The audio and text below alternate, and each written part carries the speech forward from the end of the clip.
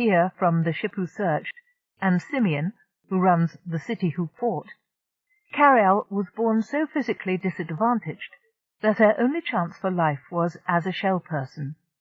And again, like those others, Carialle decided she would strap on a spaceship. Her Brawn is a guy named Keff. Their mission?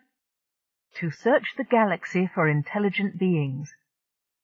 Alas, intelligent life is thin on the galactic ground, so when Carialle and Keff arrive on a very nice little world, with very nice little aliens, fuzzy and polite and eager to please, they are overjoyed. But their joy does not last. The aliens aren't aliens at all, but some sort of devolved human, virtual slaves to a race of sorcerers who, as Keff discovers when he crosses them, really do seem to possess magical powers of frightening potency. But nothing is as it seems on Osram. That magic is power turns out to be true not just in the metaphorical but also the literal sense. And while there may not be any real magic, there are real aliens, aliens who are neither fuzzy nor polite, nor the least bit eager to please. About the authors. Anne McCaffrey. Anne McCaffrey is the author of the New York Times best-selling and well-beloved Dragon Riders of Pern series. She has written numerous other seminal works of SF, including The Ship Who Sang and its 3 sequels, Partnership with Margaret Ball, The Ship Who Searched with Mercedes Lackey, and The City Who Fought with S.M. Stirling. With Elizabeth Moon and Jodi Lyn Nye, she is the author of the Planet Pirates series.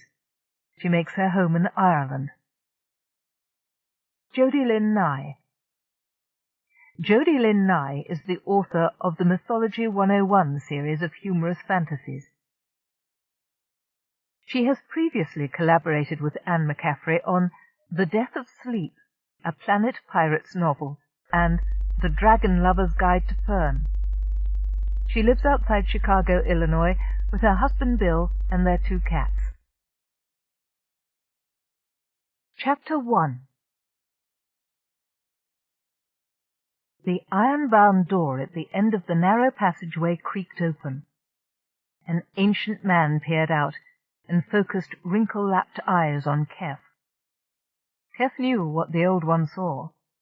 A mature man, not overly tall, whose wavy brown hair, only just beginning to be shot with grey, was arrayed above a mild yet bull-like brow and deep-set blue eyes, a nose whose craggy shape suggested it may or may not have been broken at some time in the past, and a mouth framed by humour lines added to the impression of one who was tough, yet instinctively gentle. He was dressed in a simple tunic, but carried a sword at his side with the easy air of someone who knew how to use it. The oldster wore the shapeless garments of one who has ceased to care for any attribute but warmth and convenience. They studied each other for a moment. Keff dipped his head slightly in greeting. "Is your master at home?" "I have no master. Get ye gone to whence ye came." The ancient spat, eyes blazing. Keff knew at once that this was no serving man. He just insulted the high wizard Zarelb himself. He straightened his shoulders, going on guard, but seeking to look friendly and non-threatening. "Nay, sir," Keff said, "I must speak to you." Rats crept out of the doorway, only inches from his feet, and skittered away through the gutters along the walls. A disgusting place, but Keff had his mission to think of. "Get ye gone," the old man repeated. "I've nothing for you." He tried to close the heavy planked door. Keff pushed his gauntleted forearm into the narrowing crack and held it open. The old man backed away a pace, his eyes showing fear. "I know you have the scroll of Almon," Keff said, keeping his voice gentle. "I need it, good sir, to save the people of Harim. Please give it to me, sir. I will harm you not." "Very well, young man," the wizard said. "Since you threaten me, I will cede the scroll." Keff relaxed slightly, with an inward grin. Then he caught a gleam in the old man's eye, which focused over Keff's shoulder. Spinning on his heel, Keff whipped his narrow sword out of its scabbard. Its lighted point picked out glints in the eyes and off the sword blades of the 3 ruffians who had stepped into the street behind him. He was trapped. One of the ruffians showed blackened stumps of teeth in a broad grin. "Going somewhere, sonny?" he asked. "I go where duty takes me," Keff said. "Take him, boys!" His sword on high, the ruffian charged. Keff immediately blocked the man's chop and riposted, flinging the man's heavy sword away with a clever twist of his slender blade that left the man's chest unguarded and vulnerable. He lunged, seeking his enemy's heart with his blade. Stumbling away with more haste than grace, the man spat, gathered himself, and charged again, this time followed by the other 2. Keff turned into a whirlwind, parrying, thrusting, and striking, holding the 3 men at bay. A near strike by one of his opponents streaked along the wall by his cheek. He jumped away and parried just before an enemy skewered him. "Yoicks!" he cried, dancing in again. "Have at you!" He lunged, and the hot point of his épée struck the middle of the chief thug's chest. The body sank to the ground and vanished. "There!" Keff shouted, flicking the sword back and forth, leaving a Z etched in white light on the air. "You are not invincible. Surrender or die!"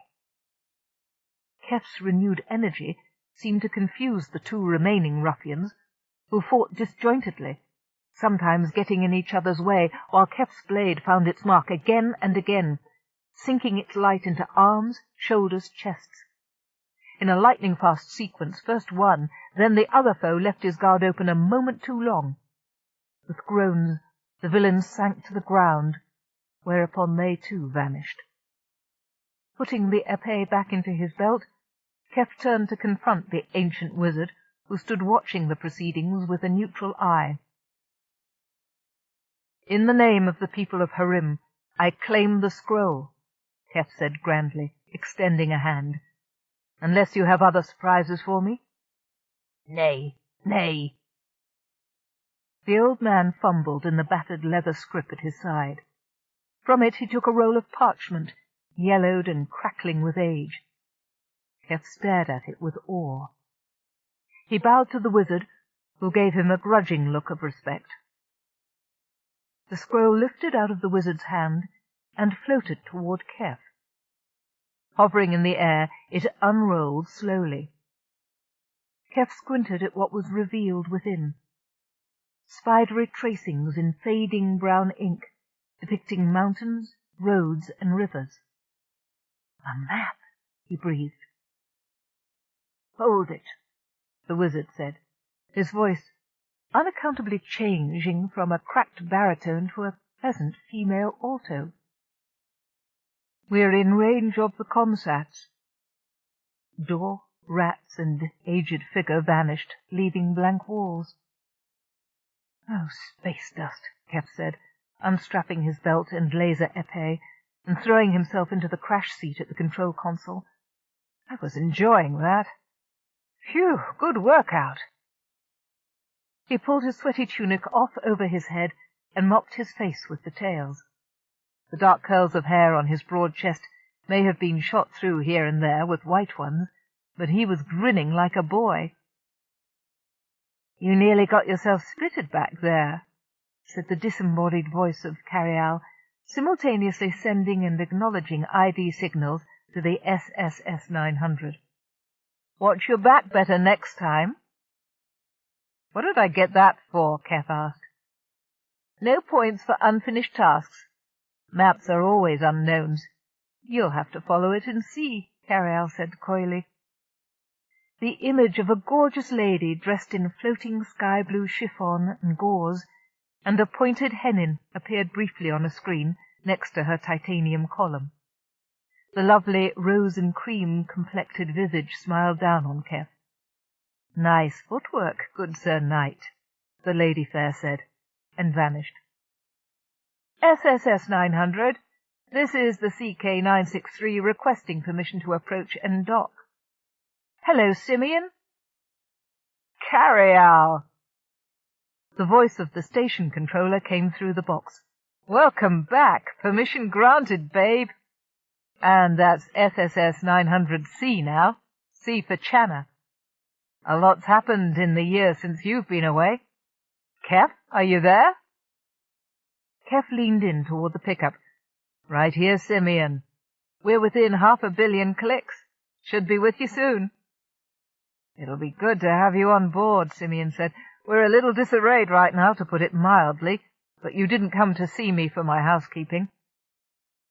No, Cookie, but you give such good decontam a girl can hardly stay away, Carialle quipped with a naughty chuckle.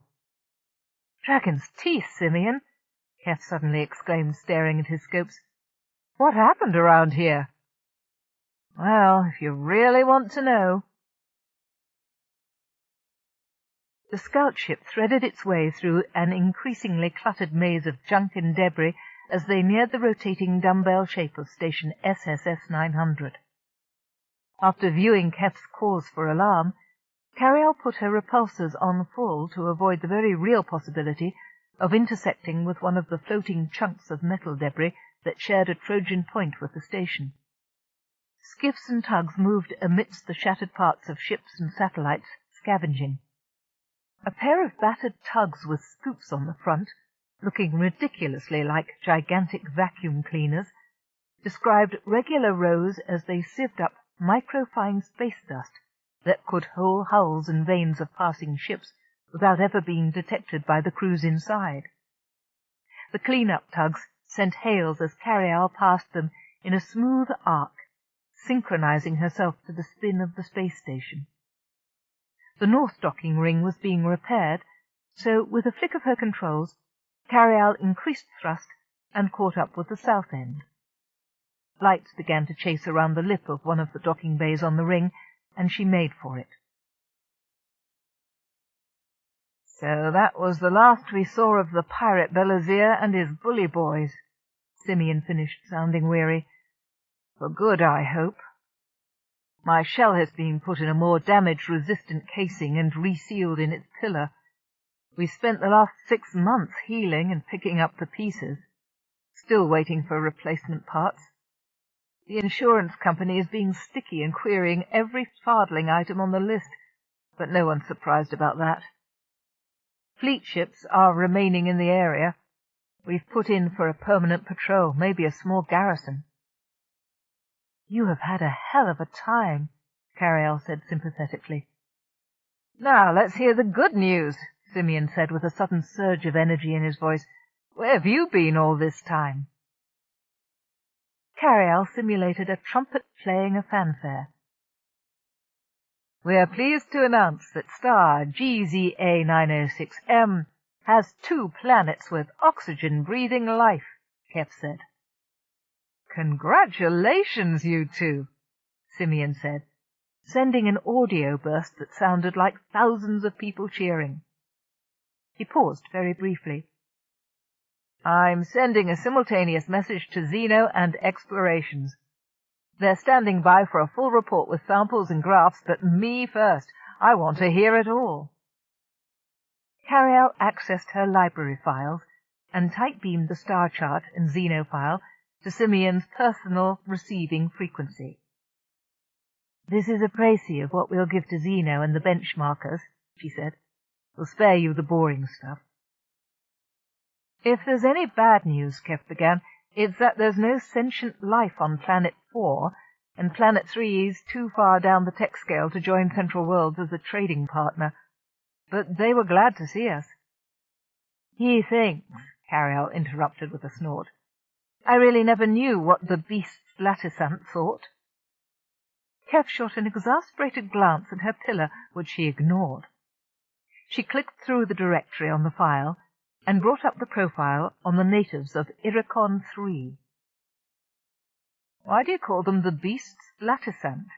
Simeon asked, scanning the video of the skinny, hairy, hexapedal beings whose faces resembled those of intelligent grasshoppers.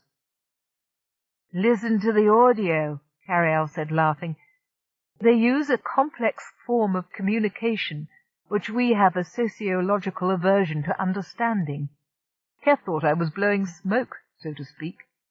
That's not true, Carrie, Keff protested. My initial conclusion, he stressed to Simeon, was that they had no need for a complex spoken language. They live right in the swamps, Keff said, narrating the video that played off the dodecahedron. As you can see, they travel either on all sixes or upright on four with two manipulative limbs. There are numerous predators that eat beasts, among other things, and the simple spoken language is sufficient to relay information about them. Maintaining life is simple. You can see that fruit and edible vegetables grow in abundance right there in the swamp. The overlay shows which plants are dangerous. Not too many, Simeon said, noting the international symbols for poisonous and toxic compounds, a skull and crossbones, and a small round face with its tongue out. Of course, the first berry tried by my knight-errant, and I especially stress the errant, Carialle said, was those raspberry red ones on the left, marked with Mr. Yucky Face.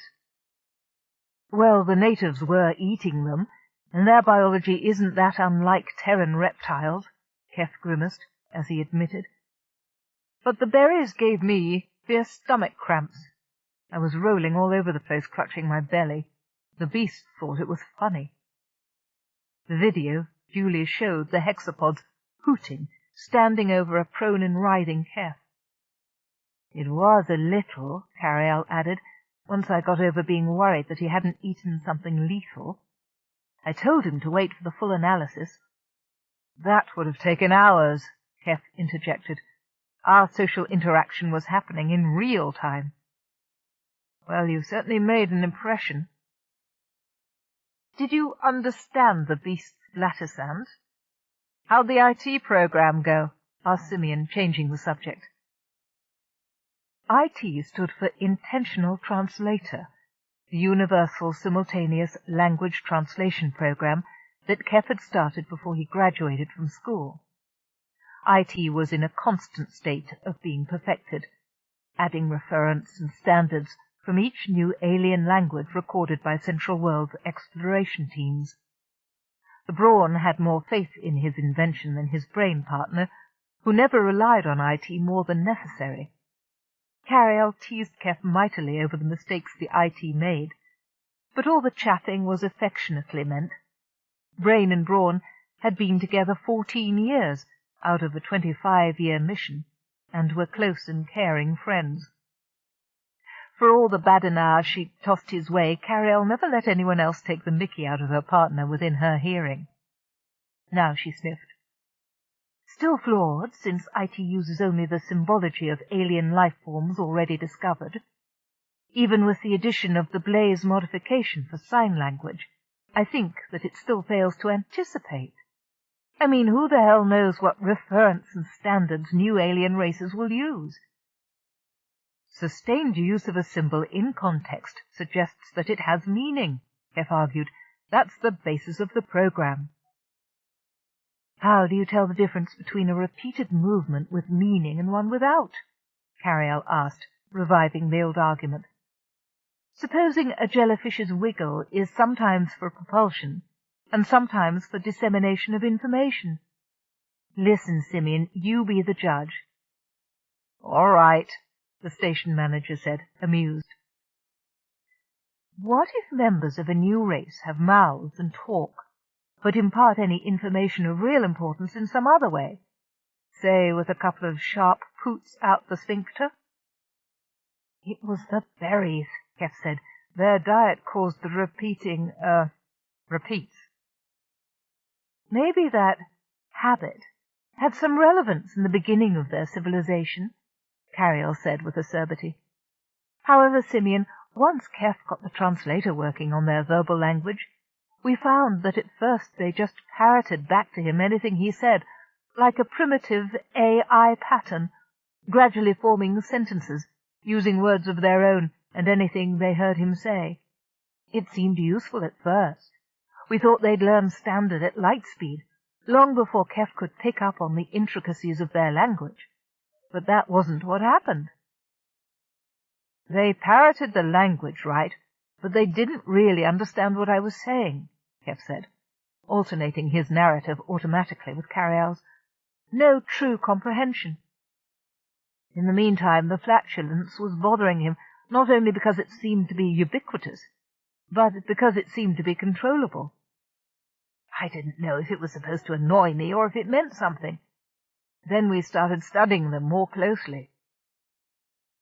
The video cut from one scene to another of the skinny, hairy aliens diving for ichthyoids and eels, which they captured with their middle pair of limbs.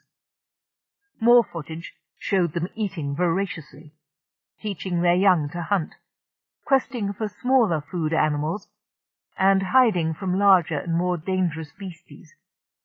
Not much of the land was dry, and what vegetation grew there was sought after by all the hungry species. Early tapes showed that at first the beasts seemed to be afraid of Keff, behaving as if they thought he was going to attack them. Over the course of a few days, as he seemed to be neither aggressive nor helpless, they investigated him further. When they dined, he ate a meal from his own supplies beside them. Then, keeping my distance, I started asking them questions, putting a clear, rising interrogative into my tone of voice that I had heard their young use when asking for instruction. That seemed to please them, even though they were puzzled why an obviously mature being needed what seemed to be survival information. Interspecies communication and cooperation was unknown to them. Keff watched as Carialle skipped through the data to another event. This was the potlatch. Before it really got started, the beasts ate kilos of those beanberries. Keff had decided then that they couldn't be too intelligent, doing something like that to themselves. Eating foods that caused them obvious distress for pure ceremony's sake seemed downright dumb. I was disappointed. Then the IT started kicking back patterns to me on the beast's noises. Then I felt downright dumb. Keff had the good grace to grin at himself. "And what happened, in the end?" Simeon asked. Keff grinned sheepishly. "Oh, Carialle was right, of course. The red berries were the key to their formal communication. I had to give points for repetition of, body language. So I programmed the IT to pick up what the Peasants meant, not just what they said, taking in all movement or sounds to analyze the meaning. It didn't always work right." "Ha!" Carialle interrupted in triumph. "He admits it." But soon I was getting the sense of what they were really communicating. The verbal was little more than protective coloration. The blattersants do have a natural gift for mimicry. The IT work fine. Well, mostly. The system's just going to require more testing, that's all. "It always requires more testing," Carialle remarked in a long-suffering voice. "One day we're going to miss something we really need." Keff was unperturbed. "Maybe IT needs an AI element to test each set of physical movements or gestures for meaning on the spot and relay it to the running glossary. I'm going to use IT on humans next, see if I can refine the quirks that way when I already know what a being is communicating." "If it works," Simeon said with rising interest, "and you can read body language, it'll put you far beyond any means of translation that's ever been done. They'll call you a mind reader.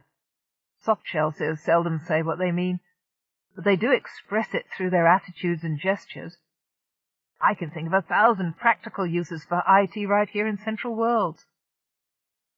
As for the blattersants, there's no reason not to recommend further investigation to award them ISS status, since it's clear they are sentient, and have an ongoing civilization, however primitive," Keff said, "and that's what I'm going to tell the Central Committee in my report. Iricon 3's got to go on the list." "I wish I could be a mouse in the wall," Simeon said, chuckling with mischievous glee, "when an evaluation team has to talk with your beasts." The whole party is going to sound like a raft of untuned engines. I know CENTCOM's going to be happy to hear about another race of sentients." "I know," Keff said a little sadly, "but it's not the race, you know." To Keff and Carialle, the designation meant that most elusive of Holy Grails, an alien race culturally and technologically advanced enough to meet humanity on its own terms, having independently achieved computer science and space travel. "If anyone's going to find the race, it's likely to be you two," Simeon said with open sincerity. Carialle closed the last kilometers to the docking bay and shut off her engines as the magnetic grapples pulled her close and the vacuum seal snugged around the airlock. "Home again," she sighed. The lights on the board started flashing as Simeon sent a burst requesting decontamination for the CK-963. Keff pushed back from the monitor panels and went back to his cabin to make certain everything personal was locked down before the decontam crew came on board. "We're empty on everything, Simeon," Carialle said. "Protein vats are at the low ebb. My nutrients are redlining. Fuel cells down. Fill her up." "We're a bit short on some supplies at the moment," Simeon said, "but I'll give you what I can." There was a brief pause, and his voice returned. "I've checked for mail. Keff has 2 parcels. The manifests are for circuits and for a rotoflex. What's that?" "Ha!" said Keff, pleased. "Exercise equipment. A rotoflex helps build chest and back muscles without strain on the intercostals." He flattened his hands over his ribs and breathed deeply to demonstrate. "All we need is more clangin' bump deadwear on my deck," Carialle said, with the noise that served her for a sigh. "Where's your shipment, Carialle?" Keff asked innocently. "I thought you were sending for a body from Motoprosthetics." "Well, you were wrong," Carialle said, exasperated that he was bringing up their old argument. "I'm happy in my skin, thank you." "You'd love being mobile, Lady Fair," Keff said. "All the things you miss staying in one place, you can't imagine. Tell her, Simeon." "She travels more than I do, Sir Galahad. Forget it." "Anyone else have messages for us?" Carialle asked. "Not that I have on record, but I'll put out a query to show you're in dock." Keff picked his sodden tunic off the console and stood up. "I'd better go and let the medicals have their poke at me," he said. "Will you take care of the rest of the computer debriefing, my Lady Carrie, or do you want me to stay and make sure they don't poke in anywhere you don't want them?" "Nay, good Sir Knight," Carialle responded, still playing the game. "You have coursed long and far and deserve reward." "The only rewards I want," Keff said wistfully, "are a beer that hasn't been frozen for a year, and a little companionship. Not that you aren't the perfect companion, Lady Fair." He kissed his hand to the titanium column. "But, as the prophet said, let there be spaces in your togetherness, if you'll excuse me." "Well, don't space yourself too far," Carialle said. Keff grinned. Carialle followed him on her internal cameras to his cabin, where, in deference to those spaces he mentioned, she stopped. She heard the sonic shower turn on and off, and the hiss of his closet door. He came out of the cabin, pulling on a new, dry tunic, his curly hair tousled. "Ta-ta," Keff said. "I go to confess all and slay a beer or 2. Before the airlock sealed, Carialle had opened up her public memory banks to Simeon, transferring full copies of their data files on the Iricon mission. Zeno were online in seconds, asking her for in-depth eyewitness commentary on their exploration.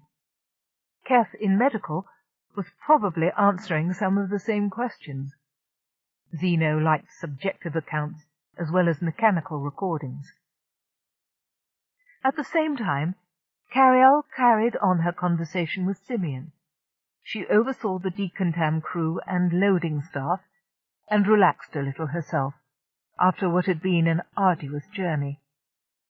A few days here, and she'd feel ready to go out and knit the galactic spiral into a sweater.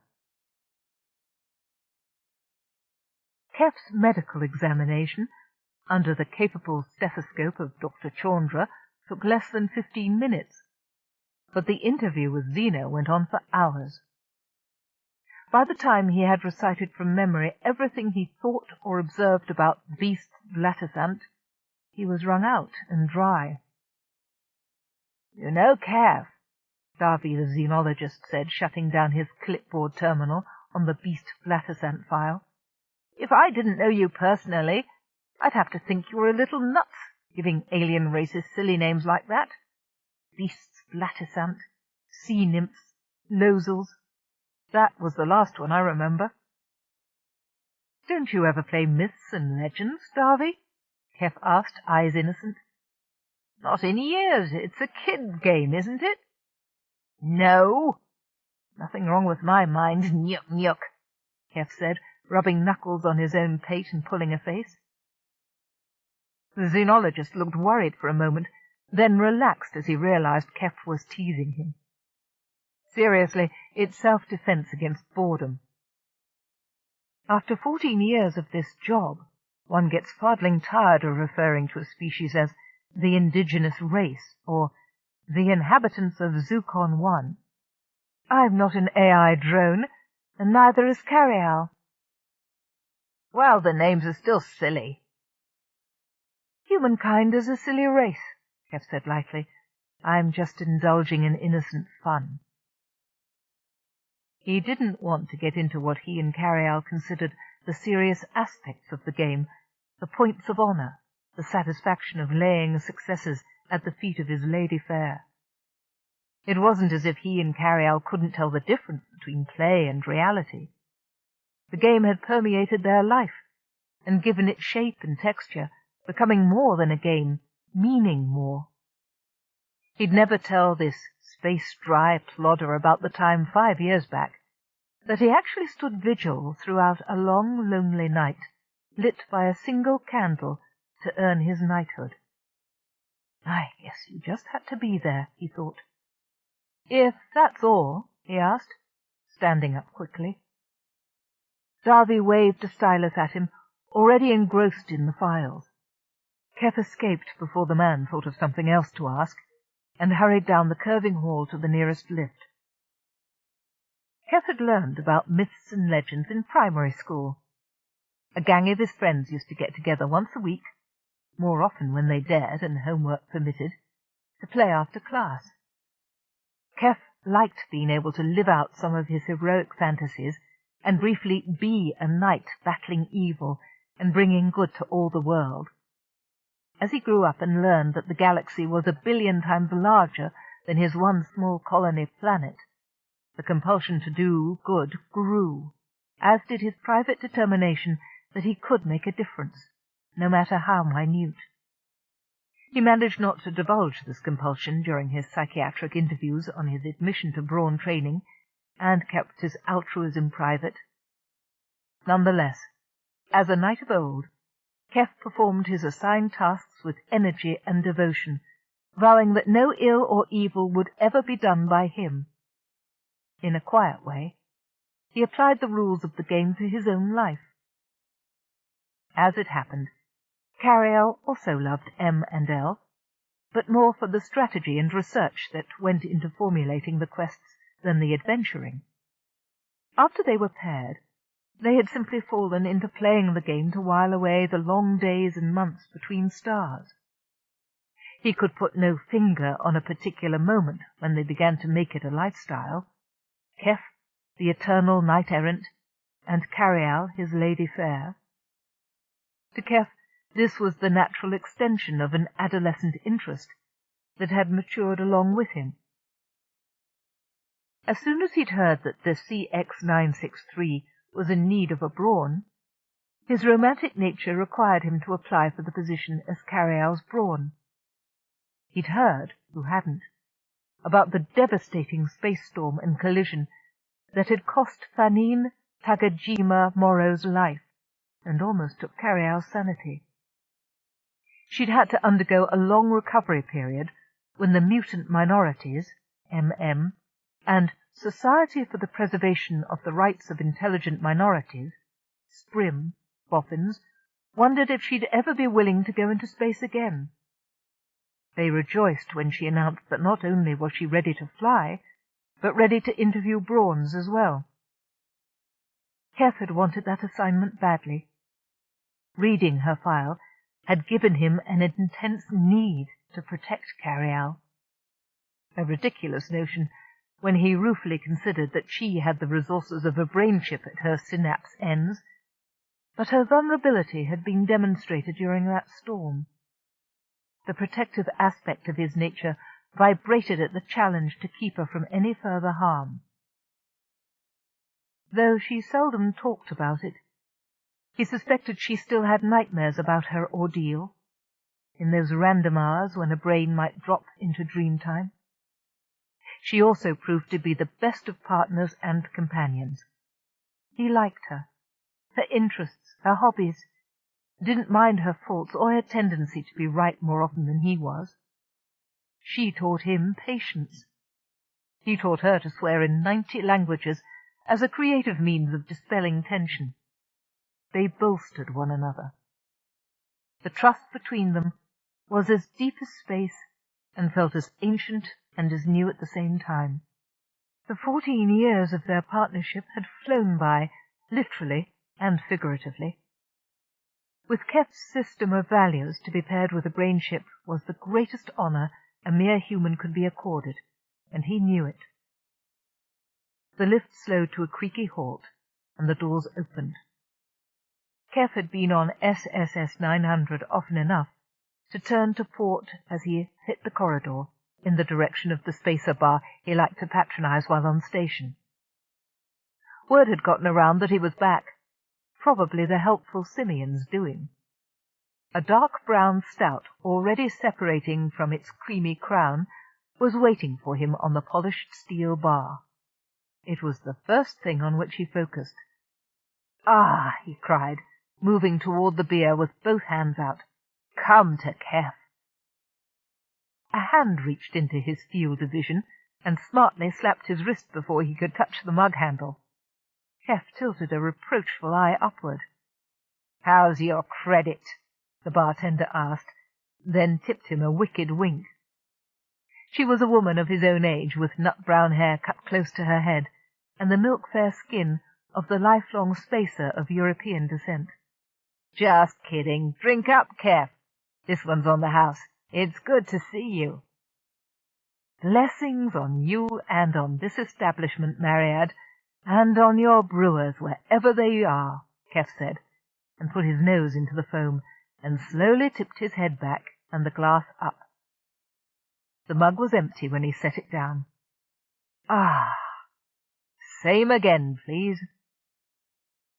Cheers and applause erupted from the tables, and Keff waved in acknowledgment that his feat had been witnessed.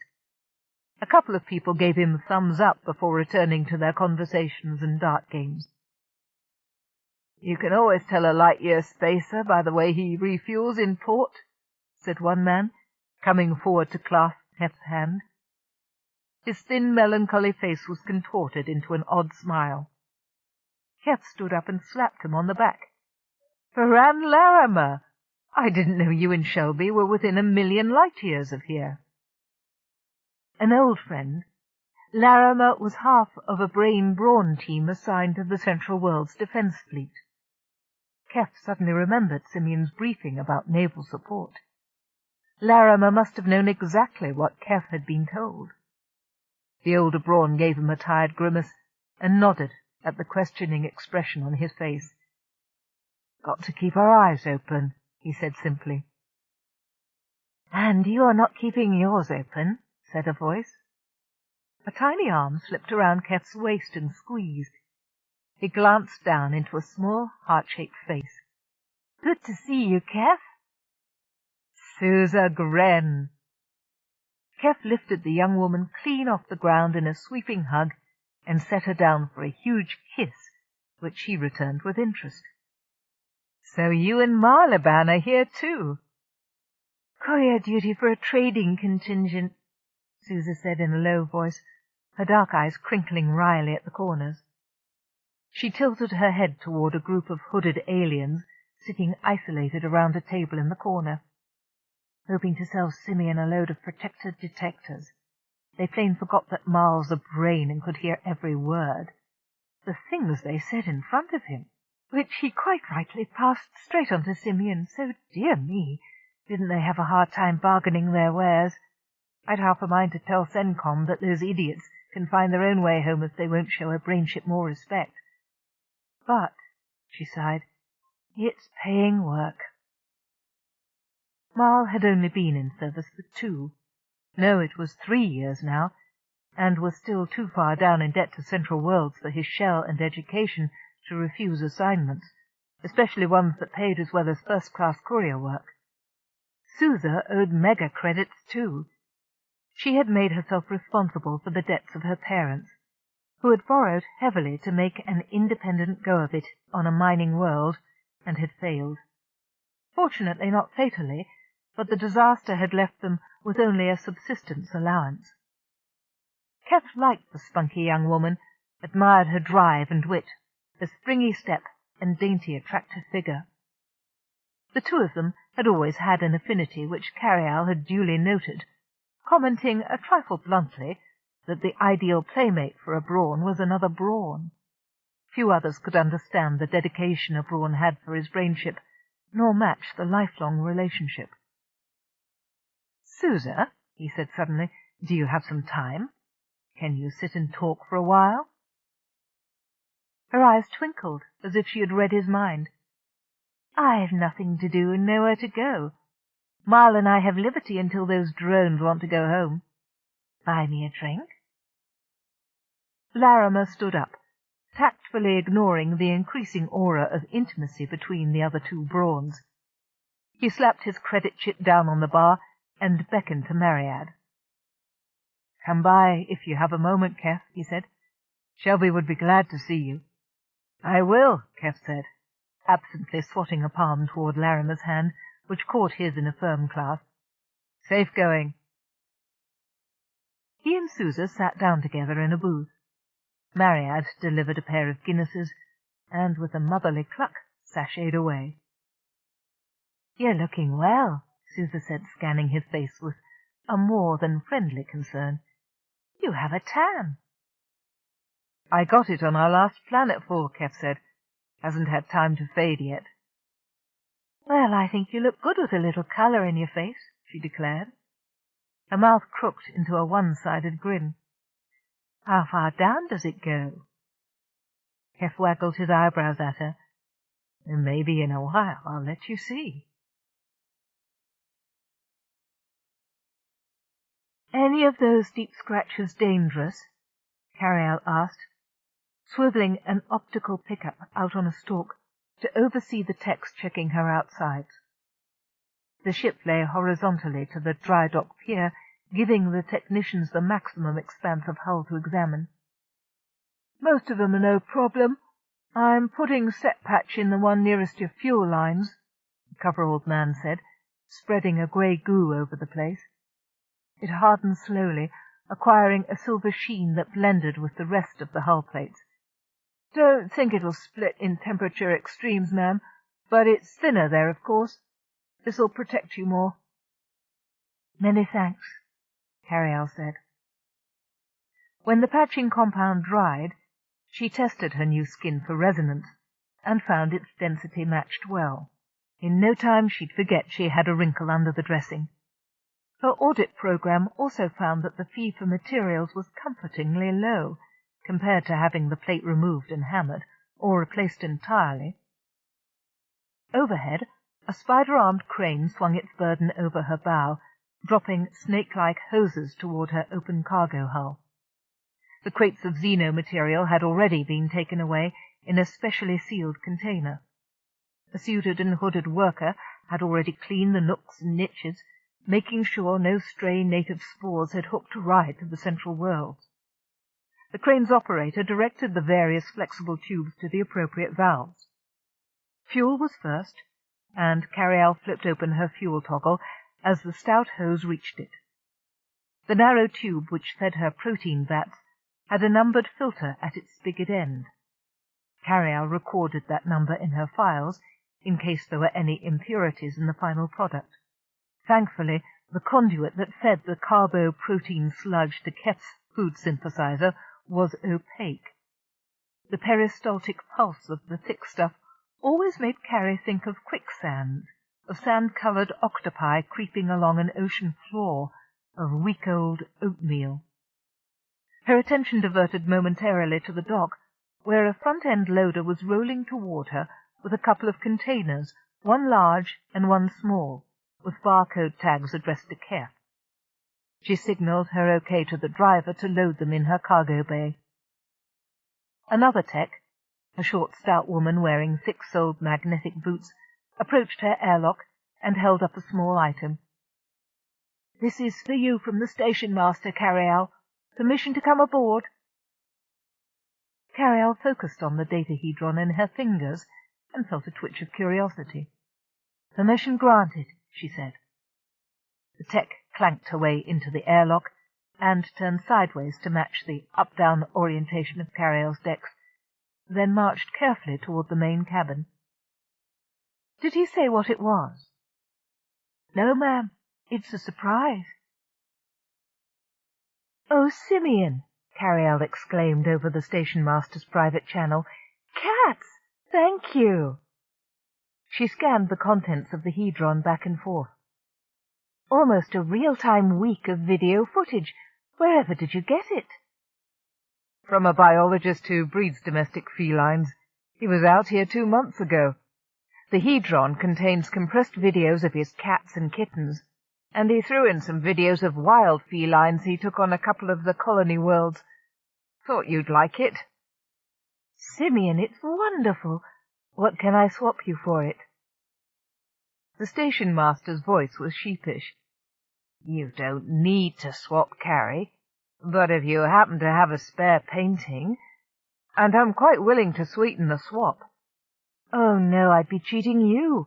It isn't as if they're music. They're nothing." "That isn't true, and you know it. You're a brains artist." With little reluctance, Carialle let Simeon tap into her video systems and directed him to the corner of the main cabin where her painting gear was stowed. To any planet-bound homeowner the cabin looked spotless, but to another spacer it was a magpie's nest. Keff's exercise equipment occupied much of one end of the cabin. At the other, Carialle's specially adapted rack of painting equipment took up a larger section of floor space, not to mention wall space where her finished work hung, the one she didn't give away or throw away. Those few permitted to see Carrie's paintings were apt to call them masterpieces, but she disclaimed that. Not having a soft-shell body with hands to manage the mechanics of the art, she had had customized gear built to achieve the desired effect. The canvases she used were very thin, porous blocks of cells that she could flood individually with paint, like pixels on a computer screen, until it oozed together. The results almost resembled brushstrokes. With the advance of technological subtleties, partly thanks to motoprosthetics, Carialle had designed arms that could hold actual fibre brushes and airbrushes to apply paints to the surface of the canvases over the basework. What had started as therapy after her narrow escape from death had become a successful and rewarding hobby. An occasional sale of a picture helped to fill the larder or the fuel tank when bonuses were scarce, and the odd gift of an unlooked-for screen canvas did much to placate occasionally fatuous bureaucrats. The sophisticated servo arms pulled one microfiber canvas after another out of the enamelled, cabinet-mounted rack to show Simeon, who appreciated all and made sensible comments about several. "That one's available," Carialle said, mechanical hands turning over a night-black spacescape, a full-colour sketch of a small nocturnal animal, and a study of a crystalline mineral deposit embedded in a meteor. This one I gave Keff, this one I'm keeping. This one's not finished. These two are available. So's this one. Much of what Carialle rendered wouldn't be visible to the unenhanced eyes of a softshell artist, but the sensory apparatus available to a shell person gave colour and light to scenes that would otherwise seem to the naked eye to be only black with white pinpoints of stars. That's good. Simeon directed her camera to a spacescape of a battered scout ship travelling against the distant cloud-like mist of an iron storm that partially overlaid the corona of a star like a veil. The canvas itself wasn't rectangular in shape, but had a gentle, irregular outline that complemented the subject. Carialle said. Her eye, on tight microscopic adjustment, picked up flaws in some individual cells of paint. They were red instead of carmine, and the shading wasn't subtle enough. It's not finished yet. You mean you're not through fiddling with it? Give over, girl. I like it. It's yours, then, Carialle said with an audible sigh of resignation. The servo picked it out of the rack and headed for the airlock on its small track treads. Carialle activated a camera on the outside of her hull to spot a technician in the landing bay. Barclay, would you mind taking something for the station master? She said, putting her voice on speaker. Sure wouldn't, Carialle, the mech tech said, with a brilliant smile at the visible camera. The servo met her edge of the dock and handed the painting to her. You've got talent, gal, Simeon said, still sharing her video system as she watched the tech leave the bay. Thank you. I'll treasure it. It's nothing, Carialle said modestly. Just a hobby. Fardles. Say, I've got a good idea. Why don't you do a gallery showing next time you're in port? We have plenty of traders and bigwigs coming through who would pay good credit for original art. Not to mention the added cachet that it's painted by a brain ship. Well, Carialle said, considering. I'll give you free space near the concessions for the first week, so you're not losing anything on the cost of location. If you feel shy about showing off, you can do it by invitation only. But I warn you, word will spread. You've persuaded me, Carialle said. My intentions are purely honourable, Simeon replied gallantly. Frag it, he exclaimed. The speed of transmission on his frequency increased to a microsquirt. You're as loaded and ready as you're going to get, Carialle. Put it together and scram off this station. The Inspector General wants a meeting with you in 15 minutes. He just told me to route a message through to you. I'm delaying it as long as I dare. Oh, no, Carialle said at the same speed. I have no intention of letting Dr. Sennett, I am a psychologist, Maxwell Corey, pick through my brains every single fardling time I make station fall. I'm cured, damn it.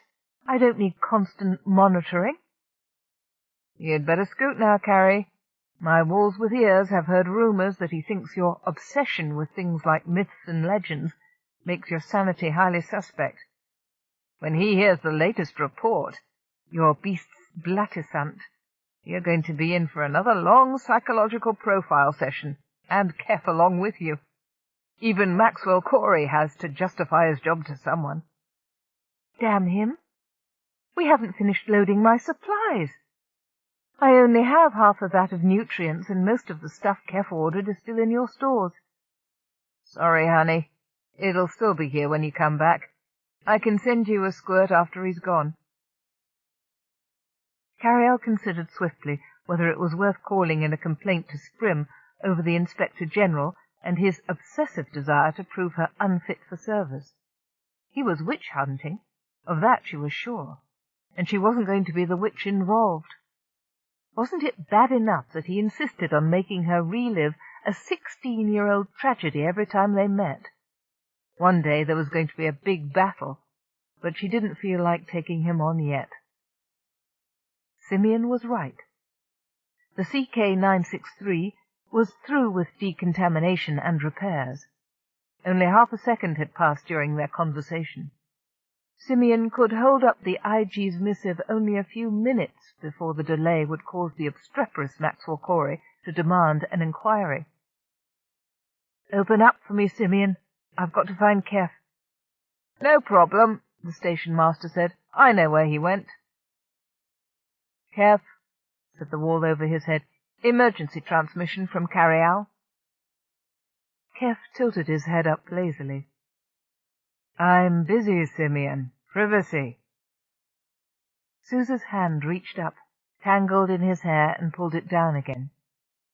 He breathed in the young woman's scent, moved his hands in delightful counterpoint under her body, one down from the curve of her shoulder, pushing the thin cloth of her ship-suit down, one upward, caressing her buttocks and delicate waist. She locked her legs with his, started her free hand toward his waistband, feeling for the fastening. "Emergency priority transmission from Carialle," Simeon repeated. Reluctantly, Keff unlocked his lips from Susan's. Her eyes filled with concern. She nodded.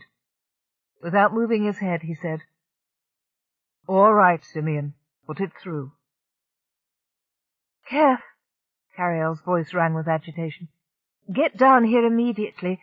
We've got to lift ship ASAP." "Why?" Keff asked irritably. "You couldn't have finished loading already?" "Haven't. Can't wait. Got to go. Get here stat." Sighing, Keff rolled off Susa and petulantly addressed the ceiling. "What about my shore leave? Lady love, while I like nothing better in the galaxy than being with you 99% of the time, there is that 1% when we poor shellless ones need—" Carialle cut him off. "Keff, the Inspector General's on station." "What?" Keff sat up. "He's demanding another meeting, and you know what that means. We've got to get as far away from here as we can, right away." Keff was already struggling back into his ship-suit. "Are we refueled? How much supplies are on board?" Simeon's voice issued from the concealed speaker. "About a third full," he said, "but it's all I can give you right now. I told you supplies were short. Your food's about the same." "You can't go far on that. About one long run or two short ones." Keff stood jamming feet into boots. Susa sat up and began pulling the top of her coverall over her bare shoulders. She shot Keff a look of regret mingled with understanding. "We'll get missing supplies elsewhere," Carialle promised. "What's the safest vector out of here, Simeon?"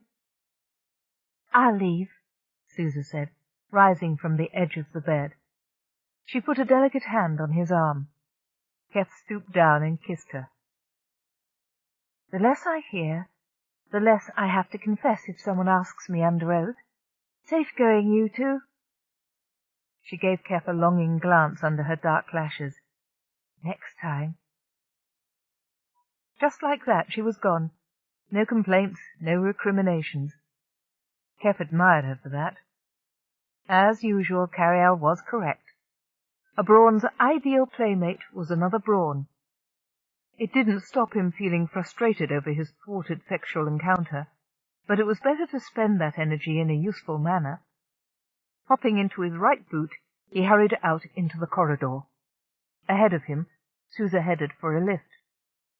Keff deliberately turned around, seeking a different route to his ship. "Keep me out of Maxwell Corey's way, Simeon."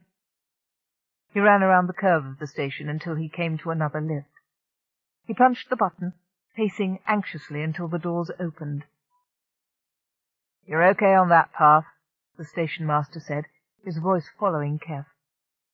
The Brawn stepped into the empty car, and the doors slid shut behind him. "All right, this just became an express. Brace yourself." "What about G-Sector?" Carialle was asking as Keff came aboard the CK-963. All the screens in the main cabin were full of star charts. Keff nodded Carialle's position in the main column and threw himself into his crash couch as he started going down the pre-launch list. "Okay, if you don't head towards Saffron. That's where the fleet ships last traced Belazir's people. You don't want to meet them." "Fragging well right we don't." "What about M sector?" Keff said, peering at the chart directly in front of him. "We had good luck there last time." "Last time you had your clock cleaned by the Lozels," Carialle reminded him, not in too much of a hurry to tease. "You call that good luck?" "There's still a few systems in that area we wanted to check. They fitted the profile for supporting complex life forms," Keff said, unperturbed. "We would have tried MBA 487J, except you ran short of fuel hot-dogging it, and we had to limp back here. Remember, Carrie?" "It could happen any time we run into bad luck," Carialle replied, not eager to discuss her own mistakes. "We're running out of time." "What about vectoring up over the Central Worlds cluster, toward Galactic Up?" "Maxwell Corey's going toward DND 922Z when he leaves here," Simeon said. Carialle tisk-tisked. "You can't risk having him following our scent." Keff stared at the overview on the tank.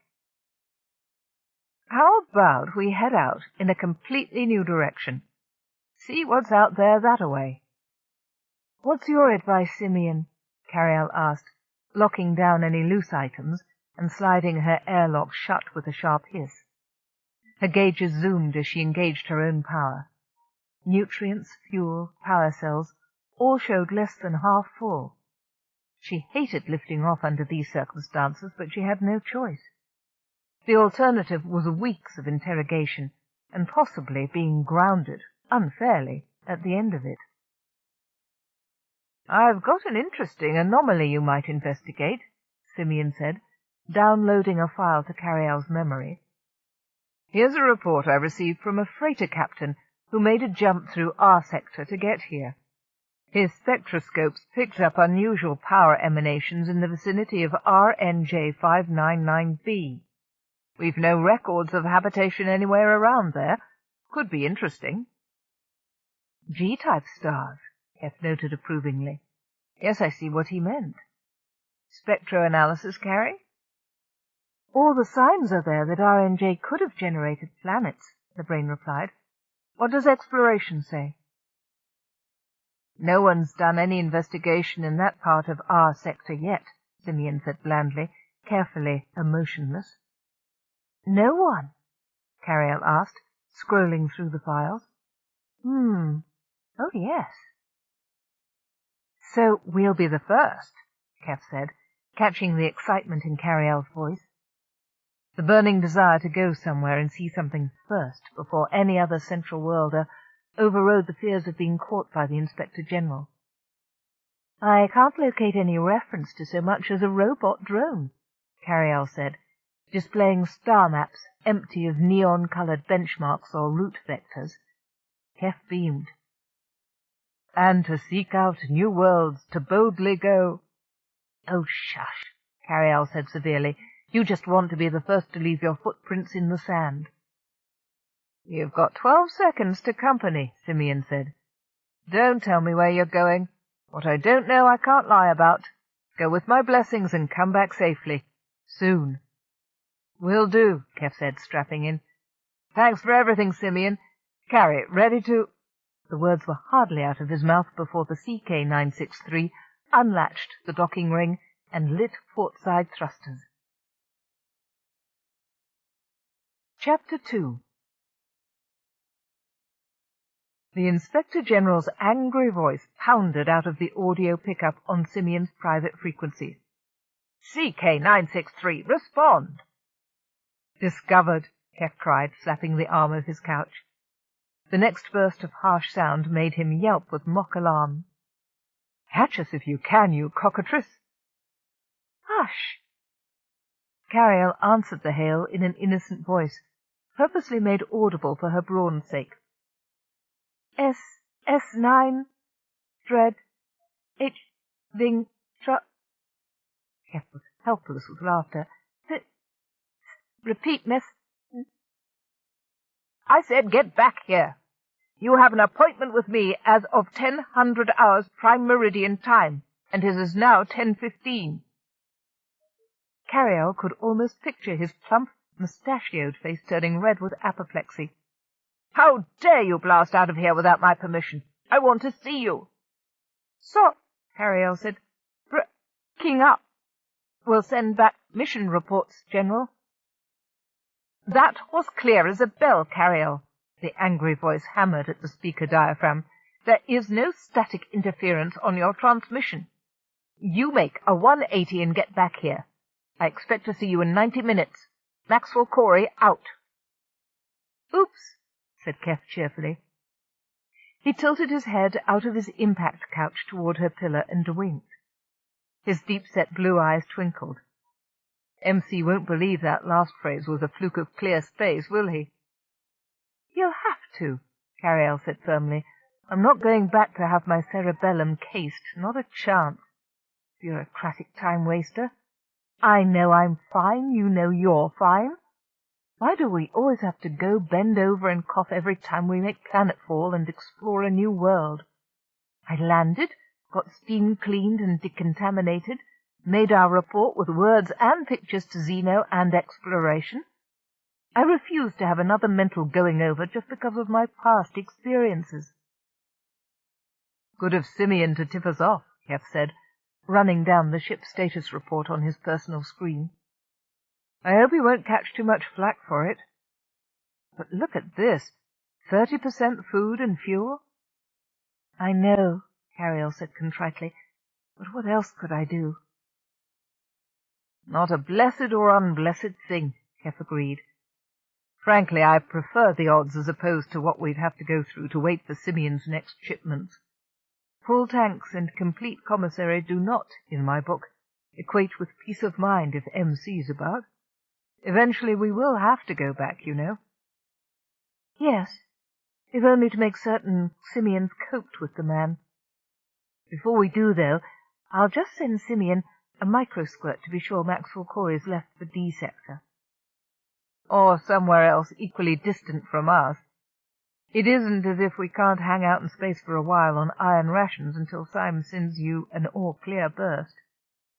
Keff offered bravely, although Carialle could see he didn't look forward to the notion. If the IG is sneaky enough, and he is if anyone deserves that adjective, to scan messages, he'll know when Simeon knows where we are, and he could put a tag on us so no station will supply the 963.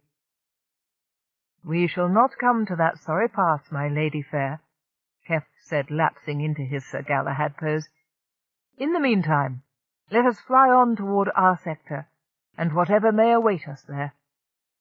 He made an enthusiastic and elaborate flourish, and ended up pointing toward the bow.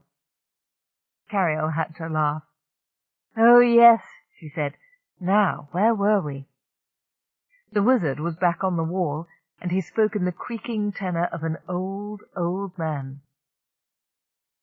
Good Sir Knight, thou hast fairly won this scroll.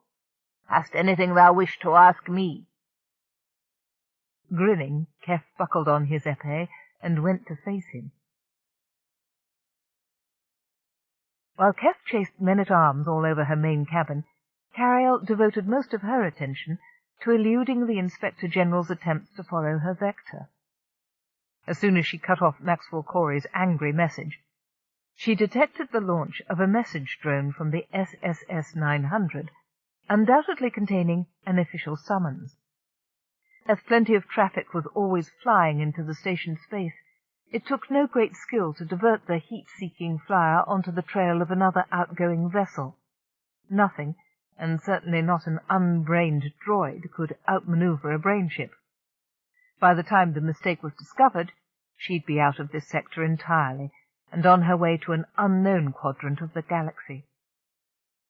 Later, when she felt less threatened by him, she'd compose a message complaining of what was really becoming harassing behavior to Sprim. She'd had that old nuisance on her tail long enough. Running free, in full control of her engines and her faculties, was one of the most important things in her life.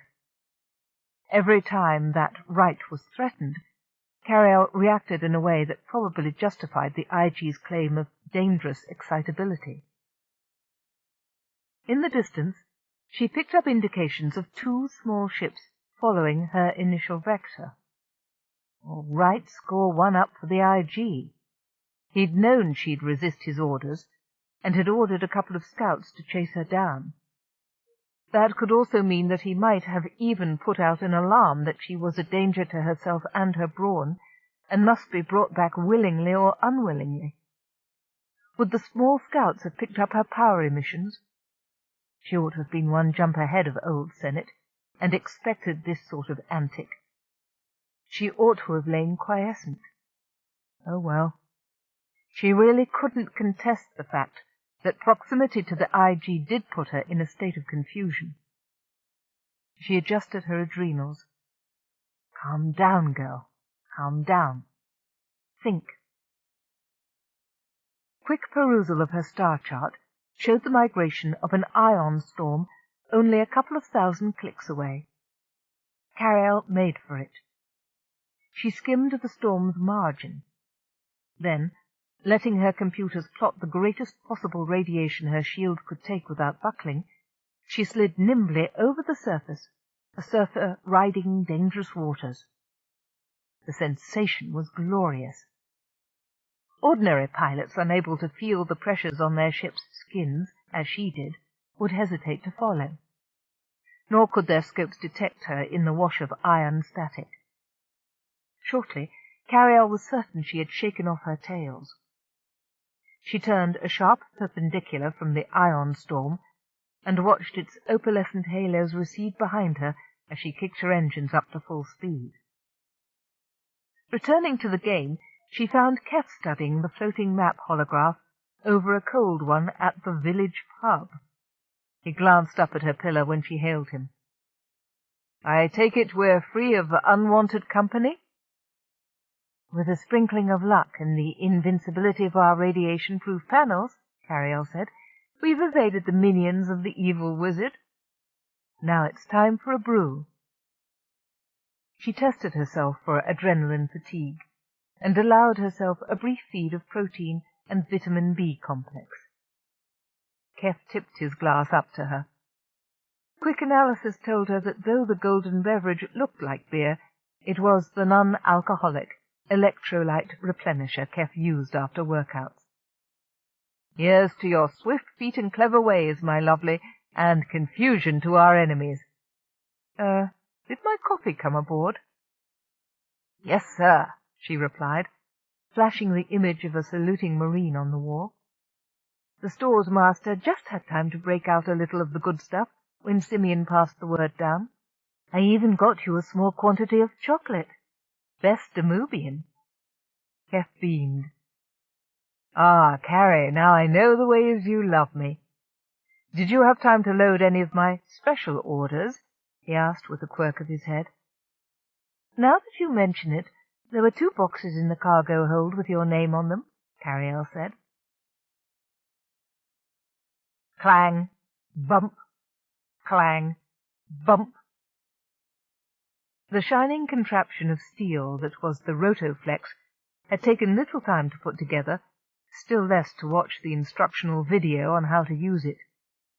Keff sat on the leatherette-covered, modified saddle with a stirrup-shaped metal pulley in each outstretched hand.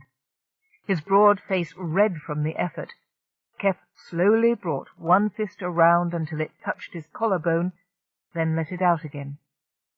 The heavy cables sang as they strained against the resistance coils, and relaxed with a heavy thump when Keff reached full extension. Squeezing his eyes shut, he dragged in the other fist. The tendons on his neck stood out cord-like under his sweat-glistening skin.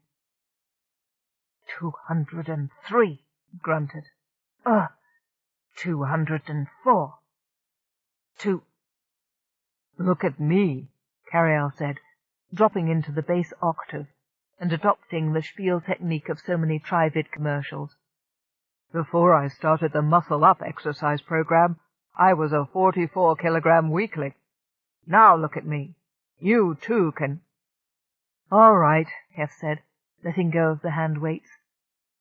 They swung in noisy counterpoint until the metal cables retracted into their arms. He arose from the exerciser seat and toweled off with a cloth slung over the end of his weight bench. "I can acknowledge a hint when it's delivered with a sledgehammer. I just wanted to see how much this machine can take." "Don't you mean how much you can take? One day you're going to rupture something," Carialle warned. She noted Keff's respiration at over 200 pulses per minute, but it was dropping rapidly. "Most accidents happen in the home," Keff said with a grin. "I was really sorry I had to interrupt your tryst with Sousa," Carialle said for the 20th time that shift. "No problem," Keff said, and Carialle could tell that this time he meant it. "It would have been a more pleasant way to get my heart rate up, but this did nicely, thank you." He yawned and rolled his shoulders to ease them, shooting one arm forward, then the other. "I'm for a shower and bed, lady dear." "Sleep well, knight in shining muscles." Shortly the interior was quiet, but for the muted sounds of machinery humming and gurgling. The SSS 900 technicians had done their work well, for they'd all been rushed by circumstances to finish. Carialle ran over the systems one at a time, logging in repair or replacement against the appropriate component. That sort of accounting took up little time. Carialle found herself longing for company, a perverse notion, since she knew it would be hours now before Keff woke up. Carialle was not yet so far away from some of the miners' routes that she couldn't have exchanged gossip with other ships in the sector, but she didn't dare open up channels for fear of tipping off Maxwell Corey to their whereabouts. The enforced isolation of silent running left her plenty of time for her thoughts. Keff groaned softly in his sleep. Carialle activated the camera just inside his closed door for a brief look, then dimmed the lights and left him alone. The Brawn was face up on his bunk with one arm across his forehead and right eye. The thin thermal cover had been pushed down and was draped modestly across his groin and one leg, which twitched now and again. One of his precious collection of real books lay open face down on the nightstand. The tableau was worthy of a painting by the old masters of Earth, Hercules resting from his labours. Frustrated from missing his close encounter of the female kind, Keff had exercised himself into a stiff mass of sinews.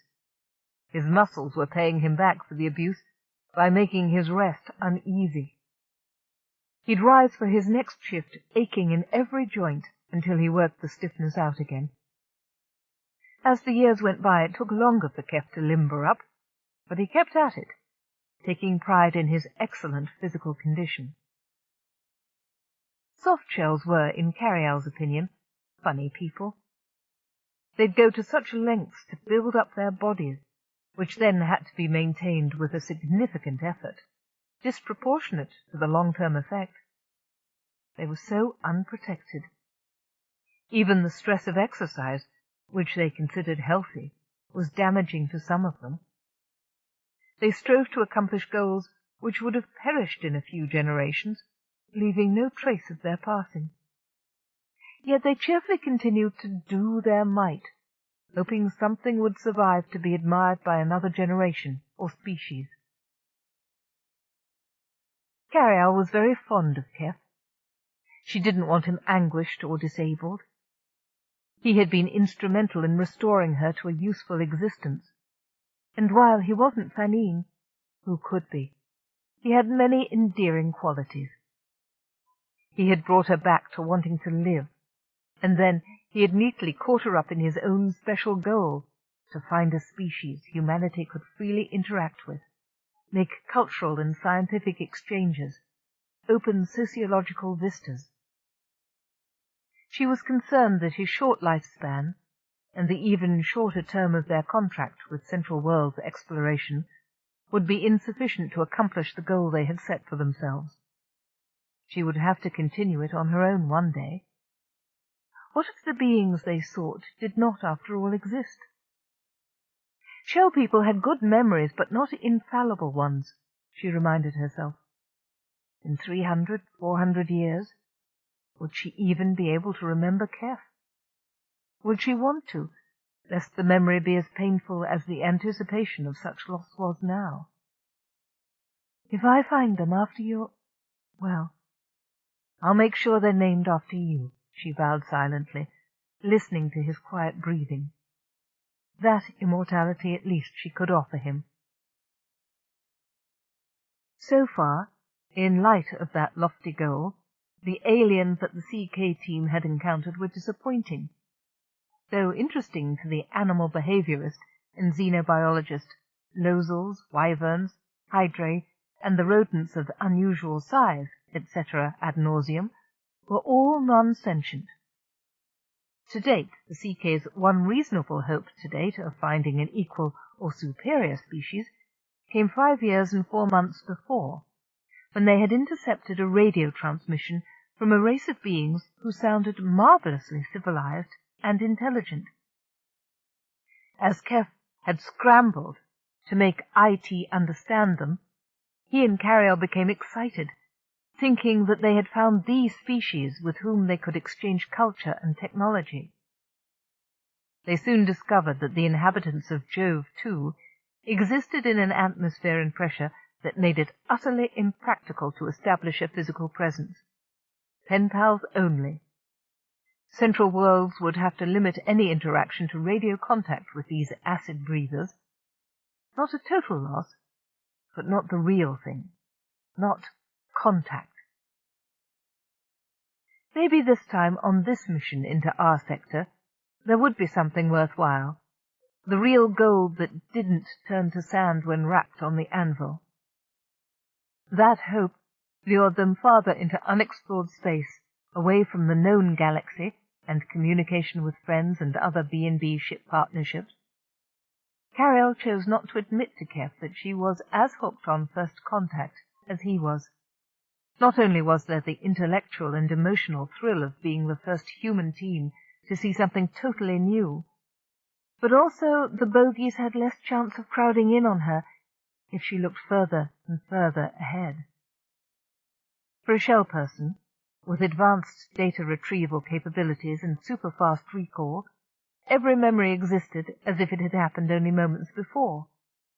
Forgetting required a specific effort, the decision to wipe an event out of one's databank. In some cases, that finer memory was a curse, forcing Carialle to re-examine over and over again the events leading up to the accident. Again and again she was tormented as the merciless and inexorable sequence pushed its way, still crystal clear, to the surface, as it did once more during this silent running. 16 years ago, on behalf of the courier service, she and her first Brawn, Fanine, paid a covert call to a small space repair facility on the edge of Central World space. Spacers who stopped there had complained to CENTCOM of being fleeced. Huge, sometimes ruinously expensive purchases with seemingly faultless electronic documentation were charged against travelers' personal numbers, often months after they had left SSS 267. Fanine discreetly gathered evidence of a complex system of graft, payoffs, and kickbacks, confirming CENTCOM's suspicions. She had sent out a message to say they had corroborative details and were returning with it. They never expected sabotage, but they should have. Carialle corrected herself. She should have been paying closer attention to what the dockhands were doing in the final check-over they gave her before the CF-963 departed. Carialle could still remember how the fuel felt as it glugged into her tank. Cold, strangely cold, as if it had been chilled in vacuum. She could have refused that load of fuel, should have. As the ship flew back toward the Central Worlds, the particulate matter diluted in the tanks was kept quiescent by the real fuel.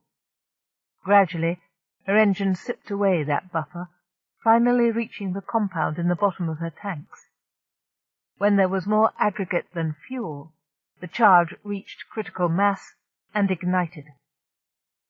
Her sensors shut down at the moment of explosion, but that moment, 10:54:02:351, was etched in her memory. That was the moment when Fanine's life ended and Carialle was cast out to float in darkness. She became aware first of the bitter cold.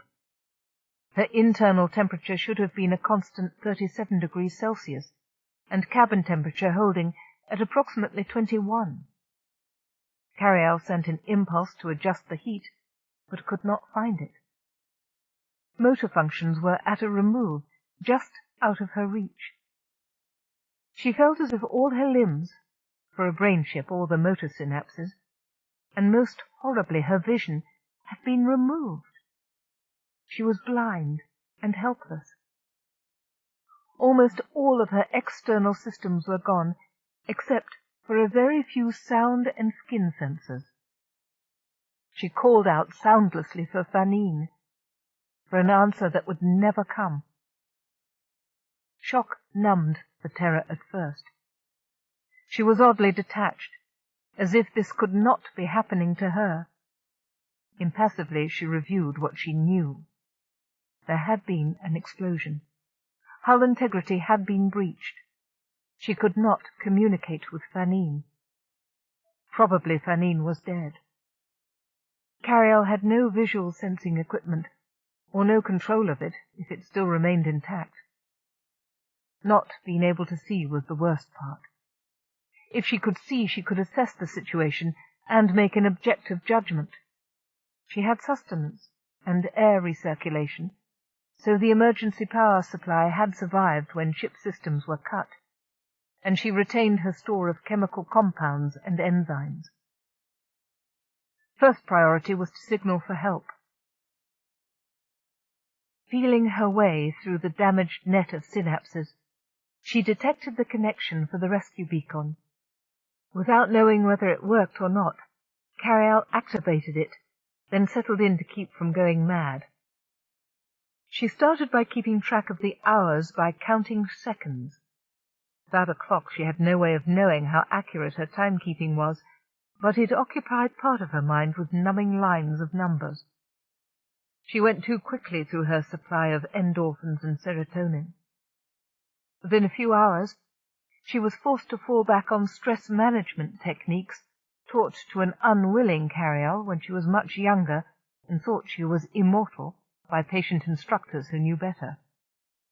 She sang every song and instrumental musical composition she knew, recited poems from the Middle Ages of Earth forward, translated works of literature from one language into another, cast them in verse, set them to music, meditated, and shouted inside her own skull. That was because most of her wanted to curl up in a ball in the darkest corner of her mind and whimper. She knew all the stories of brains who suffered sensory deprivation. Tales of hysteria and insanity were the horror stories young shell children told one another at night in primary education creches. End of side 1. To continue, turn the cassette over. Side 2. The Ship Who Won by Anne McCaffrey and Jody Lynn Nye. Continuing on page 41. Like the progression of a fatal disease, they recounted the symptoms. First came fear, then disbelief, then despair. Hallucinations would begin as the brain synapses, desperate for stimulation, fired off random neural patterns that the conscious mind would struggle to translate as rational, and finally the brain would fall into irrevocable madness. Carialle shuddered as she remembered how the children whispered to each other in supersonic voices that only the computer monitors could pick up, that after a while you'd begin to hear things and imagine things and feel things that weren't there. To her horror, she realized that it was happening to her. Deprived of sight, other than the unchanging starscape, sound and tactile sensation, memory drive systems failing, freezing in the darkness. She was beginning to feel hammering at her shell, to hear vibrations through her very body. Something was touching her. Suddenly she knew that it wasn't her imagination. Somebody had responded to her beacon after who knew how long, and was coming to get her. Galvanized, Carialle sent out the command along her comlinks on every frequency, cried out on local audio pickups, hoping she was being heard and understood. "I am here! I am alive!" she shouted on every frequency. "Help me!" But the beings on her shell paid no attention. Their movements didn't pause at all. The busy scratching continued. Her mind, previously drifting perilously toward madness, focused on this single fact, tried to think of ways to alert the beings on the other side of the barrier to her presence. She felt pieces being torn away from her skin, sensor links severed, leaving nerve endings shrieking agony as they died. At first, she thought that her rescuers were cutting through a burned, blasted hull to get to her, but the tapping and scraping went on too long. The strangers were performing salvage on her shell, with her still alive within it. This was the ultimate violation, the equivalent of mutilation for transplants. She screamed and twitched and tried to call their attention to her, but they didn't listen, didn't hear, didn't stop. Who were they? Any spacefarer from Central Worlds knew the emblem of a brain ship. Even land dwellers had at least seen tri-D images of the protective titanium pillar in which a shell person was encased. Not to know, to be attempting to open her shell without care for the person inside, meant that they must not be from the Central Worlds, or any system connected to it. Aliens? Could her attackers be from an extra-central system? When she was convinced that the salvagers were just about to sever her connections to her food and air recycling system, the scratching stopped. As suddenly as the intrusion had begun, Carialle was alone again. Realizing that she was now on the thin edge of sanity, she forced herself to count, thinking of the shape of each number, tasting it, pretending to feel it and push it onward as she thought, tasted, and pretended to feel the next number, and the next, and the next. She hadn't realized how different numbers were, individuals in their own right, varying in many ways each from the other, one after the other.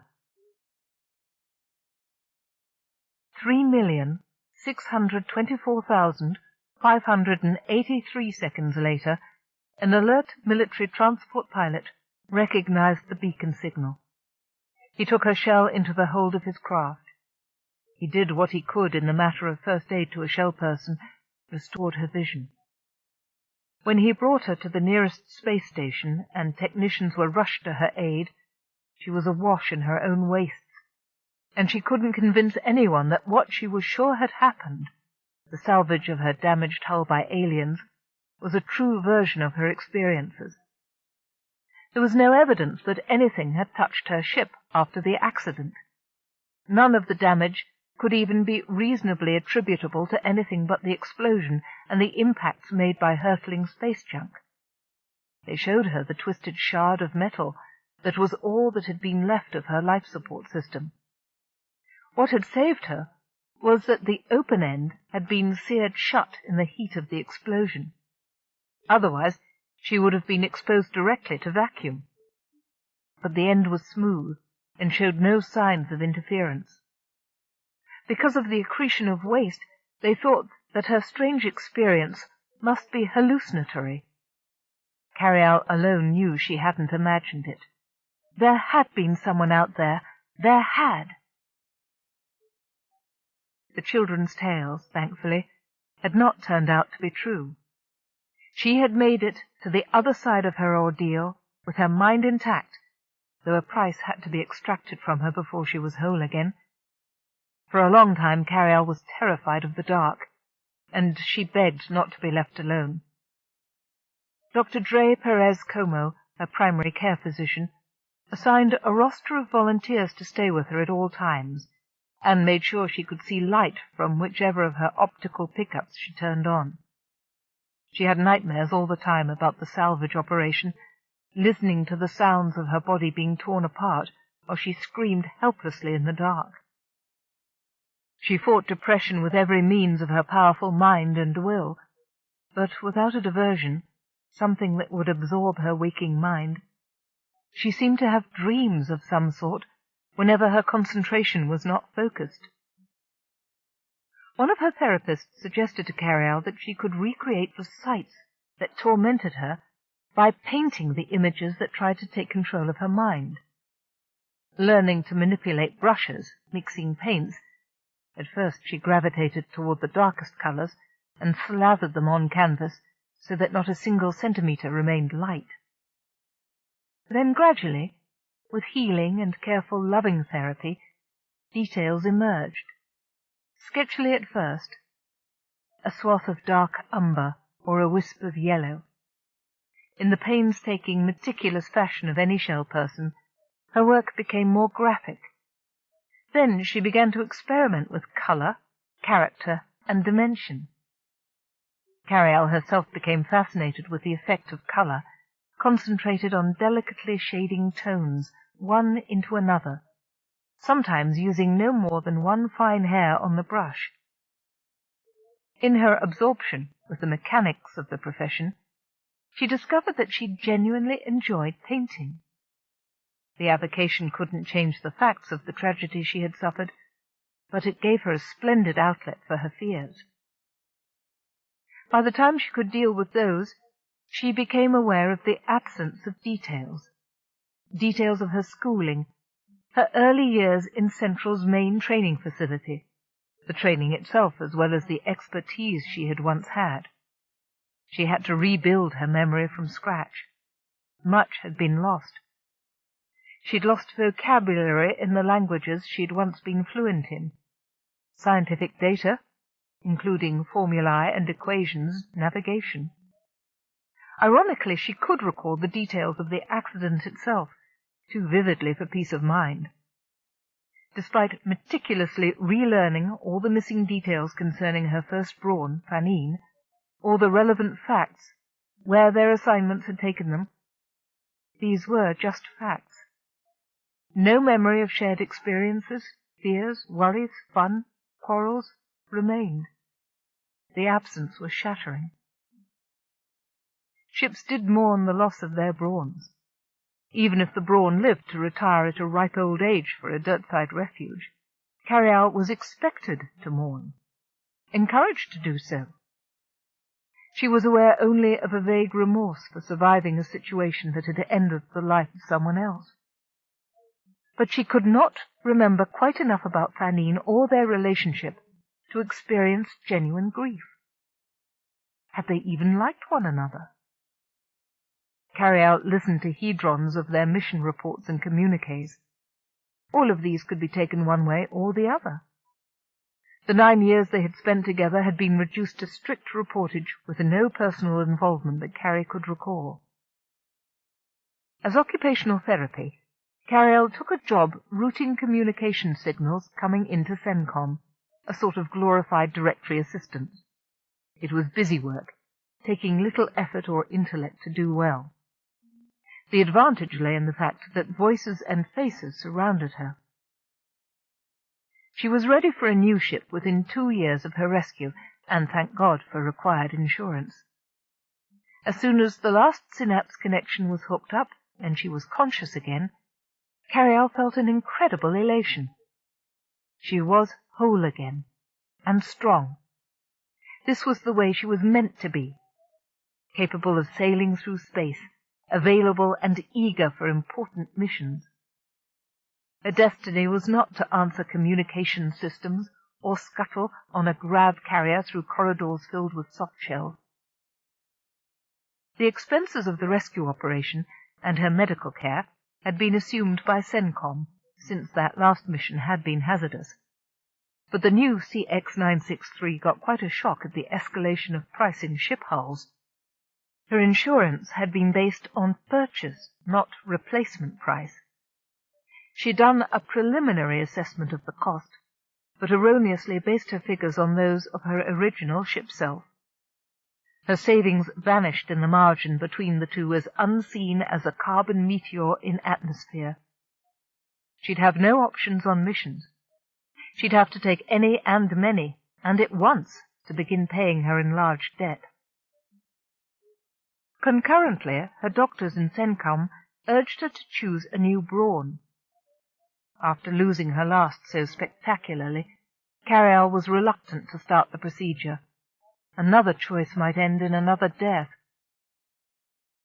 She agreed to see one man who came particularly well recommended, but she couldn't relate at all to him, and he left in the shortest possible courteous time. She didn't have to have a Brawn, did she? Brain ships could go on solo missions or on temporary assignments. She might accept one on those terms. Her doctors and CENTCOM said they'd check into that possibility, and left her alone again. Though there were rarely so many, 9 B&B ships were currently on the regular CENTCOM base, either between missions or refitting. She did have the chance to speak with other shell people. She was made to feel welcome to join their conference conversations. She knew that they knew her recent history, but no one would have brought the subject up unless she did. And she didn't. But she could listen to the amiable, often hilarious and sometimes brutally frank conversations of her peers. The refits were 5 800s and 2 700s, with such brilliant careers that Carialle felt unequal to addressing them at all. The 8th was preparing for a long mission, and there was herself. On an open channel, the brain ships did have a tendency to brag about their current partner, how he or she did this and that, and was so good at sports, music, gaming, dancing, or how silly he or she could be about such and such. But hadn't they discovered Planet B or Moon C together, or managed to get germ dogs to Colony X, and save 90% of the afflicted from horrible deaths? The 800s were fond of reciting the silly misunderstandings that could occur between brain and brawn. Within Carialle, a wistfulness began to grow, the sense of what she, partnerless, was lacking. When the FC-840 related having to mortgage her hull again to bail her brawn out of the clutches of a local gambling casino, Carialle realized with a sense of relief that she'd never have had that kind of trouble with Fanine. That was the first of the feelings, if not specific memories, that resurfaced, the fact that she had respected Fanine's good sense. More memories emerged, slowly at first, but all reassuring ones, all emphasizing the fact that she and Fanine had been friends, as well as co-workers. Inevitably, during this process, Carialle became aware that she was lonely. With that awareness, she announced to CENTCOM that she would now be willing to meet with Brawns for the purpose of initiating a new partnership. At once she was inundated with applications, as if everyone had been poised to respond to that willingness. She wondered just how much the conversations of the other brain ships had been calculated to stir her to that decision. They had all been keeping an eye on her. The first day of interviews with prospective partners was hectic, exciting, a whirl of courtship. Deliberately, Carialle avoided meeting any who were physically similar to Fanine, who had been a tall, rather plain brunette with large hands and feet, or anyone from Fanine's home planet. Fortunately, there were few with either disqualification. None of the first lot, male or female, quite suited, although each did give Carialle a characteristic to add to her wish list of the perfect brawn. Keff was her first visitor on the morning of the second day. His broad, cheerful face and plummy voice appealed to her at once. He never seemed to stop moving. She followed him with amusement as he explored the cabin, pointing out every admirable detail. They talked about hobbies. When he insisted that he would want to bring his personal gym along with him, they got into a silly quarrel over the soft-shell obsession with physical fitness. Instead of being angry at his obduracy in not recognizing her sovereignty over her own decks, Carialle found herself laughing. Even when he was driving a point home, Keff's manner was engaging, and he was willing to listen to her. She informed CENTCOM that she was willing to enter a Brawn contract. Keff moved aboard at once, and his progressive resistance gear came with him. Just how carefully CENTCOM had orchestrated the affair, Carialle didn't care. CENTCOM, after all, had been matching brains with Brawn's for a very long time. They must have the hang of it now. Keff and Carialle complemented one another in so many ways. They shared drive, hope, and intelligence. Even during the interview, Keff had managed to reawaken in Carialle the sense of humour which she had thought unlikely to be resuscitated. In a very few days, as they awaited their first assignment, it was as if she'd never been paired with anyone else but Keff. What he said about spending almost all their time together went double for her. Each of them did pursue his or her private thoughts and interests, but they did their best work together. Keff was like the other half of her soul. Despite her recent trauma, Carialle was a well-adjusted shell person, as indeed her recovery had proved. She was proud of having the superior capabilities that made it possible to multiplex several tasks at once. She felt sorry for non-shell humans. The enhanced functions available to any shell person, most especially a brain chip, were so far beyond the scope of normal humans. She felt lucky to have been born under the circumstances that led to her being enshelled. Several hundred years before, scientists had tried to find a way to rehabilitate children who were of normal intelligence, but whose bodies were useless. By connecting brain synapses to special nodes, the intelligent child could manipulate a shell with extendable pseudopods that would allow it to move, manipulate tools or keyboards. An extension of that principle resulted in the first spaceships totally controlled by encapsulated human beings. Other shell people, trained for multiplexing, ran complicated industrial plants or space stations and cities. From the moment a baby was accepted for the life of a shell person, he or she was conditioned to consider that life preferable to soft shells, who were so limited in abilities and lifespans. One of the more famous brain ships, the HN-832 or the Helver Neil, had been nicknamed the ship who sang, having developed a multi-voice capability as her hobby. Though she docked in CENTCOM environs but rarely, Helver's adventures inspired all young shell people. Although Carialle was deeply disappointed to discover she had only an average talent for music, she was encouraged to find some other recreational outlet. It had taken a disaster for Carialle to find that painting suited her. Encapsulated at 3 months, and taught mostly by artificial intelligence programs and other shell people, Carialle had no self-image as an ordinary human. While she had pictures of her family and thought they looked like pleasant folks, she felt distinct from them. Once Carialle had gone beyond the black period of her painting, the therapists had asked her to paint a self-portrait. It was a clumsy effort, since she knew they wanted a human look, while Carialle saw herself as a ship, so that was what she produced. The conical prow of the graceful and accurately detailed spaceship framed an oval blob, with markings that could just barely be considered features, and blonde locks that overlaid certain ordinary ship sensors. Her female sibling had had long blonde hair. After a good deal of conferencing, Dr. Dre and her staff decided that perhaps this was a valid self-image and not a bad one. In fact, a meld of fact, the ship, and fiction, her actual facial contours. There were enough shell people now, Dr. Dre remarked, so that it was almost expectable that they saw themselves as a separate and distinct species. In fact, Carialle showed a very healthy shell-person attitude in not representing herself with a perfect human body, since it was something she never had and never could have. Simeon's gift to Carialle was particularly appropriate. Carialle was very fond of cats with their furry faces and expressive tails, and watched tapes of their sinuous play in odd moments of relaxation. She saw softshells as two distinct and interesting species, some members of which were more attractive than others. As human beings went, Carialle considered Keff very handsome. In less hurried situations, his boyish curls and the twinkle in his deep-set blue eyes had earned him many a conquest.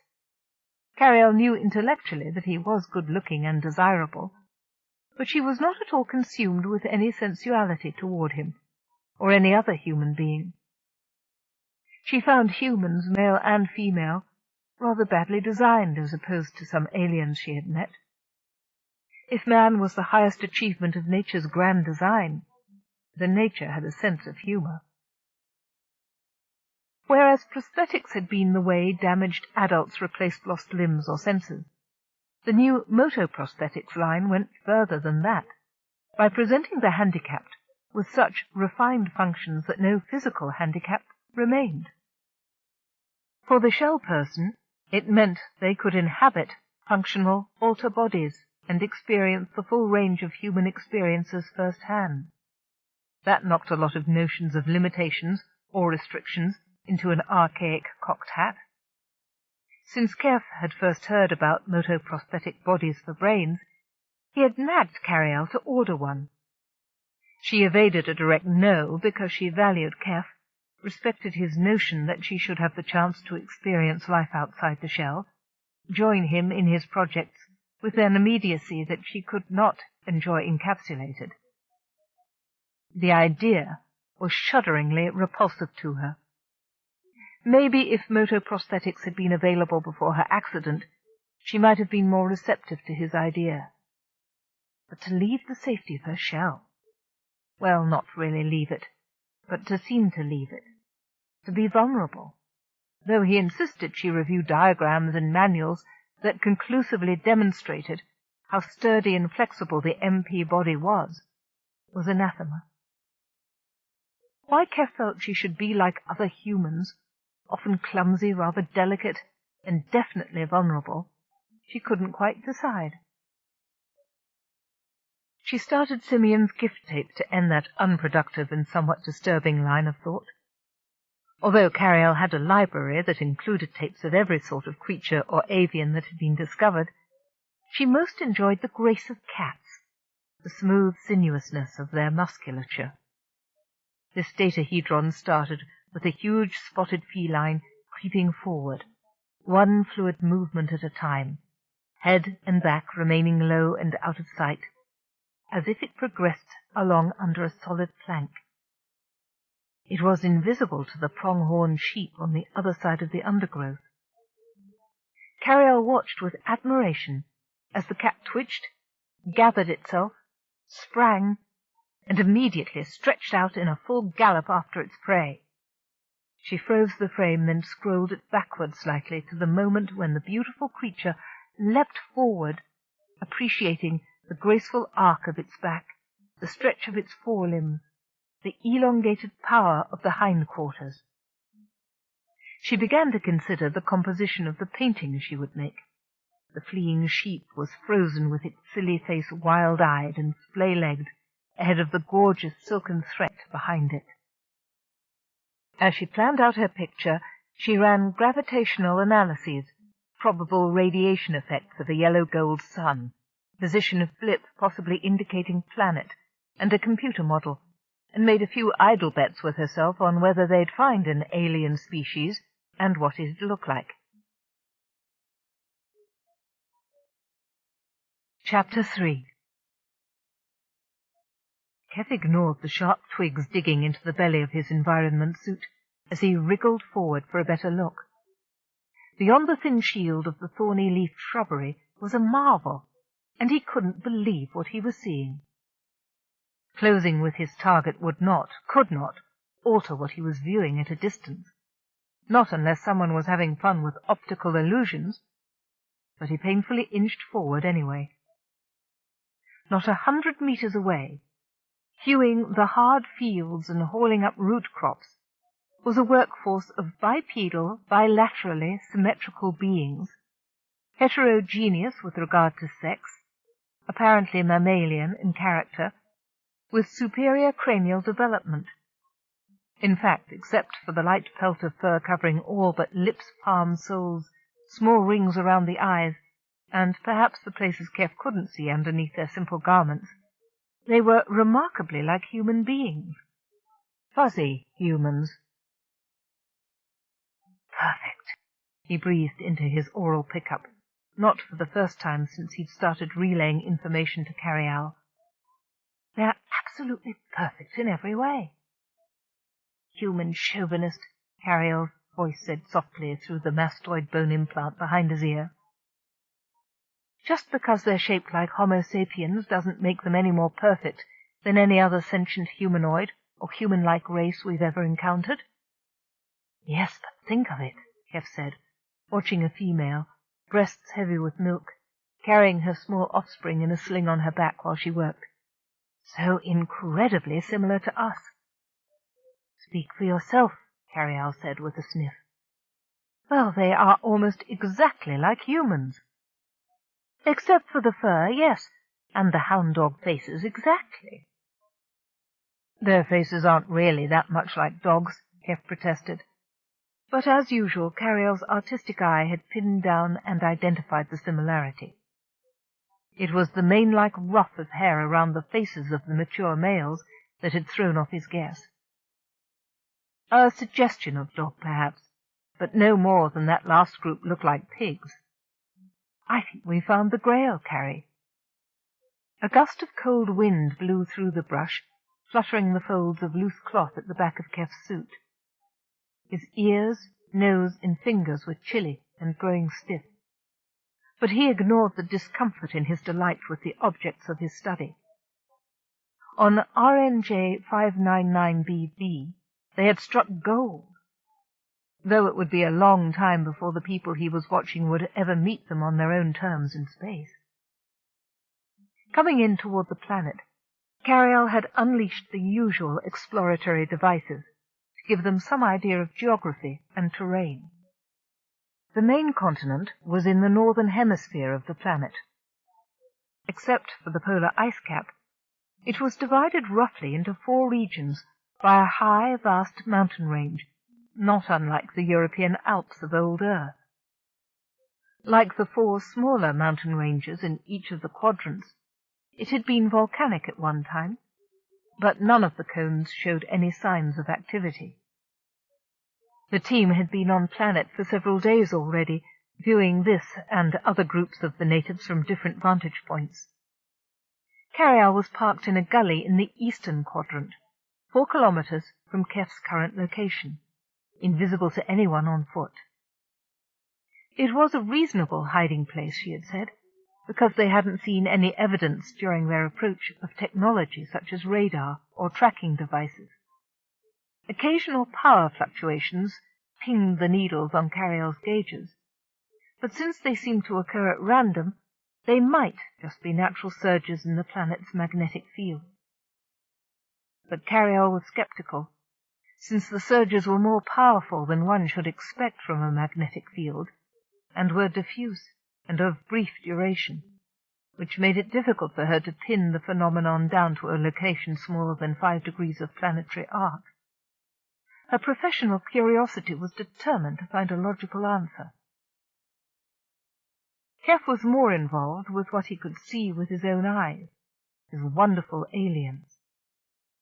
He studied the tool with which the nearest male was chipping at the ground. The heavy metal head, made of a slagged iron-copper alloy, was laboriously holed through in 2 places, where dowels or nails secured it to the flat 1.5 meter long handle. Sinew or twine wound around and around, making doubly sure that the worker wouldn't lose the hoe face on the back swing. By squeezing his eyelids, Keff activated the telephoto function in his contact lenses and took a closer look. The tools were crude in manufacture, but shrewdly designed for most effective use. And yet, no technology must exist for repair. The perimeter of the field was littered with pieces of discarded broken implements.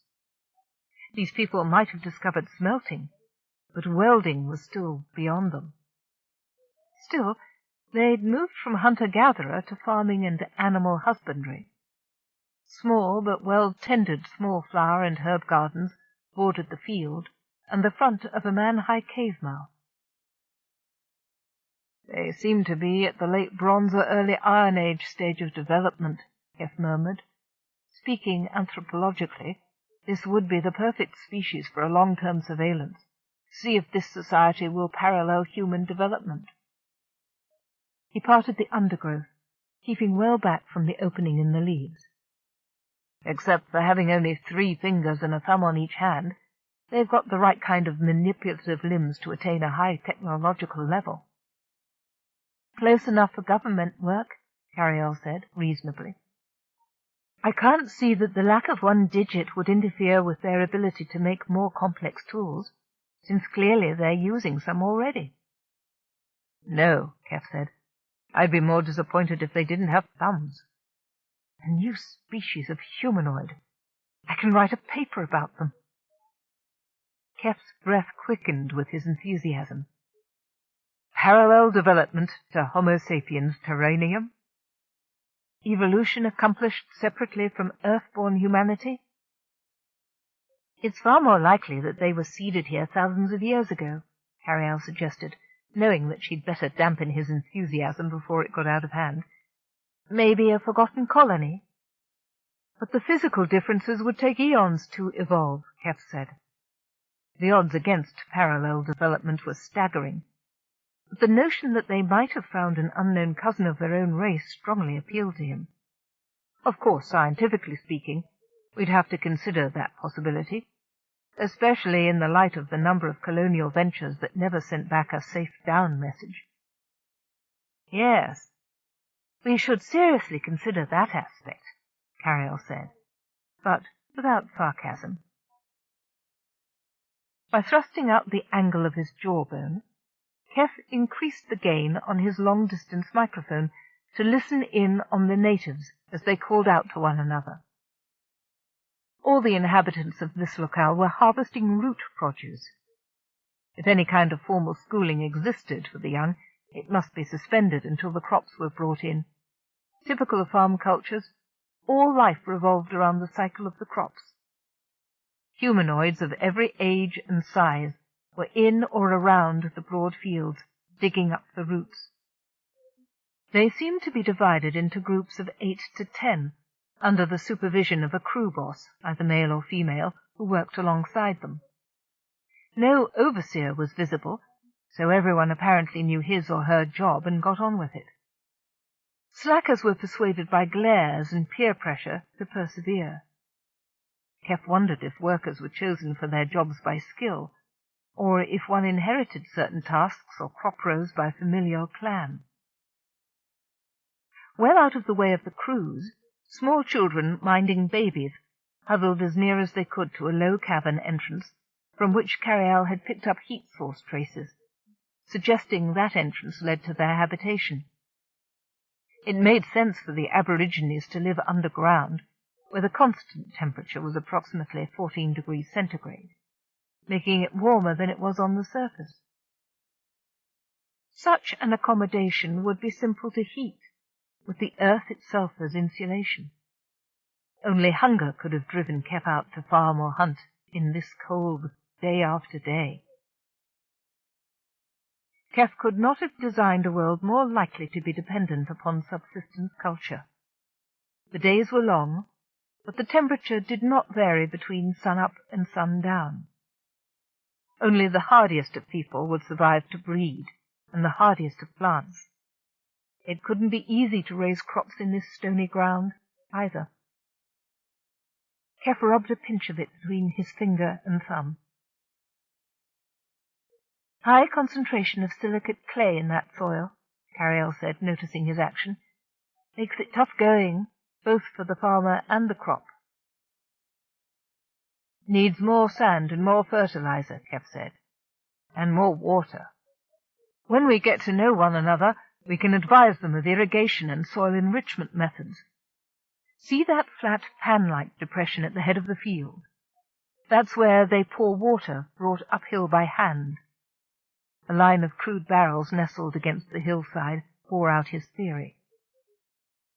Dirt-encrusted roots of various lengths, shapes, and colours piled up in respectable quantity beside the digger, whose fur quickly assumed the dull dun of the soil. It's incredible they're getting as much of a yield as they are, Keff remarked. They must have the science of farming knocked into them. Survival, Carialle said. Think what they could do with fertilized soil and steady rainfall. The atmosphere here has less than 8% humidity. Strange when you consider they're in the way of prevailing continental winds, between the ocean and that mountain range. There should be plenty of rain, and no need for such toil as that. Under the direction of a middle-aged male with a light brown pelt, youngsters working with the digging crews threw piles of the roots onto ground sheets, which were pulled behind shaggy six-legged pack beasts up and down the rows. When each sheet was full, the beast was led away and another took its place. So what's the next step in this production line? Keff asked, shifting slightly to see. The female led the beast to a square marked out by hand-sized rocks, making sure nothing fell off as she guided the animal over the rock boundary. Once inside, she detached the ground sheet. Turning the beast, she led it back to the field, where more folded ground sheets were piled. But if they live in the cave over there, Keff said in surprise, why are they leaving the food over here? Maybe the roots need to dry out a little before they can be stored so they won't rot, Carialle said. Or maybe they stink. You find out for yourself when we make contact. Here, visitor, eat roots. Good. No thanks, Keff said. The six-legged draft animal waited placidly while the young female attached a new sheet to its harness.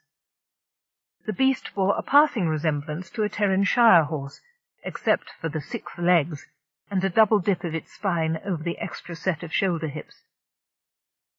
Under layers of brown dust, its coat was thick and plushy, good protection against the cold wind. Some of the garments and tool pouches worn by the Aborigines were undoubtedly manufactured out of such hide. Keff gazed curiously at the creature's feet. Not at all hoof-like. Each had 3 stubby toes with blunt claws and a thick sole that looked as tough as stone. The pack beast walked with the same patient gait, whether the travois behind it was fully loaded or not. Strong, Keff said. I bet one of those 6-legged packs, 6-packs, could haul you uphill. Carialle snorted. I'd like to see it try. Team leaders called out orders with hand signals, directing workers to new rows. The workers chattered among themselves, shouting cheerfully while they stripped roots and banged them on the ground to loosen some of the clinging soil. Carialle could almost hear Zeno gibbering with joy when they saw the hedrons she was recording for them. Funny, Keff said after a while. I feel as if I should understand what they're saying. The pace of their conversation is similar to standard. There's cadence, but measured, not too fast, and it's not inflected like, say, old Terran Asian. A thickly furred mother called to her child, playing in a depression of the dusty earth, with a handful of other naked tykes. It ignored her and went on with its game, a serious matter of the placement of pebbles. The mother called again, her voice on a rising note of annoyance. When the child turned to look, she repeated her command, punctuating her words with a spiraling gesture of her right hand. The child, eyes wide with alarm, stood up at once and ran over. after getting a smack on the bottom for disobedience, the child listened to instructions, then ran away past the cave entrance and around the rise of the hill. "Very interesting," Keff said. "She didn't say anything different, but that child certainly paid attention when she made that hand gesture. Somewhere along the line they've evolved a somatic element in their language." "Or the other way around," Carialle suggested, focusing on the gesture and replaying it in extreme close-up. "How do you know the hand signals didn't come first?" "I'd have to make a study on it," Keff said seriously, "but I'd speculate, because common, everyday symbols are handled with verbal phrases, the hand signals probably came later. I wonder why it evolved that way." "Could a percentage of them be partially hearing-impaired or deaf?" "Not when they have such marked cadence and rhythm in their speech," Keff replied. "I doubt this level of agriculturalist would evolve lip-reading." I could compare it to the Saxon-Norman juxtaposition on old Earth. Maybe they've been conquered by another tribe, who primarily use sign language for communication. Or it might be the signs come from their religious life, and Mama was telling Baby that God would be unhappy if he didn't snap to it. Ugh, invisible blackmail. Keff patted the remote IT unit, propped almost underneath his chin. "I want to talk to some of these people and see how long it takes my unit to translate. I'm dying to see what similarities there are between their language structure and standards." He started to gather himself up to stand. "Not so fast," Carialle said, her voice ringing in his mastoid bone implant. He winced. "When something seems too good to be true, it probably is. I think we need to do more observation." "Carrie, we've watched half a dozen of these groups already. They're all alike, even to the size of the flower gardens. When am I going to get to talk to one of them?" The brain's voice hinted of uneasiness. "There's something, well, odd and seedy about this place. Have you noticed how old all these artifacts are?" Keff shrugged. "Usable tools passed down from generation to generation. Not uncommon in a developing civilization." "I think it's just the opposite. Look at that." Coming toward the work party in the field were two furry humanoid males. Between them, on a makeshift woven net of rough cords, they carefully bore a hemispherical shield-like object full of sloshing liquid. They were led by the excited child, who had been sent off by his mother. He shouted triumphantly to the teams of workers, who set down their tools and rubbed the dust out of their fur as they came over for a drink. Patiently, each waited his or her turn to use the crude wooden dippers, then went immediately back to the field. "Water break," Keff observed, propping his chin on his palm. "Interesting bucket." "It looks more like a microwave radome to me, Keff," Carialle said. "What do you know? They're using the remains of a piece of advanced technical equipment to haul water." "By St. George and St. Vidicon, you're right. It does look like a radome." "So the civilization's not evolving, but in the last stages of decline," Keff said thoughtfully, tapping his cheek with his fingertips. "I wonder if they had a war eons ago, and the opposing forces blew themselves out of civilization. It's so horribly cold and dry here that we could very well be seeing the survivors of a comet strike." Carialle ran through her photomaps of the planet taken from space. "No ruins of cities above ground, no signatures of decaying radiation that I saw, except for those sourceless power surges, and by the way, I just felt another one. Could they be from the planet's magnetic disturbance? There are heavy electromagnetic bursts throughout the fabric of the planet, and they don't seem to be coming from anywhere. I suppose they could be natural, but it's certainly puzzling. Possibly there was a Pyrrhic victory, and both sides declined past survival point, so that they ended up back in the Stone Age. Dawn of furry mankind, second day. Now that you've mentioned it, I do recognize some of the pieces they made their tools out of, Keff said. He watched an adolescent female guiding 2 six-packs in a tandem yoke, pulling a plough over part of the field that had been harvested. Yours is probably the best explanation, unless they're a hard line back-to-nature sect doing this on purpose, and I doubt that very much. But that ploughshare looks more to me like part of a shuttlecraft fin, especially if their bucket has a 97-point resemblance to a radome. Sad. A viable culture reduced to noble primitives with only vestiges of their civilization. That's what we'll call them, then, Carialle said promptly. Noble primitives. Seconded. The motion is carried.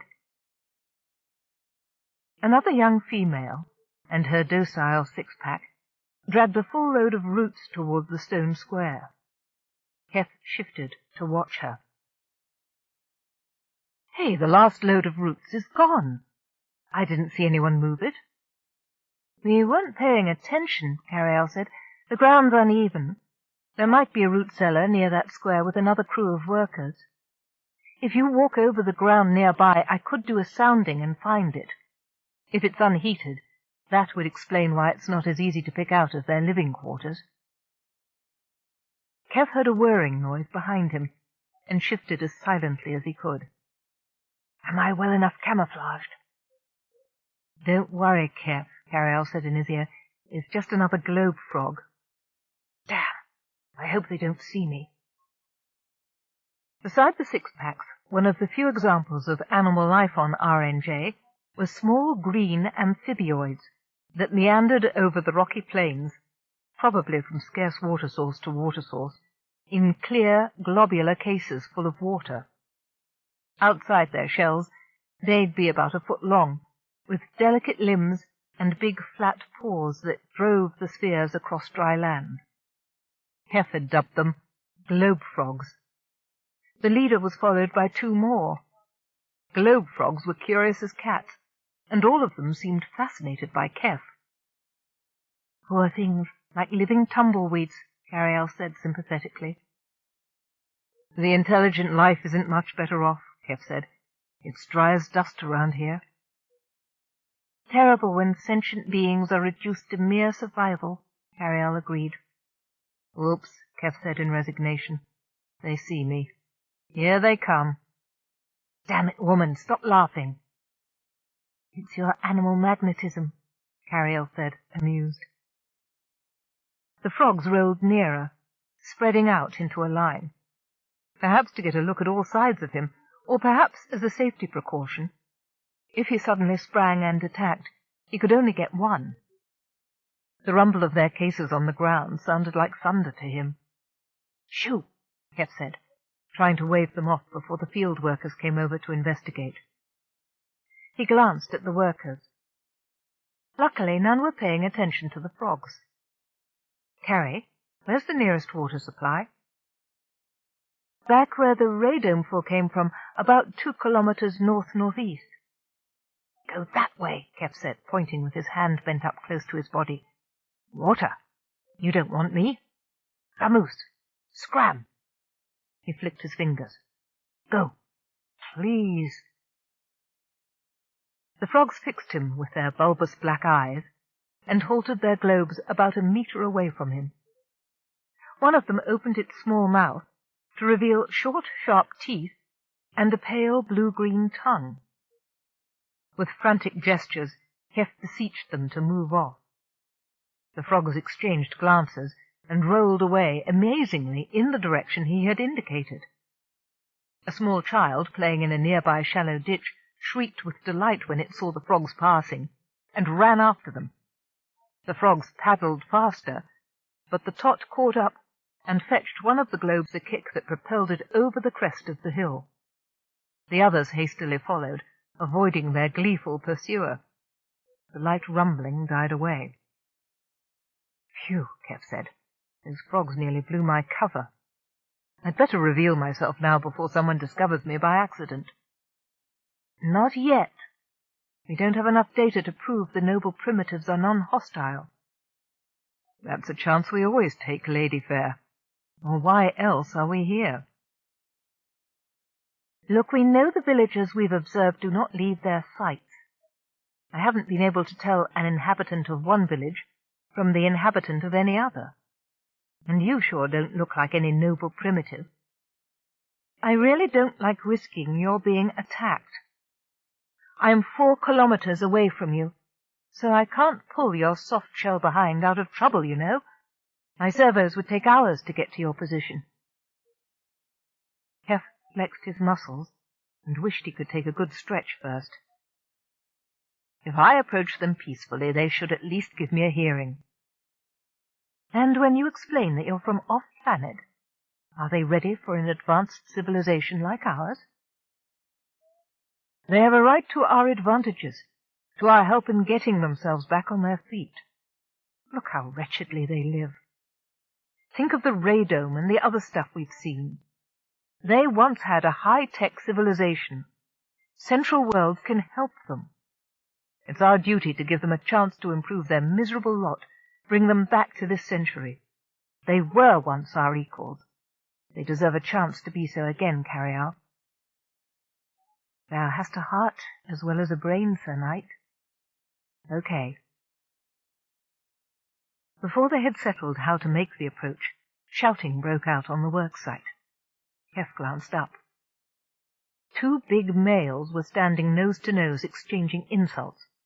One male whipped a knife made of a shard of blued metal out of his tool bag, another relic that had been worn to a mere streak from sharpening. The male he was facing retreated and picked up a digging tool with a ground-down end. Yelling, the knife-wielder lunged in at him, knife over his head. The children scattered in every direction, screaming. Before the pikeman could bring up his weapon, the first male had drawn blood. 2 crew leaders rushed up to try to pull them apart. The wounded male, red blood turning dark brown as it mixed with the dust in his body fur, snarled over the peacemaker's head at his foe. With a roar, he shook himself loose. I think you missed your chance for a peaceful approach, Keff. Keff said. He who spies and runs away lives to chat another day. While the combatants circled each other, ringed by a watching crowd, Keff backed away on his hands and knees through the bush. Cursing the pins and needles in his legs, Keff managed to get to his feet and started downhill toward the gully where Carialle was concealed. Carialle launched gracefully out of the gully and turned into the face of planetary rotation toward another spot on the day side, which her monitor said showed signs of life. May as well ring the front doorbell this time, Keff said. No sense letting them get distracted over something else. If only I'd moved sooner. No sense having a post-mortem over it, Carialle said firmly. You can amaze these natives with how much you already know about them.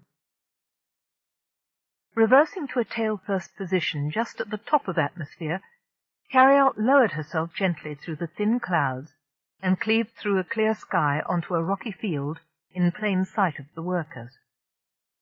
Switching on all her exterior cameras, she laughed and put the results on monitor for Keff. I could paint a gorgeous picture, she said. Portrait of blinding astonishment. Another regional mutation, Keff said, studying the screen. They're still beautiful, still the same rootstock, but their faces look a little like sheep. Perfectly suited for open-mouthed goggling, Carialle said promptly. I wonder what causes such diversity amidst the groups. Radiation? Evolution based on function and lifestyle? Why would they need to look like sheep? Keff said, shrugging out of the crash straps. Maybe they were behind the door when 8 faces like yours were handed out, Carialle said teasingly, then turned to business. I'm reading signs of more underground heat sources. 1 habitation, 3 entrances. Ambient air temperature 14 degrees. This place is cold. I'll wear a sweater, Mom. Here goes. As Keff waited impatiently in the airlock, checking his equipment carriers and biting on the implanted mouth contact to make sure it was functioning properly, Carialle lowered the ramp. Slowly she opened the airlock. 100 yards beyond it, Keff saw a crowd of the sheep-faced noble primitives gathered at the edge of the crop field, still gaping at the tall silver cylinder. Taking a deep breath, Keff stepped out onto the ramp, hand raised, palm outward, weaponless. The IT was slung on a strap around his neck, so he let his other hand hang loosely at his side. "Hail, friends!" he called to the aliens, huddled on the edge of the dusty field. "I come in peace." He walked toward the crowd. The primitives stared at him, the adults' faces expressionless underneath the fur masks, the children openly awestruck. Cautiously, Keff raised his other hand away from his body so they could see it, and smiled. "They're not afraid of you, Keff," Carialle said, monitoring the noble primitive's vital signs. "In fact, they're not even surprised. Now that's odd." "Why does one of the mages come to us?" Altice said worriedly, as the stranger approached them, showing his teeth. "What have we done wrong? We have kept up with the harvest. All proceeds, on schedule. The roots are nearly all harvested. They are of good quality." Brawn snorted, a sharp breath ruffling the fur on his upper lip, and turned an uncaring shoulder toward the oldster. Old Altice was so afraid of the mages that he would do himself an injury one day if the overlords were really displeased. He stared at the approaching mage. The male was shorter than he, but possessed of a mighty build and an assured, cocky walk. Unusual for a mage, his hands showed that they were not unacquainted with hard work. The outthrust of the cleft chin showed that he knew his high place, and yet his dark, peaty blue eyes were full of good humor.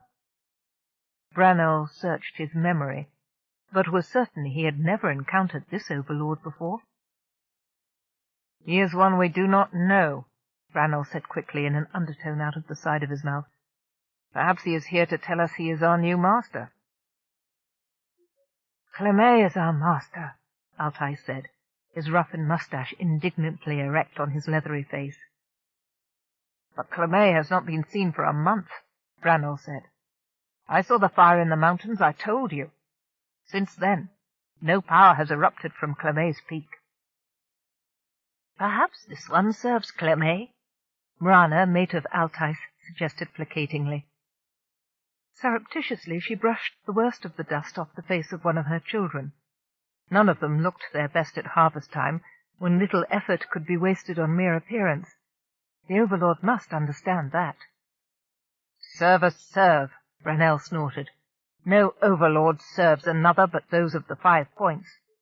Clemay was not a high mage." "Do not speak of things you do not understand," Altice said, as alarmed as that foolish male ever became. "The mages will hear you." "The mages are not listening," Brawn said. Altice was about to discipline him further, but the overlord was within hearing range now. The stranger came closer and stopped a couple of paces away. All the workers bowed their heads, shooting occasional brief glances at the visitor. Altice stepped forward to meet him and bowed low. "What is your will, Lord?" he asked. Instead of answering him directly, the mage picked up the box that hung around his neck and pushed it nearly underneath Altice's chin. He spoke to the leader at some length. Though Brawn listened carefully, the words meant nothing. Altice waited, then repeated his words clearly in case the overlord had not understood him. The mage smiled, head tilted to one side, uncomprehending. "What may I and my fellow workers do to serve you, exalted one?"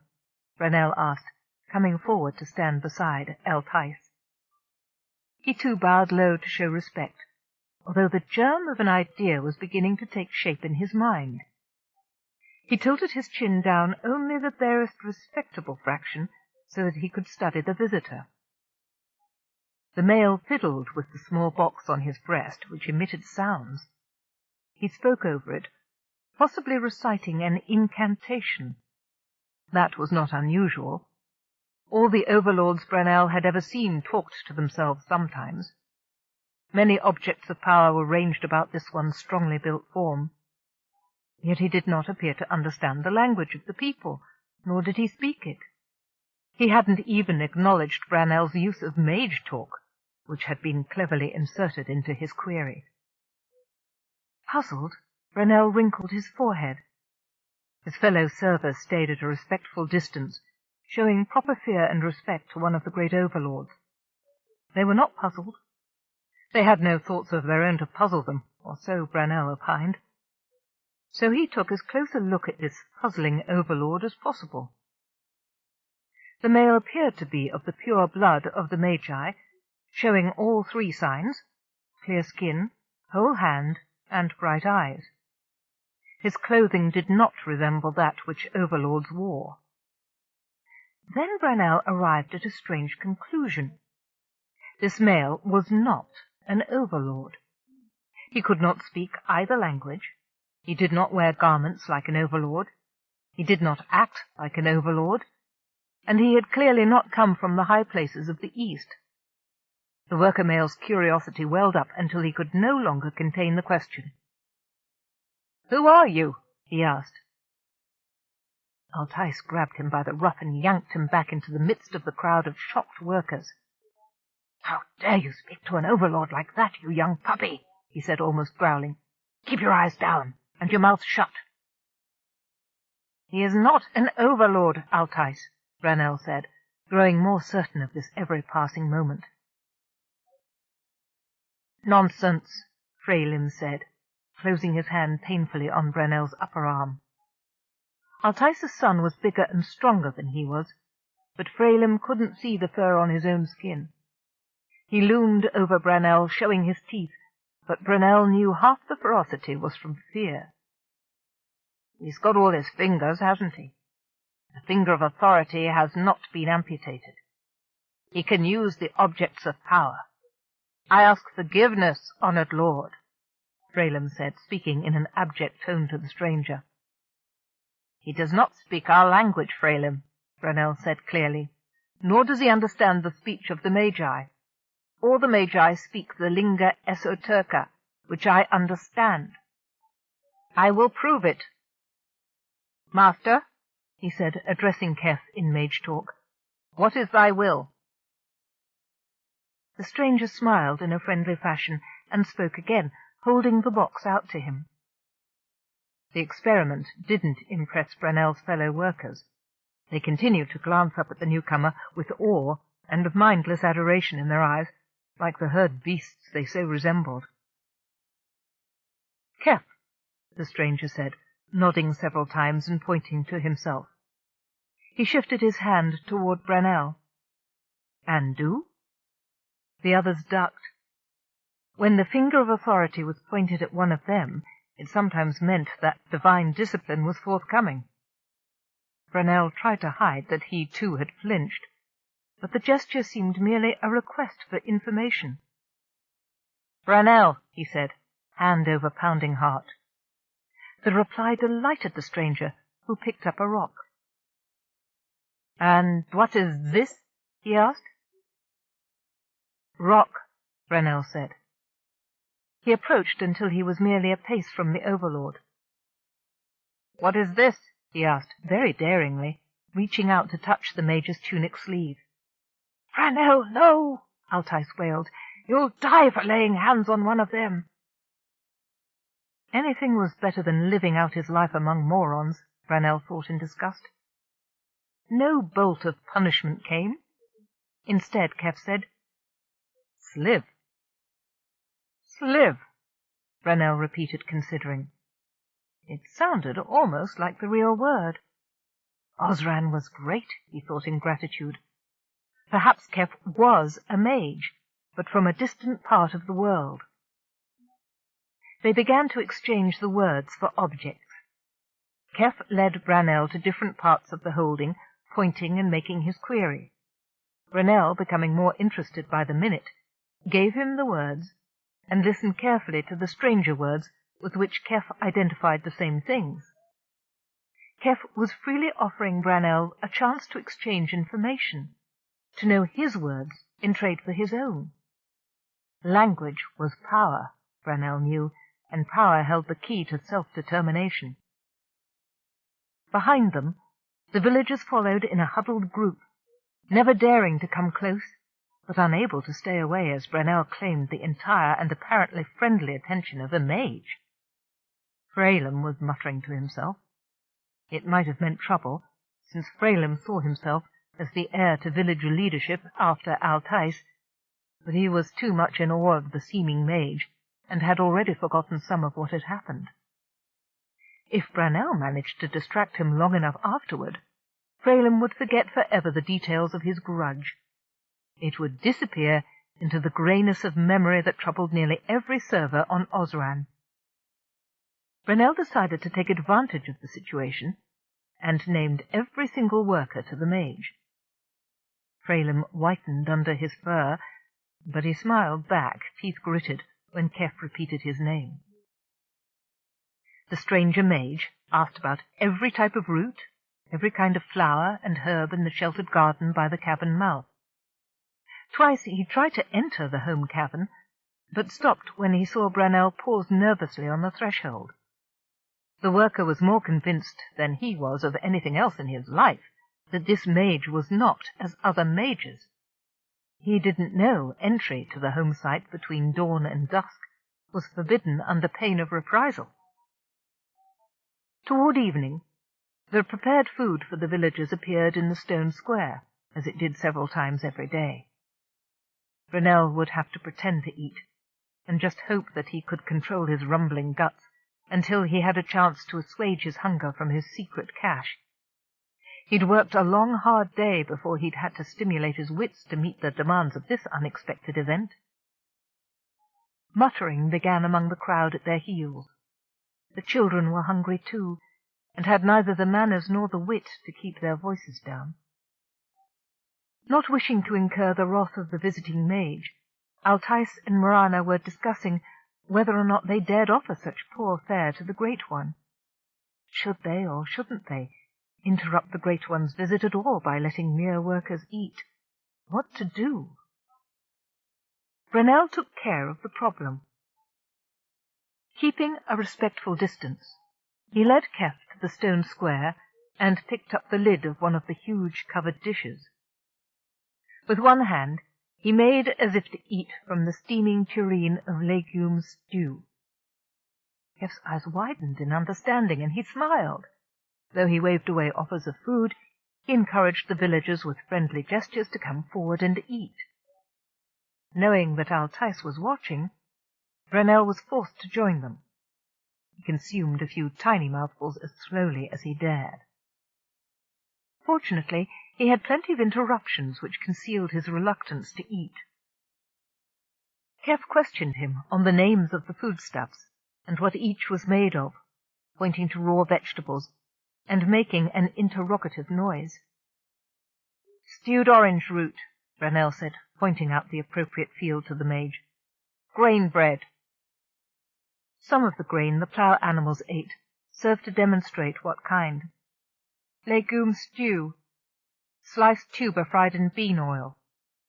Beans were unavailable, having been harvested and gathered in by the mages the month before, so he used small stones approximately the right size and pretended to squeeze them. Keff understood. Brannel knew he did. He was as excited as the mage when the box began to make some of the right sounds, as if finding them on its tongue. Rot, rot, rat, bret, bread. "Bread! That's right," Brannel said enthusiastically, as Keff repeated what the box said. "That's right, mage lord. Bread." Keff slapped Brannel hard on the back. The worker jumped and caught his breath, but it was a gesture of friendliness, not disapproval, as if Keff was just another worker. A neighbour, a friend. He tried to smile. The others fell to their knees and covered their heads with their arms, fearing the thunderbolt about to descend. "Bread," Keff repeated happily. "I think I've got it." "Do you?" Carialle asked in his ear. "And does the rain in Spain fall mainly in the plain?" "Osran, I think," Keff said, sub-vocalizing as the villagers picked themselves off the ground and came around cautiously to inspect Brunel, who was smiling. Keff himself was wild with glee, but restraining himself for fear of scaring the natives further. "I can hardly believe it. I'm making progress faster than I even dared to hope. There's some ancient Terran forms in their speech, Carialle, embedded in the alien forms, of course. I believe the Osrans had contact with humankind, maybe millennia ago, significant contact that altered or added to the functionalism of their language. Are there any records in the archives for first contact in this sector?" "I'll put a trace through," Carialle said, initiating the search sequence and letting it go through an automatic AI program. A couple of circuits clicked, and the library program began to hum quietly to itself. By means of Keff's contact button, Carialle focused on the antics of the natives. A few of the females were picking up the spilled dishes with a cautious eye on Keff, never venturing too close to him. The large black-furred male and the elderly salt-and-pepper male examined a protesting Brunel. The slender male tried without success to wave them off. "What is wrong with these people?" "I don't know. They're looking Brunel over for damages or marks or something. What did they expect to happen when I patted him on the back?" "I don't know. Bodily contact shouldn't be dangerous.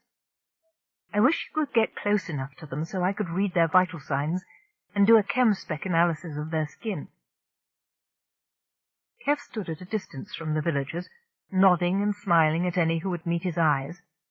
But the moment he took a step toward one, that one moved a step back. "They won't let me, that's obvious. Why are most of them so downright scared of me, but not surprised to see me?" "Maybe they have legends about deities that look like you," Carialle said with wry humor. "You may be fulfilling some long-awaited prophecy. The bare-faced one will come out of the sky and set us free." "No," Keff said thoughtfully. "I think the reaction is more immediate, more present day. Whatever it is, they're most courteous and absolutely cooperative. An ethnologist's dream. I'm making real progress in communications. I think I've found the to-be verb, but I'm not sure I'm parsing it correctly yet. Brunel keeps grinning at me when I ask what something is." "Keep going," Carialle said encouragingly. "Faint heart never won fair lady. You're all getting along so well there." With every evidence of annoyance, Brunel fought free of the hands of his comrades. He smoothed his ruffled fur and glared at the others, his aspect one of long suffering. He returned to Keff, his expression saying, "Let's resume the language lesson and pay no more attention to those people." "I'd love to know what's going on," Keff said out loud in Standard with a polite smile, "but I'm going to have to learn a lot more before I can ask the right questions about your social situation here." One of the other noble primitives muttered under his breath. Brunel turned on him and hissed out a sharp phrase that needed no translation. Even the sound of it was insulting. Keff moved between them to diffuse a potential argument, and that made the other primitive back off sharply. Keff got Brunel's attention and pointed to the radome water carrier. Listening to prompts from the IT program through his implant, he attempted to put together a whole sentence of Pidgin Osran. "What are that?" Keff asked. "Eh? Did I get that right?" From Brunel's merry expression, he hadn't. He grinned, giving the local man his most winsome smile. "Well, teach me then, can you?" Emboldened by Keff's friendly manner, the noble primitive laughed, a harsh sound, more of a cackle than a guffaw. "So," Keff asked, trying again in Osran, "what are yes?" He whispered an aside to Carialle. "I don't know even how to ask what's right yet. I must sound like the most amazing idiot." "What is that? What are those?" Braunel said, with emphasis, picking up one stone in one hand, a handful of stones in the other, and displaying first one and then the other. He had correctly assumed Keff was trying to ask about singular and plural forms, and had demonstrated the difference. The others were still staring dumbly, unable to understand what was going on. Keff was elated by his success. "Incredible! You may have found the only intelligent man on the planet," Carialle said, monitoring as the IT program recorded the correct uses of the verb, and postulated forms and suffixes for other verbs in its file, shuffling the onomatopoeic transliterations down like cards. "Certainly the only one of this bunch who understands abstract questions." "He's a find," Keff agreed, "a natural linguist. It could have taken me days to elicit what he's offering freely, and, I might add, intelligently. It's going to take me more time to figure out that sign language, but if anyone can put me on the right track, it's Braunel." Having penetrated the mystery of verbal declension, Keff and Braunel sat down together beside the fire and began a basic conversation. "Do you see how he's trying to use my words, too?" Keff sub-vocalized to Carialle. Using informal signs and the growing lexicon in the IT program, Keff asked Braunel about the below-ground habitation. "Heat from Earth," Braunel said, patting the ground by his thigh. IT left audio gaps where it lacked sufficient glossary and grammar, but for Keff it was enough to tell him what he wanted to know. "A geothermal heating system. It's so cold out. Why can't you enter now?" Keff said, making a cave by arching his finger and thumb on the ground and walking his other hand on 2 fingers toward it. "Not," Braunel said firmly, with a deliberate sign of his left hand. The IT struggled to translate. "Not cave day. We are work day." "Oh," Carialle said, "a cultural ban to keep the slackers out on the field during working hours. Ask him if he knows what causes the power surges I'm picking up." Keff relayed the question. The others who were paying attention shot sulky glances toward Braunel. The dun-colored male started to speak, then stopped when an older female let out a whimper of fear. "Not," he said shortly. "I guess he doesn't know," Keff said to Carialle. "You, sir," he said, going over to address the eldest male, Altice, who immediately cowered. "Where comes strong heat from sky?" He pantomimed arcs overhead. "What makes strong heat?"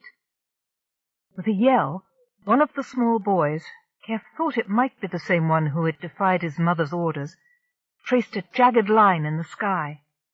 Then he dove into his mother's lap for safety. An adolescent female, Nona, Keff thought her name was, glanced up at him in terror and quickly averted her eyes to the ground. The others murmured among themselves, but no one looked or spoke. "Lightning?" Keff asked Altice softly. "What causes the lightning, sir?" The oldster with the white-shot black fur studied his lips carefully as he spoke, then turned for help to Braunel, who remained stoically silent. Keff repeated his question. The old male nodded solemnly, as if considering an answer, but then his gaze wandered off over Keff's head. When it returned to Keff, there was a blankness in his eyes that showed he hadn't understood a thing, or had already forgotten the question. "He doesn't know," Keff said with a sigh. "Well, we're back to basics." "Where does the food go for storage?" he asked. He gestured at the stone square and held up one of the roots Braunel had used as an example. "Where roots go." Braunel shrugged and muttered something. Not no, IT amplified and relayed. Roots go, food comes. A culture in which food preparation is a sacred mystery? Carialle said with increasing interest. Now that's bizarre. If we take that back to Zeno, we'll deserve a bonus. Aren't you curious? Didn't you ever try to find out? Keff asked Brunel. Not, Brunel exclaimed. The bold villager seemed nervous, for almost the first time since Keff had arrived. One curious, all... He brought his hands together in a thunderclap. All, he said, getting up and drawing a circle in the air around an adult male, an adult female, and 3 children. He pantomimed beating the male and shoved the food bowls away from the female and children with his foot. Most of the fur-faced humanoids shuddered, and one of the children burst into tears. All punished for one person's curiosity? But why? Keff demanded. By whom? For answer, Brunel aimed his 3-fingered hand at the mountains with a scornful expression that plainly said that Keff should already know that. Keff peered up at the distant heights. Carialle said. Did I miss something? Punishment from the mountains? Is it a sacred tradition associated with the mountains? Keff asked. By his body language, Brunel holds whatever comes from there in healthy respect, but he doesn't like it. Typical of religions, Carialle sniffed. She focused her cameras on the mountain peak in the direction Keff faced, and zoomed in for a closer look. Say, there are structures up there, Keff. They're blended in so well I didn't detect them on initial sweep. What are they? Temples? Shrines? Who built them? Keff pointed and turned to Brunel. What are... he began. His question was abruptly interrupted when a beam of hot light shot from the peak of the tallest mountain in the range to strike directly at Keff's feet. Hot light engulfed him. What? He mouthed. His hand dropped to his side, slamming into his leg with the force of a wrecking ball. The air turned fiery in his throat, drying his mouth and turning his tongue to leather. Humming filled his ears. The image of Brunel's face, agape, swam before his eyes, faded to a black shadow on his retinas, then flew upward into a cloudless sky blacker than space. The bright bolt of light overpowered the aperture of the tiny contact button camera, but Carialle's external cameras recorded the whole thing. Keff stood rigid for a moment after the beam struck, then slowly keeled over and slumped to the ground in a heap. His vital sign monitor shrieked as all activity flatlined. To all appearances, he was dead. "Keff!" Carialle screamed. The system demanded adrenaline. She fought it, forcing serotonin and endorphins into her bloodstream for calm. It took only milliseconds until she was in control of herself again. She had to be, for Keff's sake. In the next few milliseconds, her circuits raced through a diagnostic, checking the implants to be sure there was no system failure. All showed green. "Keff," she said, raising the volume in his implant, "can you hear me?" He gave no answer. Carialle sent her circuits through a diagnostic, checking the implants to be sure there was no system failure. All showed green except the video of the contact camera, which gradually cleared. Before Carialle could panic further, the contacts began sending again. Keff's vitals returned, thready but true. He was alive. Carialle was overjoyed. But Keff was in danger. Whatever caused that burst of power to strike at his feet like a well-aimed thunderbolt might recur. She had to get him out of there. A bolt like that couldn't be natural, but further analysis must wait. Keff was hurt and needed attention. That was her primary concern. How could she get him back? The small servos in her ship might be able to pick him up, but were intended for transit over relatively level floors. Fully loaded, they wouldn't be able to transport Keff's weight across the rough terrain. For the first time, she wished she had gotten a motoprosthetic body, as Keff had been nagging her to do. She longed for 2 legs and 2 strong arms. Hold it. A body was available to her, that of the only intelligent man on the planet. When the bolt had struck, Brunel, with admirably quick reflexes, had flung himself out of the way, rolling over the stony ground to a sheltered place beneath the rise. The other villagers had run hell for leather back toward their cavern, but Brunel was still only a few meters away from Keff's body. Carialle read his infrared signal and heartbeat. He was 10 meters from Keff's body. She opened a voice link through IT and routed it via the contact button. "Brunel," she called, amplifying the small speaker as much as she could without distortion. "Brunel, pick up Keff. Bring Keff home." The IT blanked on the word home. She spun through the vocabulary database looking for an equivalent. "Bring Keff to Keff's cave, Brunel." Her voice rose toward hysteria. She flattened her tones and increased endorphins and proteins to her nutrients to counter the effects of her agitation. "Mage Keff?" Brunel asked. He raised his head cautiously from the shelter of his hiding place, fearing another bolt from the mountains. "Keff speaks." Keff lay in a heap on the ground, mouth agape, eyes half open with the white showing. Brunel, knowing that sometimes bolts continued to burn and crackle after the initial lightning, kept a respectful distance. "Bring Keff to Keff's cave," a disembodied voice pleaded. A female's voice it was, coming from underneath the Major's chin. Some kind of familiar spirit? Brunel rocked back and forth, struggling with ambivalent desires.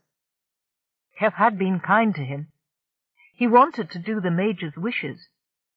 He also wasn't going to put himself in danger for the sake of one of them, whom the mage bolts had struck down. Was Keff Clemet's successor? And that was why he had come to visit their farm holding? Only his right to succeed Clemet had just been challenged by the bolt. Across the field, the silver cylinder dropped its ramp, clearly awaiting the arrival of its master. Brunel looked from the prone body at his feet to the mysterious mobile stronghold. Stooping, he stared into Keff's eyes. A pulse twitched faintly there. The mage was still alive, if unconscious. "Bring Keff to Keff's cave," the voice said again, in a crisp but persuasive tone. "Come, Brunel, bring Keff." "All right," Brunel said at last, his curiosity about the silver cylinder overpowering his sense of caution. This would be the first time he had been invited into a major's stronghold. Who knew what wonders would open up to him within Keff's tower? End of side 2. To continue, change side selector switch and turn the cassette over. Side 3. The Ship Who Won by Anne McCaffrey and Jody Lynn Nye. Continuing on page 81. Drawing one of the limp arms over his shoulder, Brunel hefted Keff and stood up. After years of hard work, carrying the body of a man smaller than himself wasn't much of an effort. It was also the first time he'd laid hands on a mage. With a guilty thrill, he bore Keff's dead weight toward the silver tower. At the foot of the ramp, Brunel paused to watch the smooth door withdraw upward with a quiet hiss. He stared up at it, wondering what kind of door opened without hands to push it. "Come, Brunel," the silky, persuasive voice said from the weight on his back. Brunel obeyed. Under his rough bare feet, the ramp boomed hollowly. The air smelled different inside. As he set foot over the threshold into the dim, narrow anteroom, lights went on. The walls were smooth, like the surface of unruffled water, meeting the ceiling and walls in perfect corners. Such ideal workmanship aroused Brunel's admiration. But what else would one expect from a mage, he chided himself. In front of him was a corridor. Narrow bands of bluish light, like the sun through clouds, illuminated themselves. Along the walls at Brunel's eye level, orange-red bands flickered into life, moving onward until they reached the wall's end. The coloured lights returned to the beginning and waited. "I follow thee. Is that right?"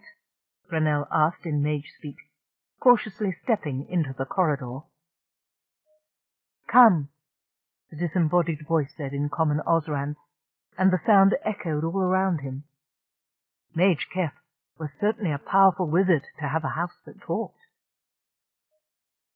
Carialle was relieved that Brunel hadn't been frightened by a disembodied voice, or the sight of an interplanetary ship. He was cautious, but she gave him credit for that.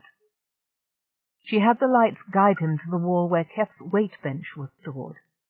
It slid noiselessly out at knee level before the noble primitive who didn't need to be told that that was where he was to lay Keff's body. "The only intelligent man on the planet," Carialle said quietly to herself. Brunel straightened up and took a good, long look at the cabin, beginning to turn on his calloused heels. As he caught sight of the monitors showing various angles of the crop field outside, and the close-up of his fellow noble primitives crouched in a huddle at the cave mouth, he let out a sound close to a derisive laugh. Carialle turned her internal monitors to concentrate on Keff's vital signs. Respiration had begun again, and his eyes twitched under their long-lashed lids. Brunel started to walk the perimeter of the cabin. He was careful to touch nothing, though occasionally he leaned close and sniffed at a piece of equipment. At Keff's exercise machines he took a deeper breath and straightened up with a snort and a puzzled look on his face. "Thank you for your help, Brunel," Carialle said, using the IT through her own speakers. "You can go now. Keff will also thank you later." Brunel showed no signs of being ready to depart. In fact, he didn't seem to have heard her at all. He was wandering around the main cabin with the light of wonder in his eyes beginning to alter. Carialle didn't like the speculative look on his face. She was grateful enough to the furry male for rescuing Keff to let him have a brief tour of the facilities, but no more than that. "Thank you, Brunel." "Goodbye, Brunel," Carialle said, her tone becoming more pointed. "You can go. Please. Now. Go. Leave." Brunel heard the staccato words spoken by the Mage's familiar in a much less friendly tone than it had used to coax him inside Keff's stronghold. He didn't want to leave such a fascinating place. Many objects lured him to examine them, many small enough to be concealed in the hand. Some of them might even be objects of power. Surely the great mage would not miss a small one. He focused on a flattened ovoid of shiny white the size of his hand, lying on a narrow shelf below a rack of large, stiff squares that looked to be made of wood. Even the quickest glance at the white thing told him that it had the 5 depressions of an item of power in its surface. His breathing quickened as he reached out to pick it up. "No," said the voice. "That's my pallet." Out of the wall shot a hand made of black metal and slapped his wrist. Surprised, he dropped the white thing. Before it hit the floor, another black hand jumped away from the wall and caught it. Brunel backed away as the lower hand passed the white object to the upper hand, which replaced it on the shelf. Thwarted, Brunel looked around for another easily portable item.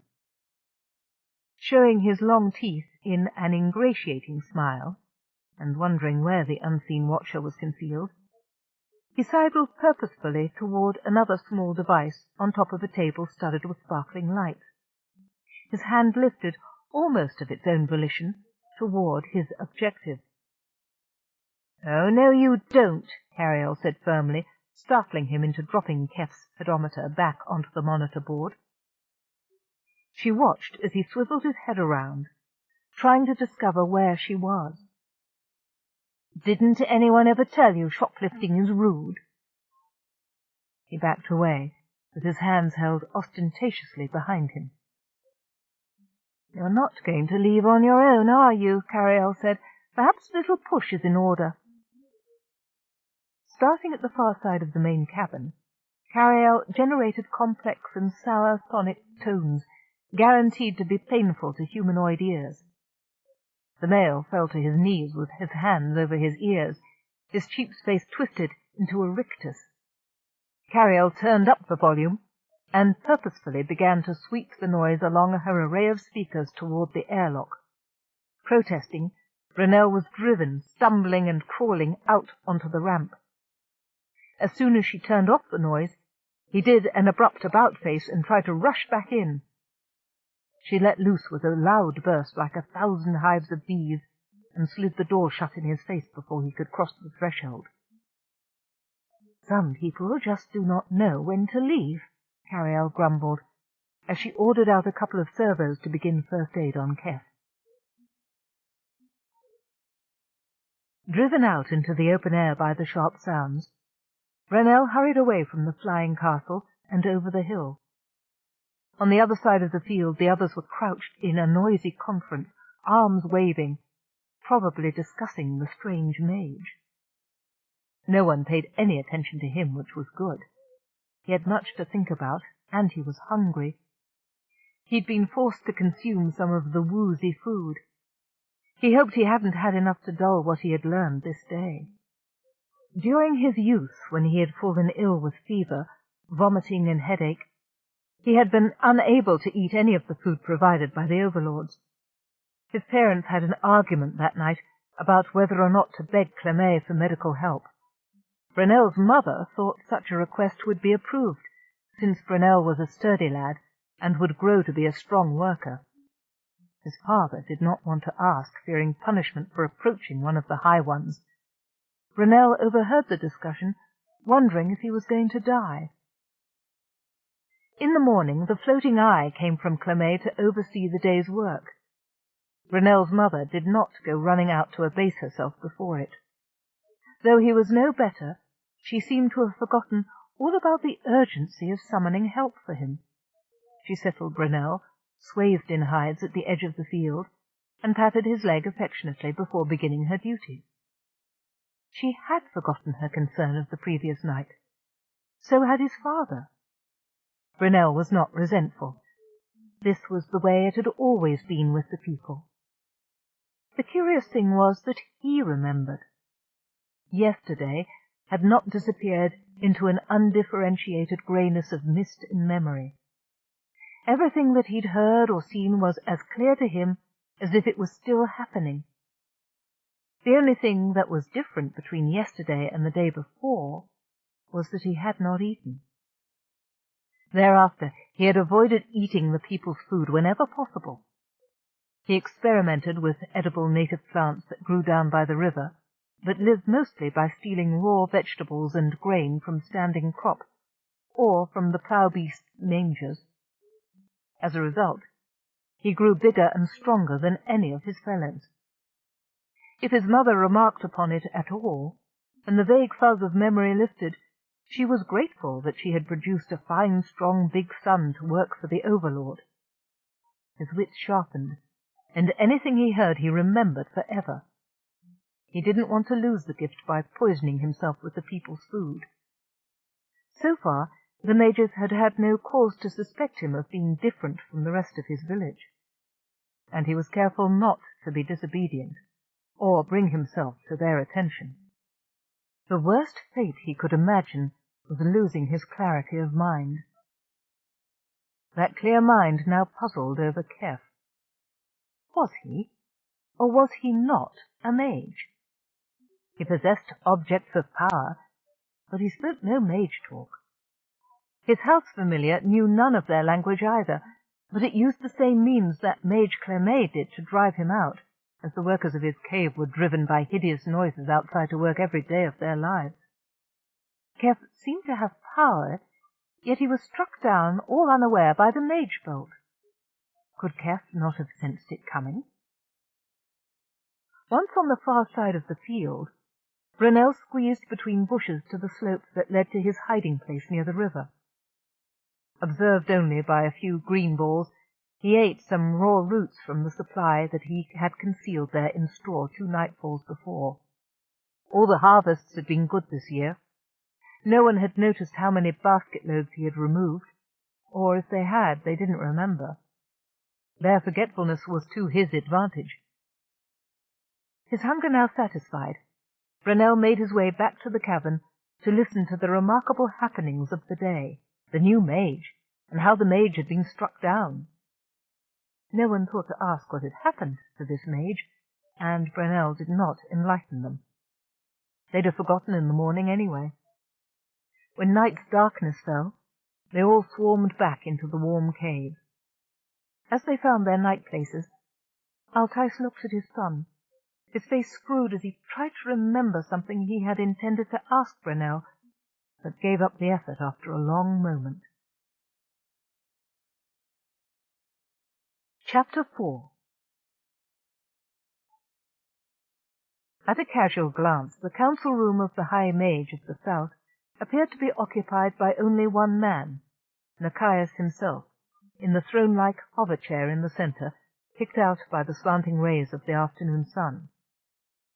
Senefrey realized, as she directed her floating spy-eye to gaze around the palatial chamber, that more presence and power was represented there and then than almost anywhere else on Osran. She was proud to be included in that number allied to Nicaeus, proud but awed. Closest to the rear of the hover-chair hung the simple silver globes of his trusted chief servants, ready to serve the High Mage, but also guarding him. They were the eyes in the back of his head, not actual fleshly eyes, as Senefrey had imagined when she was a child. Ranged in random display about the great chamber were the more ornate globe eyes of the mages and magesses. In the darkest corner hovered the sphere belonging to gloomy Howat, mage height above all the others, through the spy-eye of Azadal, glaring scornfully down on everyone else. Iranica's red ball drifted near the huge open window that looked out upon the mountain range, seemingly inattentive to the High Mage's discourse.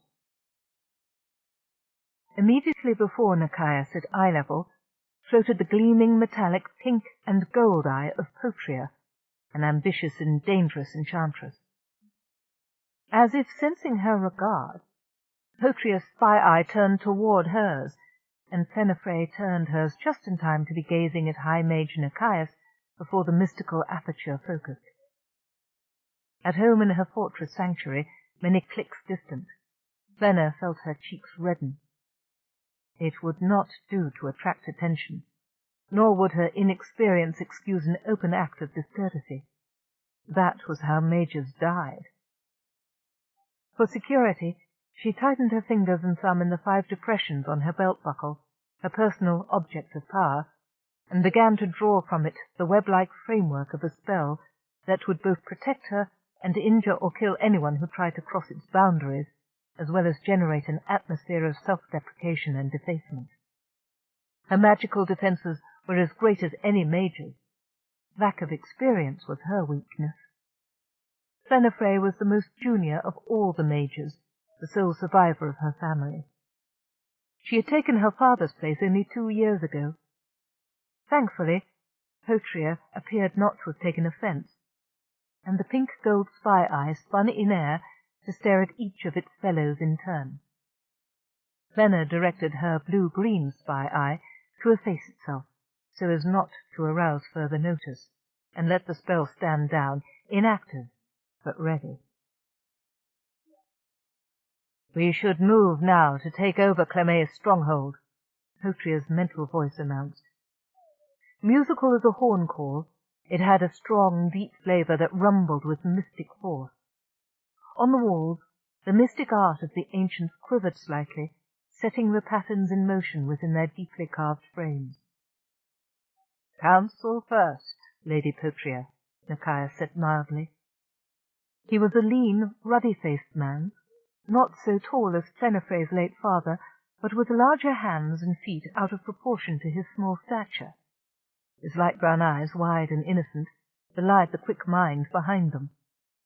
He snapped his long fingers, and a servant bearing a tray appeared before him. The fur-face knelt at Nicaeus's feet, and filled the exquisite goblet with sparkling green wine. The high mage of the south appeared to study the liquid, as if seeking advice within its emerald lights. "My good brother to the east, Ferngau, also has a claim on Clemei's estate. After all, it was his argument with our late brother that led to his property becoming available." Silence fell in the room as the mages considered that position. "Clemei's realm lies on the border between east and south," said Azadal's voice from the electric blue sphere. "It belongs not to Ferngau nor to us until one puts a claim on it. Let us make sure the successful claim is ours." "Do you hope for such a swift promotion, taking right of leadership like that?"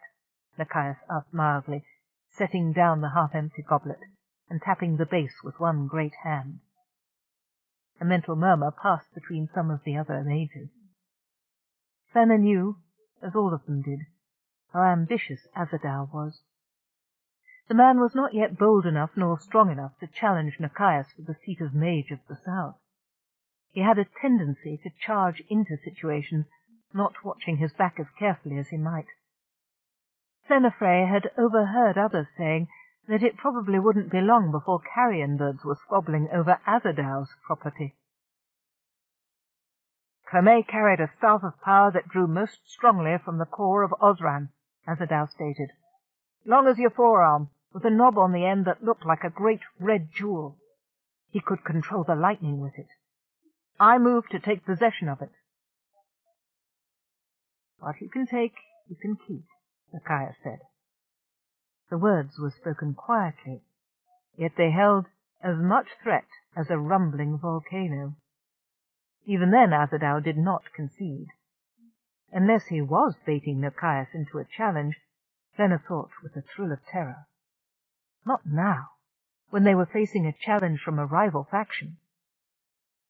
Cautiously, she made her spy eye dip toward the floor, where it would be out of the way of flying strikes of power. She'd heard of one mage crisped to ash and cinders by a blast sent through his spy eye. Nicaeus was the only one who noticed her cautious deployment, and turned a kindly, amused glance in her drone's direction. She felt he could see through its contracting pupil as she really was, a lass of barely 20 years, with a pixie's pointed chin and large dark eyes wide with alarm. Ashamed of showing weakness, Fenna bravely levitated her eye to a level just slightly below the level held by the others.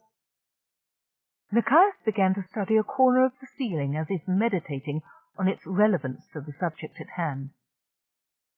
"There is something stirring in the east," Iranica said in her gravelly mental voice, rose-coloured spy-eye bobbing with her efforts to keep it steady. She was an elderly magess who lived at the extreme end of the southern mountain range. Fenifre had never met her in person, nor was she likely to. The old woman stayed discreetly in her well-guarded fortress, lest her aging reflexes failed to stop an assassination attempt. "Twice now I have felt unusual emanations in the ley lines. I suspect connivance, perhaps an upcoming effort by the eastern powers to take over some southern territory." "I too have my suspicions," Nicaeus said, nodding. Iranica snorted. "The mage of the east wants his realm to spread out like sunrise and cover the whole of Osran. Action is required lest he thinks you weak. Some of you fly on magic back at once to Clemei's mountain. The power must be seized now. Strange portents are abroad."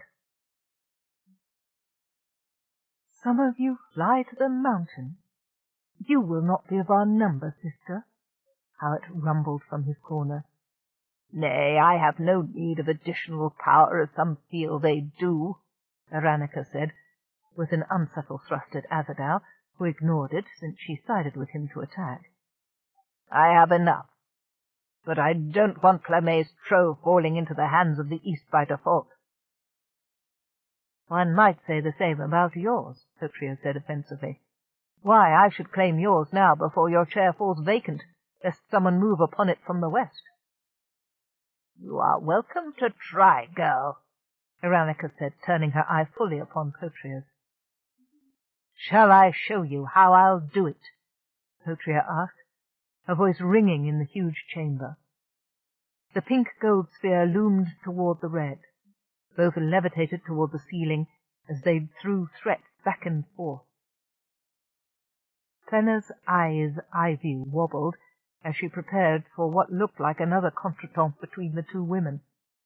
As Azadal yearned for the seat of Mage of the South, Petria craved Iranica's hoard of magical devices.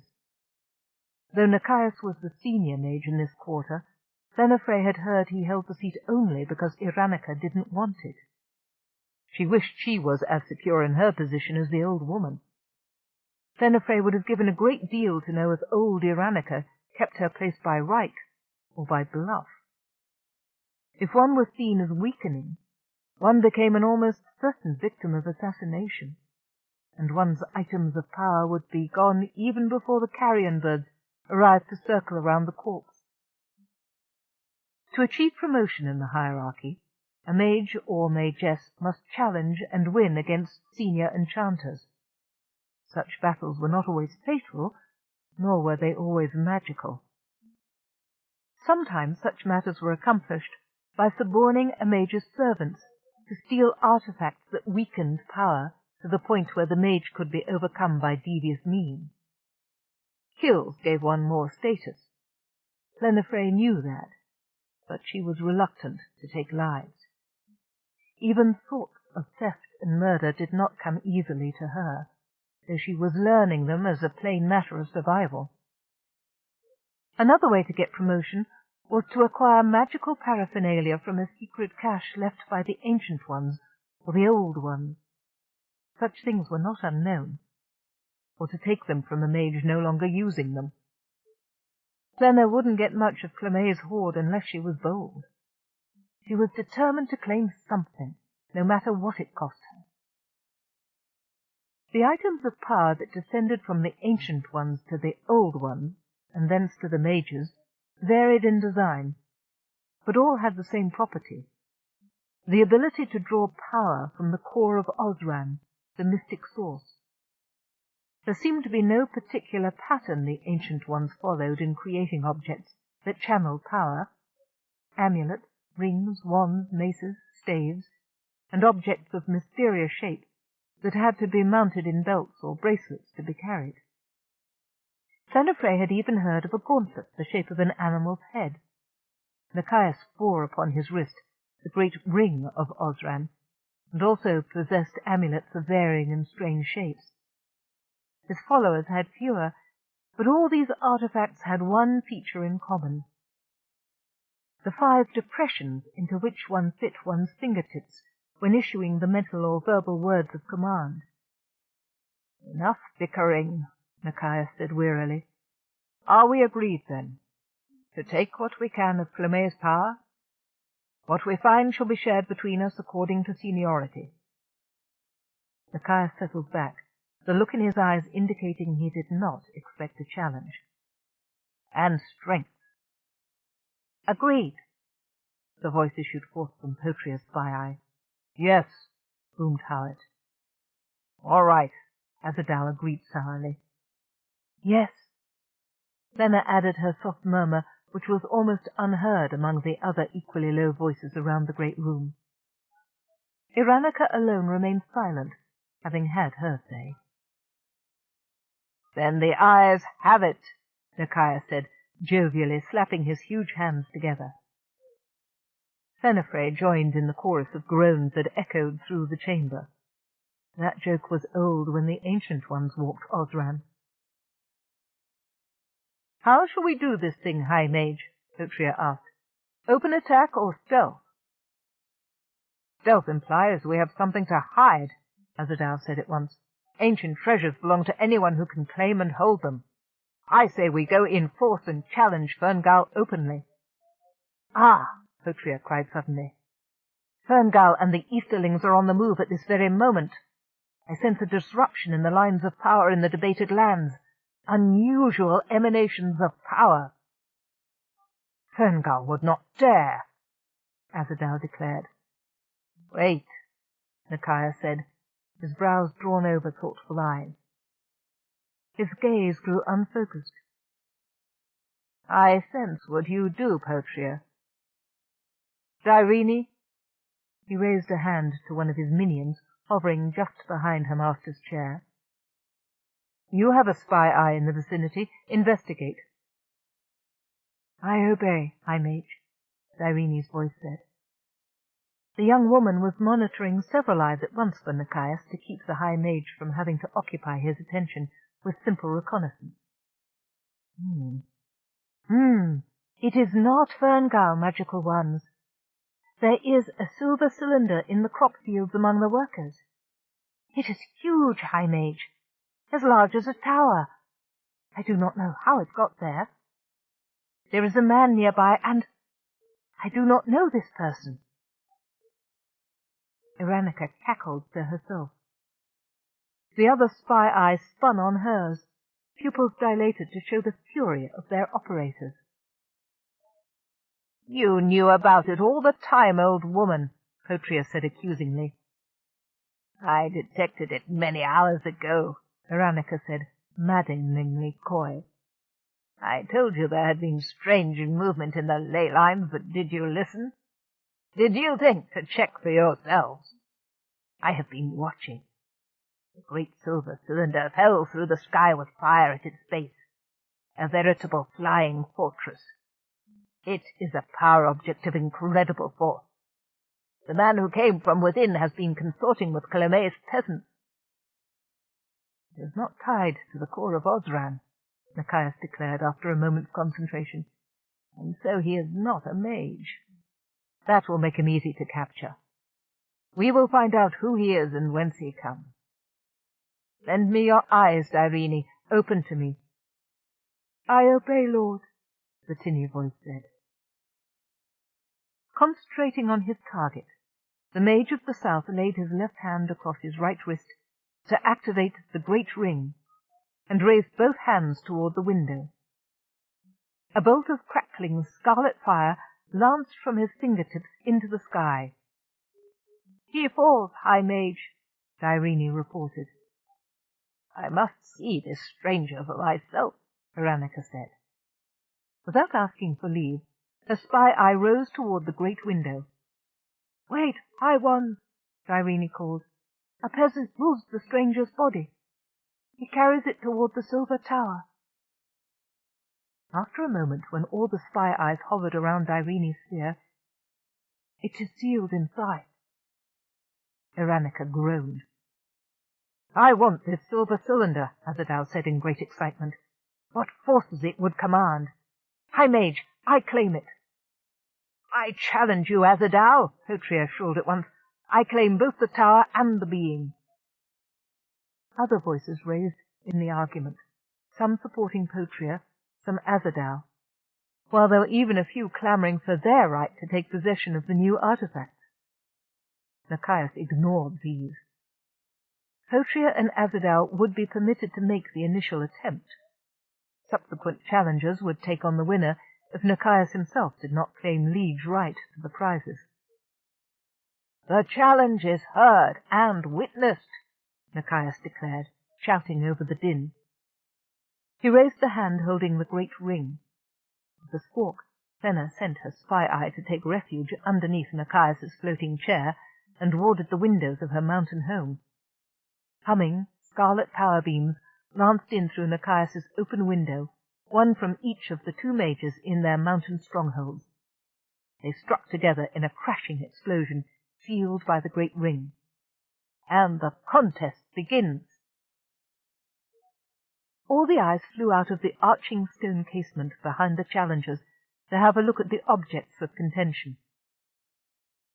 It is bigger than huge, Venafre observed, spiraling her eye round and around the silver tower. How beautiful it is! There are runes inscribed here, Iranica's old voice said. Venafre felt the faint pull of the old woman trying to attract attention, and followed the impulse to the red spy eye floating near the broad base. Come here and see. I have not seen anything in all my archives which resemble these. I spy with my little eye an enigma of huge and significant proportions, Micaiah said, his golden sphere hovering behind them as they tried to puzzle out the runes. It is a marvellous illusion, Hallett said, streaking back a distance to take in the whole object. How do I know this isn't a great trick by Ferngul?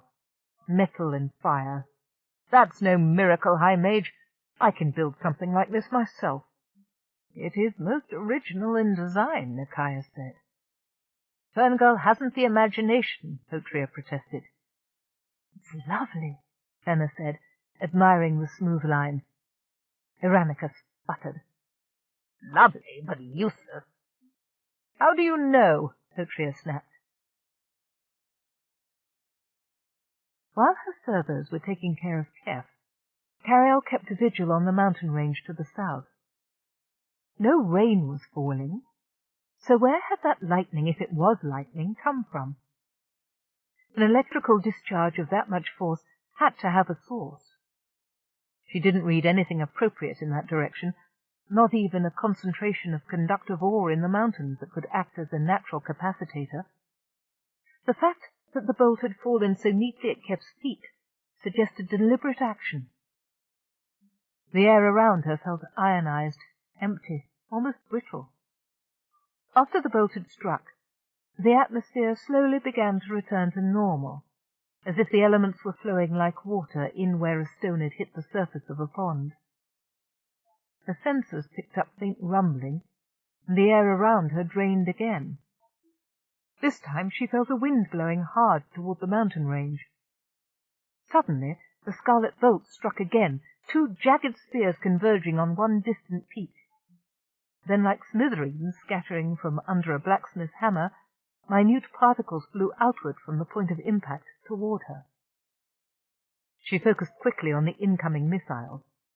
They were too regular in shape to be shards of rock, and also appeared to be flying under their own power, even increasing in speed.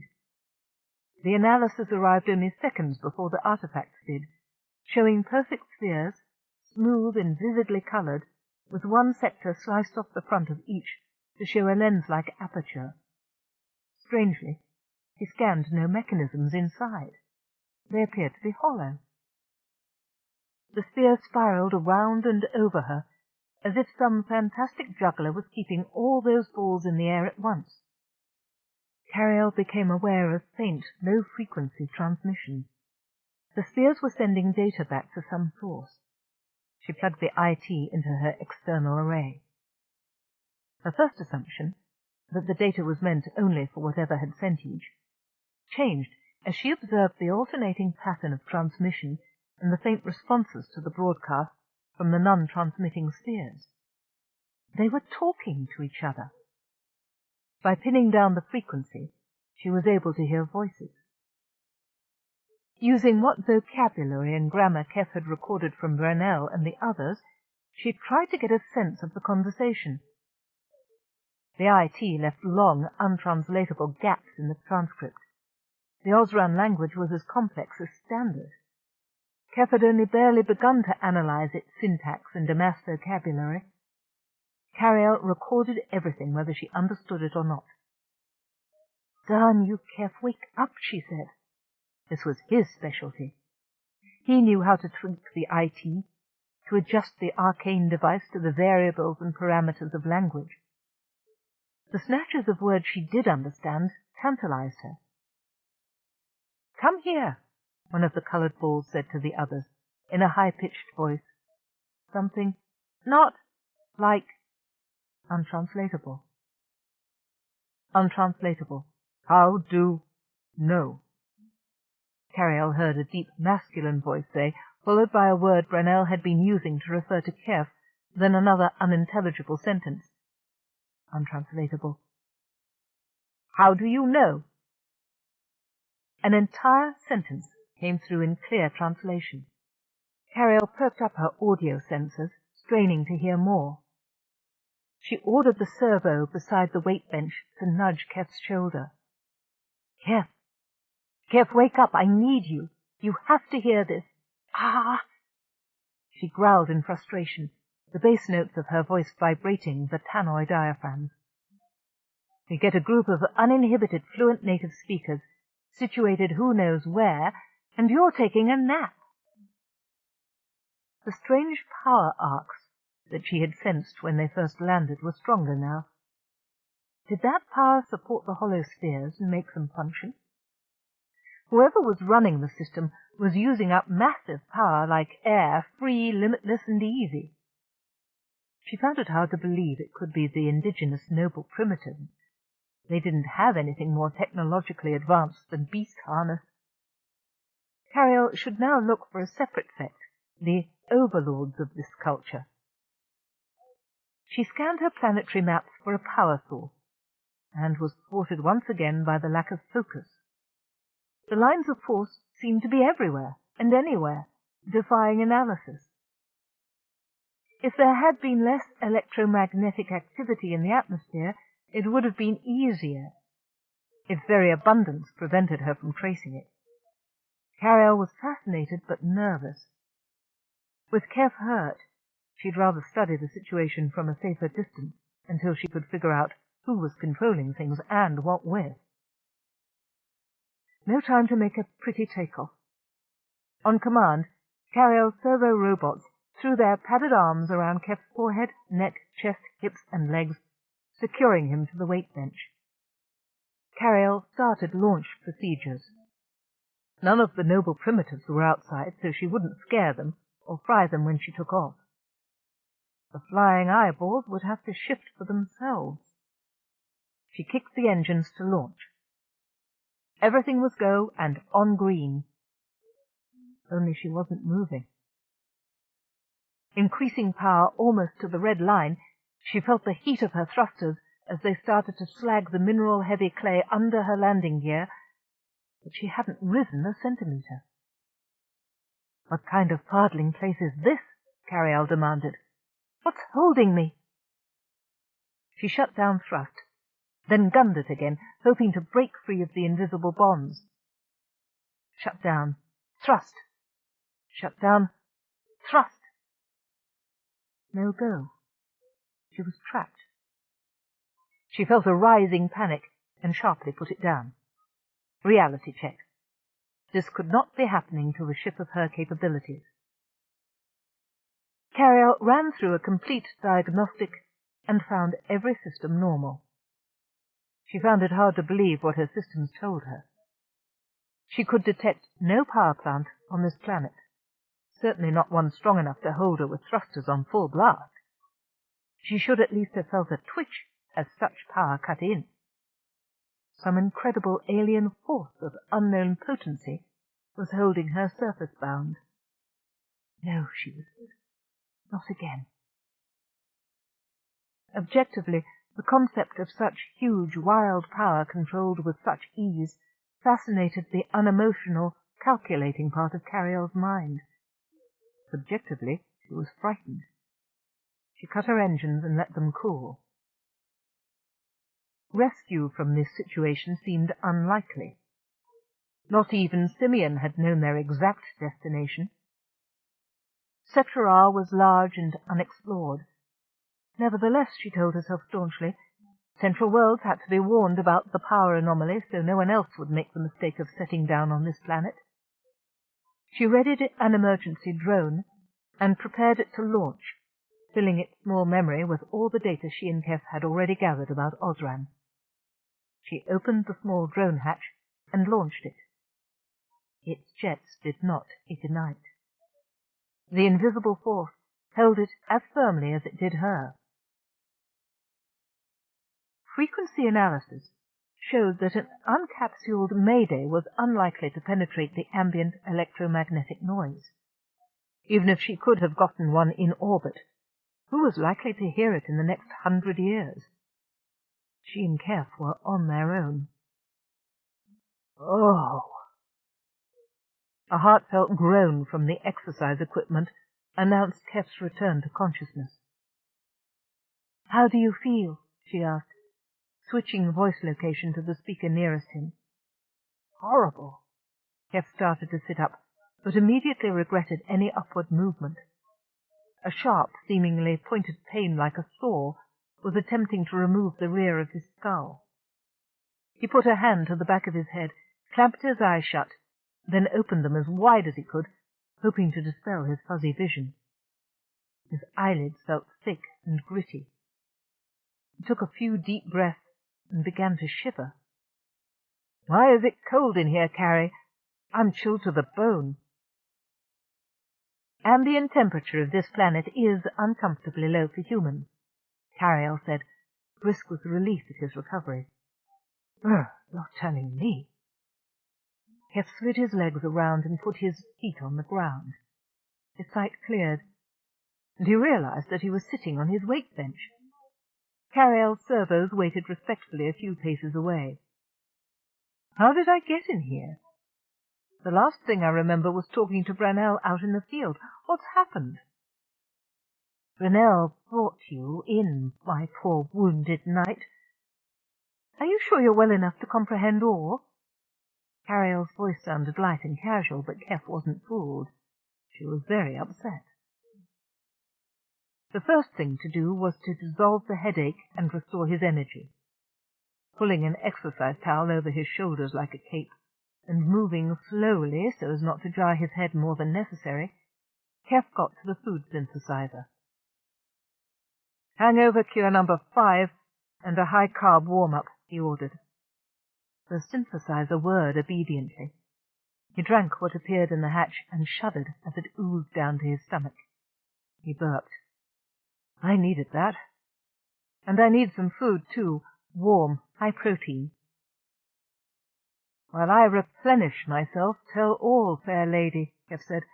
"I can take it." With far more confidence than he felt, he smiled at her central pillar and waited.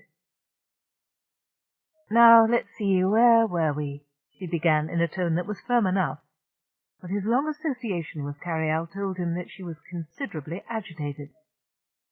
"You got hit by scarlet lightning. Not, I think, a natural phenomenon, since none of the necessary meteorological conditions existed.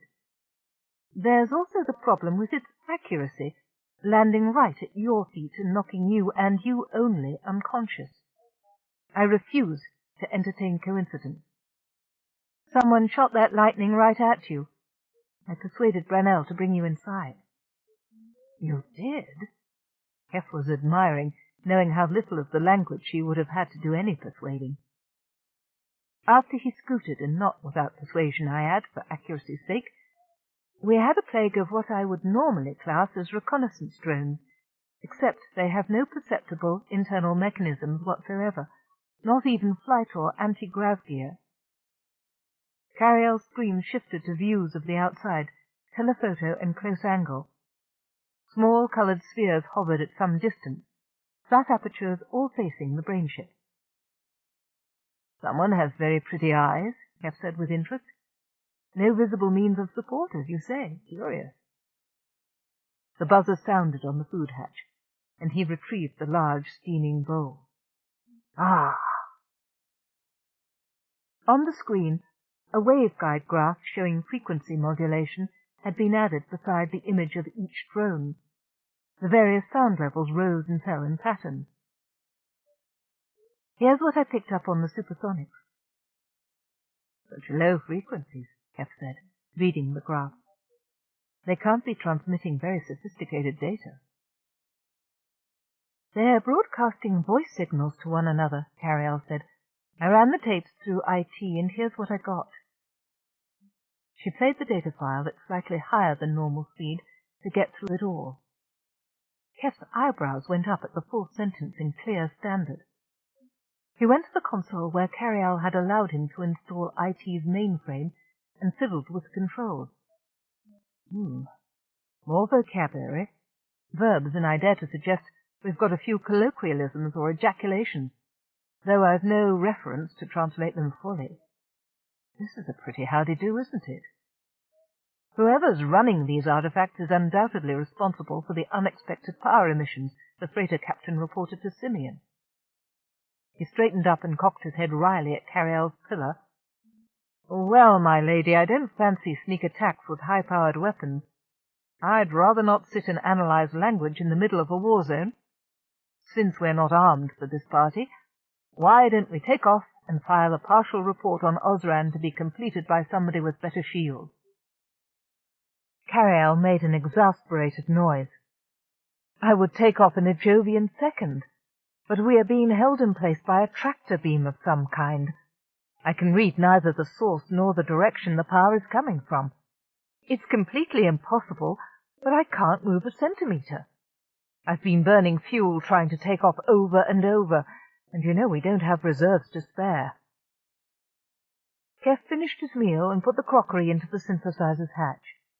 With food in his belly, he felt himself again. His head had ceased to revolve, and the cold had receded from his bones and muscles. That's why I'm your Brawn, he said lightly. I go and find out these things. Sacrificing yourself again, Keff? To pairs of roving eyes? Carialle tried to sound flip, but Keff wasn't fooled. He smiled winningly at her central pillar. All his protective instincts were awake and functioning. You are my lady, he said with a gallant gesture. I seek the object of my quest to lay at your feet. In this case, information. Perhaps an Osran's metabolism only gets a minor shock when touched with this mystical power beam. We don't know that the folk on the other end are hostile. Anything that ties my tail down is hostile. You shall not be held in durance vile while I, your champion, live. Keff picked up the portable IT unit, checked it for damage, and slung it around his chest. At least I can find Brunel and ask him what hit me. Don't be hasty, Carialle urged. On the main screen she displayed her recording of the attack on Keff. The equation has changed. We've gone suddenly from dealing with indigenous peasantry at no level of technology to an unknown life form with a higher technology than we have. This is what you're up against. Keff sat back down and concentrated on the screen, running the frames back and forth one at a time, then at speed. Good. Now I know what I need to ask about, he said, pointing. Do you see that? Brunel knew what the lightning was, he knew it was coming, and he got out of its way. Look at those reflexes. The bolt came from the mountains to the south, southwest. I wonder what the terms are for compass directions in Osran. I can draw him a compass rose in the dust, with planetary sunrise for east. Carialle interrupted him by filling the main cabin with a siren wail. Keff, you're not listening. It might be too dangerous. To unknown powers who can tie up a full-size spaceship, one human male isn't a threat. And they've downed you once already. It's not that easy to kill von Skoik-Larsens, Keff said, smiling. They may be surprised I'm still moving around. Or, as I said, perhaps they didn't think the red bolt would affect me the way it did. In any case, can you think of a way to get us out of here unless I do? Carialle sighed. Okay, gird your manly loins and join the fray, Sir Galahad. But if you fall down and break both your legs, don't come running to me. Nay, my lady, Keff said with a grin, and a salute to her titanium pillar. With my shield or upon it. Back soon. Chapter 5. Keff walked into the airlock. He twitched down his tunic, checked his equipment, and concentrated on loosening his muscles one at a time until he stood poised and ready on the balls of his feet. With one final deep breath for confidence, he nodded to Carialle's camera and stepped forward. Regretting more every second that she had been talked into his proposed course of action, Carialle slid open her airlock and dropped the ramp slowly to the ground. As she suspected, the flying eyes drifted closer to see what was going on. She fretted, wondering if they were capable of shooting at Keff. He had no shield, but he was right. If he didn't find the solution, they'd never be able to leave this place. Keff walked out to the top of the ramp and held out both hands, palms up to the levitating spheres. "I come in peace," he said. The spheres surged forward in one great mass, then, flick, they disappeared in the direction of the distant mountains. "That's rung the bell," Keff said with satisfaction. "Spies of the evil wizard, my lady, cannot stand where good walks." A whining alarm sounded. Carialle read her monitors. "Do you feel it? The mean humidity of the immediate atmosphere has dropped. Those arching lines of stray power I felt crisscrossing overhead are strengthening directly above us. Power surge building. Building." "I feel it," Keff said, licking dry lips. "My nape-hair is standing up." "Look!" he shouted, his voice ringing. "Here come our visitors." Nothing existed beyond 300 meters away, but from that distance, at point south-southwest, two objects came hurtling out of non-existence, one after the other, gaining dimensionality as they neared Carialle, until she could see them clearly. It took Keff a few long milliseconds more, but he gasped when his eyes caught sight of the new arrivals. "Not the drones again," Keff said. "It's our wizard." "Not a wizard," Carialle corrected him. "Two." Keff nodded as the second one exploded into sight after the first. "They're not noble primitives. They're another species entirely." He gawked. "Look at them, Carrie. Actual humanoids, just like us." Carialle zoomed her lenses in for a good look. For once, Keff's wishful thinking had come true. The visitor closest to Carialle's video pickup could have been any middle-aged man on any of the Central world. Unlike the cave-dwelling farmers, the visitor had smooth facial skin with neither pelt nor beard nor mustache, and the hands were equipped with 4 fingers and an opposable thumb. Extraordinary. Vital signs, pulse elevated at 85 beats per minute, to judge by human standards from the flushed complexion and his expression. He's panting and cursing about something. Respiration between 40 and 60, Carialle reported through Keff's mastoid implant.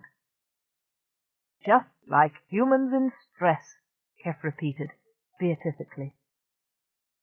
"So were Brunel and his people," Carialle replied, overlaying charts on her screen for comparison. "Except for superficial differences in appearance, this male and our noble primitives are alike." "That's interesting." "Did this new species evolve from the first group? If so, why didn't the noble primitive lying dead end? They should have ceased to exist when a superior mutation arose. And if the bald-faced ones evolved from the hairy ones, why are there so many different configurations of noble primitives, like sheep, dogs, cats, and camels?"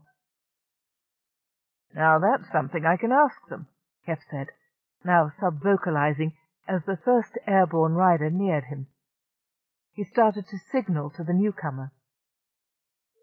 The bare-faced male exhibited the haughty mien of one who expected to be treated as a superior being.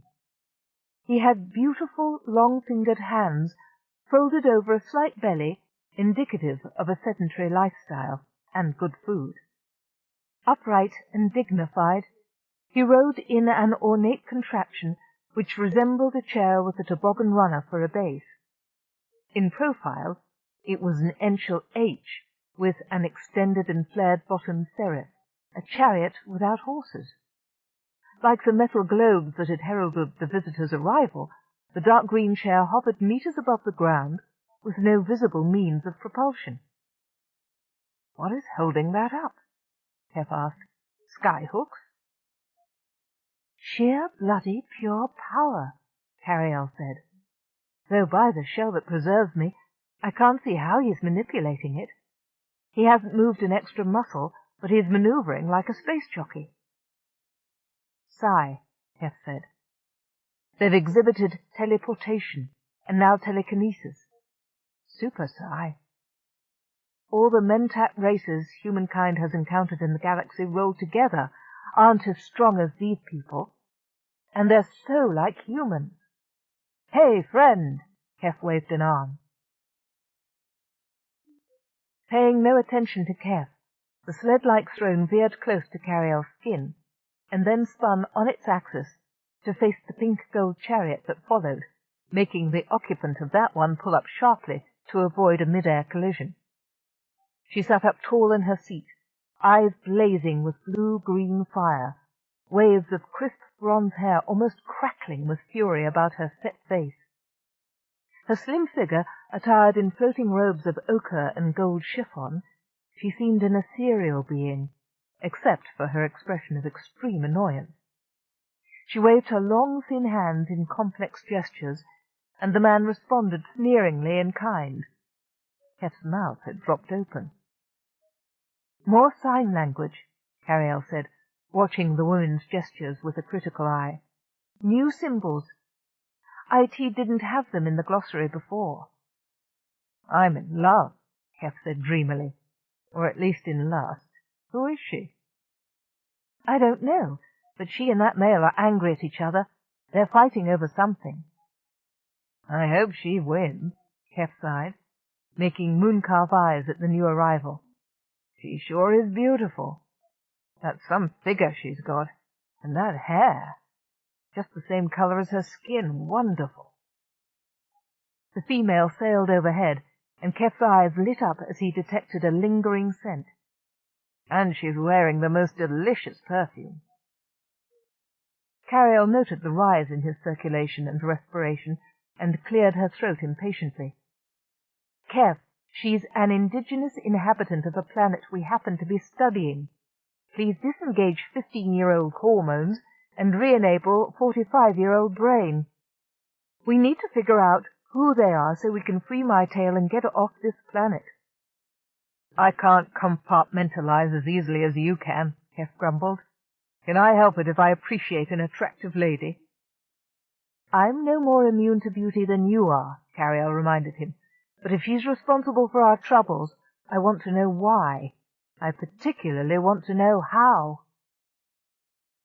Across the field, some of the noble primitives had emerged from their burrow. Stooping in postures indicative of respect and healthy fear, they scurried toward the floating chairs, halting some distance away. Keff noticed Brunel among them, standing more erect than any of the others. Still defying authority, Keff thought with wry admiration. Do you want to ask him what's going on? Carialle said through the implant.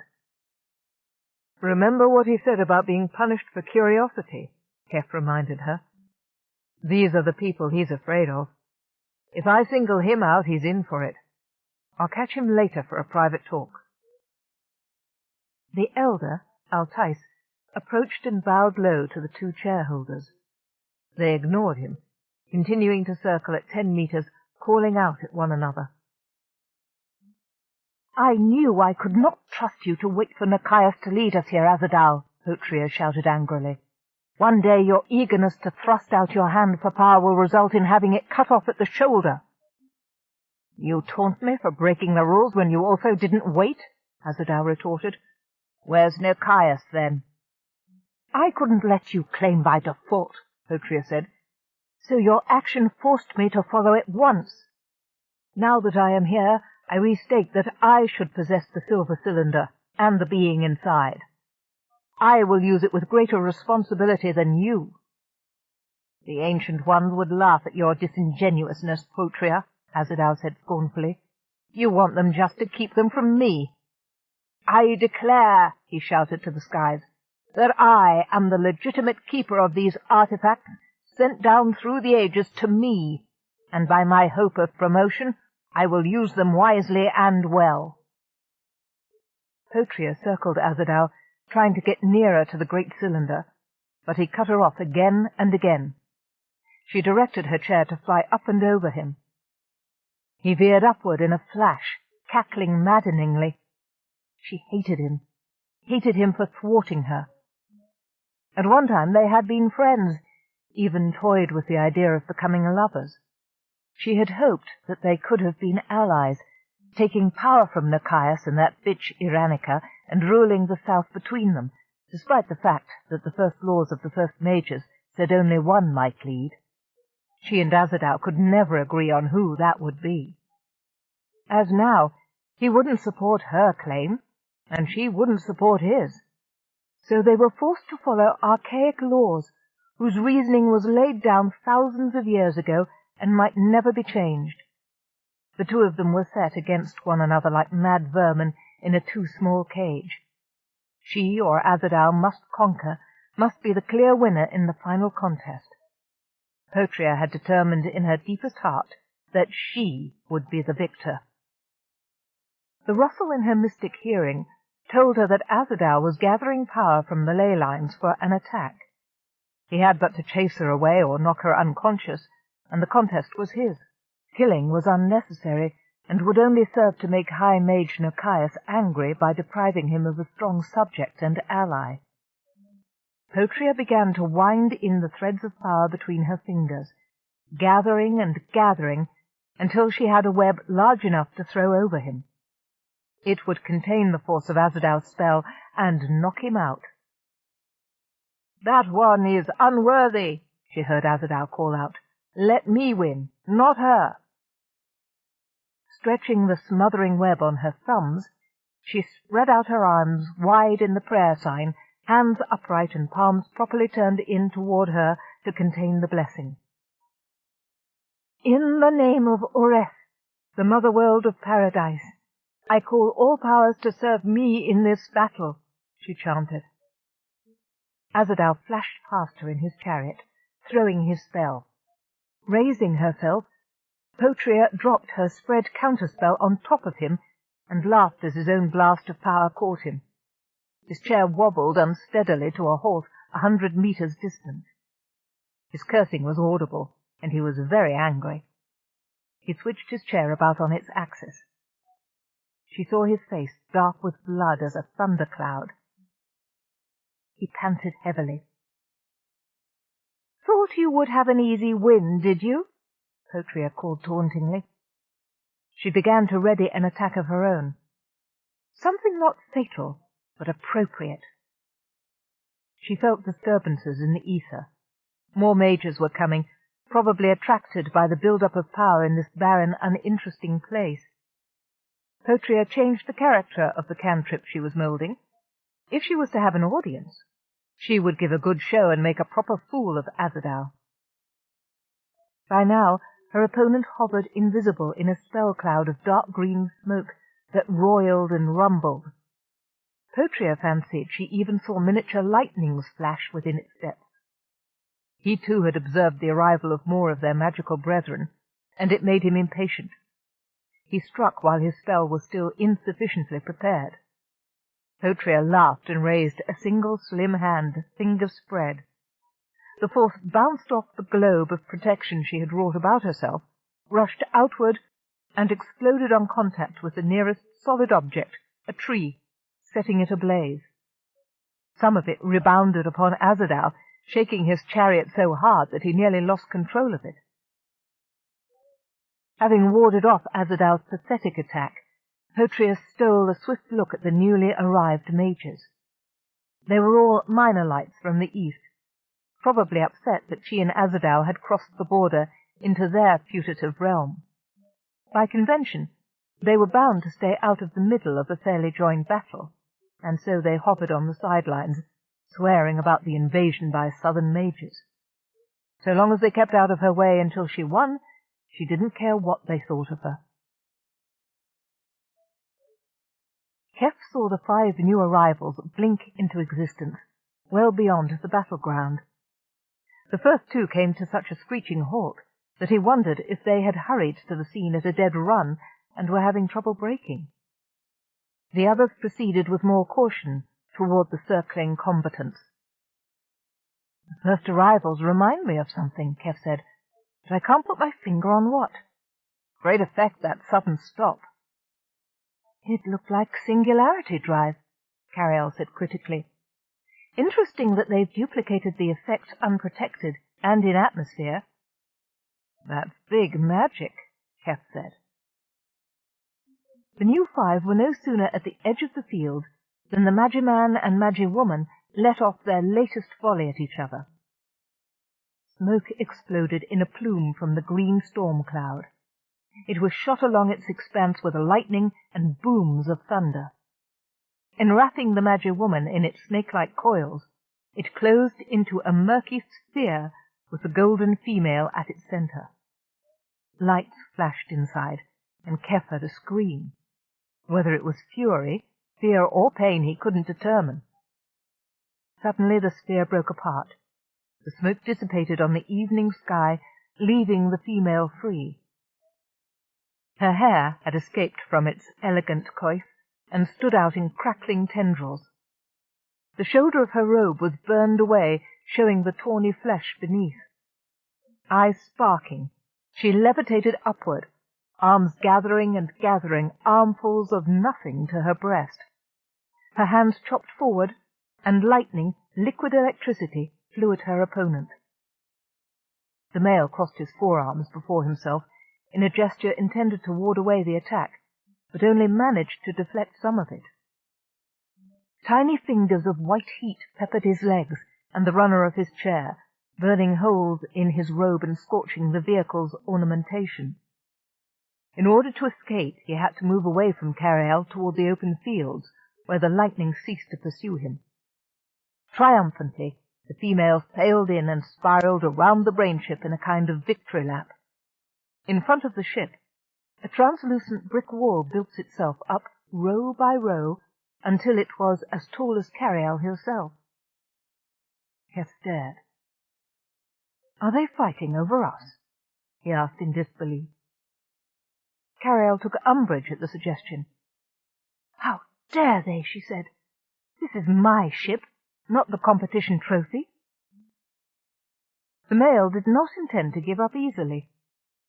As soon as the cloud of lightning was gone, he headed back toward the ship. Between his hands a blue-white globe was forming. He threw it directly at the brick wall and the enchantress behind it. The female was insufficiently prepared, and the ball caught her in the belly. It knocked her chair back hundreds of meters, past the hovering strangers who hastily shifted out of her way. The illusory wall vanished. With a cry, the female flew in, arching her fingers like a cat's claws. Scarlet fire shot from each one, focusing on the male. His chair bounced up in the air and turned a full loop. Miraculously, he kept his seat. He tried to regain his original position near Carialle. "They are fighting over me. The unmitigated gall of the creatures." At the first sign of mystic lightning, the workers had judiciously fled to a safe distance from which they avidly watched the battle. Ignoring Alkais's hissed commands to keep his head down, Brunel watched the overlords hungrily, as his eyes had earlier fed on Keff. Maybe this time a miracle would occur, and one of them would drop an object of power. In the confusion of battle, it would go unnoticed until he, Brunel, dove for it and made it his own. Mere possession of an object of power might not make one a mage, but he wanted to find out. All his life he had cherished dreams of learning to fly or control lightning. The odds against his success were immense. The mages were the mages, and the workers were the workers, to live, die, or serve at the whim of their overlords, never permitted to look above their lowly station. Until today, when Mage Keff arrived out of the sky, Brunel had never thought there was a third way of life. The stranger was not a mage by Osran standards, since the overlords were fighting over him as if he wasn't there, but he was certainly not a worker. He must be something in between, a stepping stone from peasant to power. Brunel knew Keff could help him rise above his lowborn status and gain a place among mages. but how to win his favour and his aid. He had already been of service to Mage Keff. Perhaps he could render other services, provided that Keff survived the contest going on above his head. Brunel had recognized Magess Potria and Mage Azadal by their colours, while his peers were too afraid to lift their heads out of the dust. He'd give his heart and the rest of his fingers to be able to spin spells as they did. In spite of the damage that the combatants were doing to one another, not a tendril of smoke nor a tongue of flame had even come close to Keff, who was watching the battle rage calmly and without fear. Brunel admired the stranger's courage. Keff would be a powerful mentor. Together they would fight the current order, letting worthy ones from the lowest caste ascend to rule as their intelligence merited. That is, if Keff survived the war in which he was one of the prizes. "A world of wizards, my lady," Keff chortled gleefully to Carialle. "They're doing magic. No wonder you can't find a power source. There isn't one. This is pure evocation of power from the astral plane of the galaxy." The beautiful woman zipped past him in her floating chair, hands busy between making signs and spells. He adjusted IT to register all motions and divide them between language and ritual by repeat usage and context. He was also picking up on a second spoken language or dialect.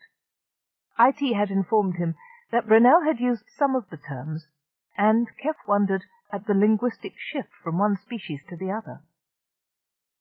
"Magical evocation is hardly scientific, Keff," Carialle reminded him. "They're getting power from somewhere, that's for sure. I can even follow some of the build-up a short way out, but then I lose it in the random emanations." "It comes from the ether," Keff said, rapt. "It's magic." "Stop calling it that. We're not playing the game now," Carialle said sharply. "We're witnessing sophisticated manipulation of power, not abracadabra something out of nothing." "Look at it logically," Keff said, watching the male lob a hand-sized ball of flame over his head at his opponent. "How else would you explain being able to fly without engines or to appear in mid-air?" "Telekinesis." "And how about knitting lightning between your hands? Or causing smoke and fireballs without fuel? This is the stuff of legends. Magic." "It's sophisticated legerdemain. I'll grant that much, but there's a logical explanation too." Keff laughed. "There is a logical explanation. We've discovered a planet where the laws of magic are the laws of science." "Well, there's physics, anyhow," Carialle said. "Our magimen up there are beginning to fatigue. Their energy levels aren't infinite." Ripostes and return attacks were slowing down. The Magi-woman maintained an expression of grim amusement throughout the conflict, while the Magi-man couldn't disguise his annoyance. As if attracted by the conflict, a bunch of globe frogs appeared out of the brushy undergrowth at the edge of the crop field. They rolled into the midst of the noble primitives, who were huddled into the gap, watching the aerial battle. The indigenes avoided contact with the small creatures by kicking out at them, so that the globes turned away. The little group trundled their conveyances laboriously out into the open and paused underneath the sky-born battle. Keff watched their bright black eyes focus on the combatants. They seemed fascinated. "Look, Carialle," Keff said, directing his contact button camera toward them. "Are they attracted by motion or light? You'd think they'd be afraid of violent beings much larger than themselves." "Perhaps they are attracted to power like moths to a candle flame," Carialle said. "Although, mind you, I've never seen moths or candles in person. I'm not an expert in animal behaviorism, but I don't think the attraction is unusual. Incautious to the point of self-destructive, perhaps. Either of our psi users up there could wipe them out with less power than it would take to hold up those chairs." The two majors, sailing past, parrying one another's magic bolts and making their own thrusts, ignored the cluster which trailed them around the field. At last, the little creatures gave up their hopeless pursuit and rolled in a group toward Keff and Carialle. "Your animal magnetism operating again," Carialle noted. The globe frogs, paddling hard on the inner wall of their sphere-like conveyances with their oversized paws, steered over the rocky ground and up the ramp, making for the inside of the ship. "Whoops, wait a minute, you can't come in here." "Out," she said, in full voice on her hatchway speakers. "Scat!" The frogs ignored her. She tracked them with her internal cameras and directed her servos into the airlock to herd them out the door again. The frogs made a few determined tries to get past the low-built robots. Thwarted, they reversed position inside their globes and paddled the other way. "Pests," Carialle said. "Is everyone on this planet intent on a free tour of my interior?" The globe frogs rolled noisily down the ramp and off the rise toward the underbrush at the opposite end of the clearing. Keff watched them disappear. "I wonder if they're just attracted to any vibrations or emissions," he said. "Could be." "Heads up!" Carialle trumpeted suddenly. She put her servos into full reverse to get them out of Keff's way. Without waiting to ask why or what, Keff dove sideways into Carialle's hatch and hit the floor. A split second later, he felt a flamethrower-like blast of heat almost singe his cheek. If he'd remained standing where he was, he'd have gotten a faceful of fire. "They're out of control! Get in here!" Carialle cried. Keff complied. The battle had become more serious, and the magic users had given up caring where their bolts hit. Another spell flared out of the tips of the woman's fingers at the male, only a dozen meters from Keff. The Brawn tucked and rolled through the inner door. Carialle slid the airlock door shut almost on his heels. Keff heard a whine of stressed metal as something else hit the side of the ship. "Yow!" Carialle protested. "That blast was cold. How are they doing that?" Keff ran to the central cabin view screens and dropped into his crash seat. "Full view, please, Carrie." The brain obliged, filling the 3 surrounding walls with a 270-degree panorama. Keff spun his pilot's couch to follow the green contrail across the sky as the male magician retreated to the far end of the combat zone. He looked frustrated. The last unsuccessful blast that hit Carialle's flank must have been his. The female, beautiful, powerful, sitting up high in her chair, prepared another attack with busy hands. Her green eyes were dulling, as if she didn't care where her strike might land. The 5 Magimen on the sidelines looked bored and angry, just barely restraining themselves from interfering. The battle would end soon, one way or another. Even inside the ship, Keff felt the sudden change in the atmosphere. His hair, including his eyebrows and eyelashes, and the hair on his arms, crackled with static. Something momentous was imminent. He leaned in toward the central screen. Out of nothingness, 3 new arrivals in hover chairs blinked into the heart of the battle zone. Inadvertently, Keff recoiled against the back of his chair. "Yow, they mean business," Carialle said. "No 100 meters of clearance space, just smack right into the middle." The spells the combatants were building dissipated like covered smoke on the wind. Carialle's gauges showed a distinct drop in the electromagnetic fields. The mage and magess dropped their hands stiffly onto their chair arms and glared at the obstacles now hovering between them. If looks could have ignited rocket fuel, the thwarted combatants would have set Carialle's tanks ablaze. Whatever was powering them had been cut off by the 3 in the center. "Uh-oh, the big mountain men are here," Keff said flippantly, his face guarded. The newcomers' chairs were bigger and gaudier than any Keff and Carialle had yet seen. A host of smaller seats containing lesser magicians popped in to hover at a respectful distance outside the circle. Their presence was ignored by the 3 males, who were obviously about to discipline the combatants. "Introductions," Keff said, monitoring IT. "High and mighty, the lad in the gold is Nochias, The one in black is Ferngal, and the silver one in the middle who looks so nervous is Chomel. He's a diplomat. Carialle observed the placatory gestures of the mage in the silver chair. I don't think that Ferngal and Nochias like each other much. But Chomel, nodding and smiling, floated suavely back and forth between the gold and black in his silver chair, and managed to persuade them to nod at one another with civility, if not friendliness. The lesser magicians promptly polarized into two groups, reflecting their loyalties. Compliments to the big mountain men from my pretty lady and her friend, Keff continued. She's Potria, and he's Azadal. One of the sideliners says they were something bold, cocky, to come here. Aha, that's what that word Brunel used meant. Forbidden.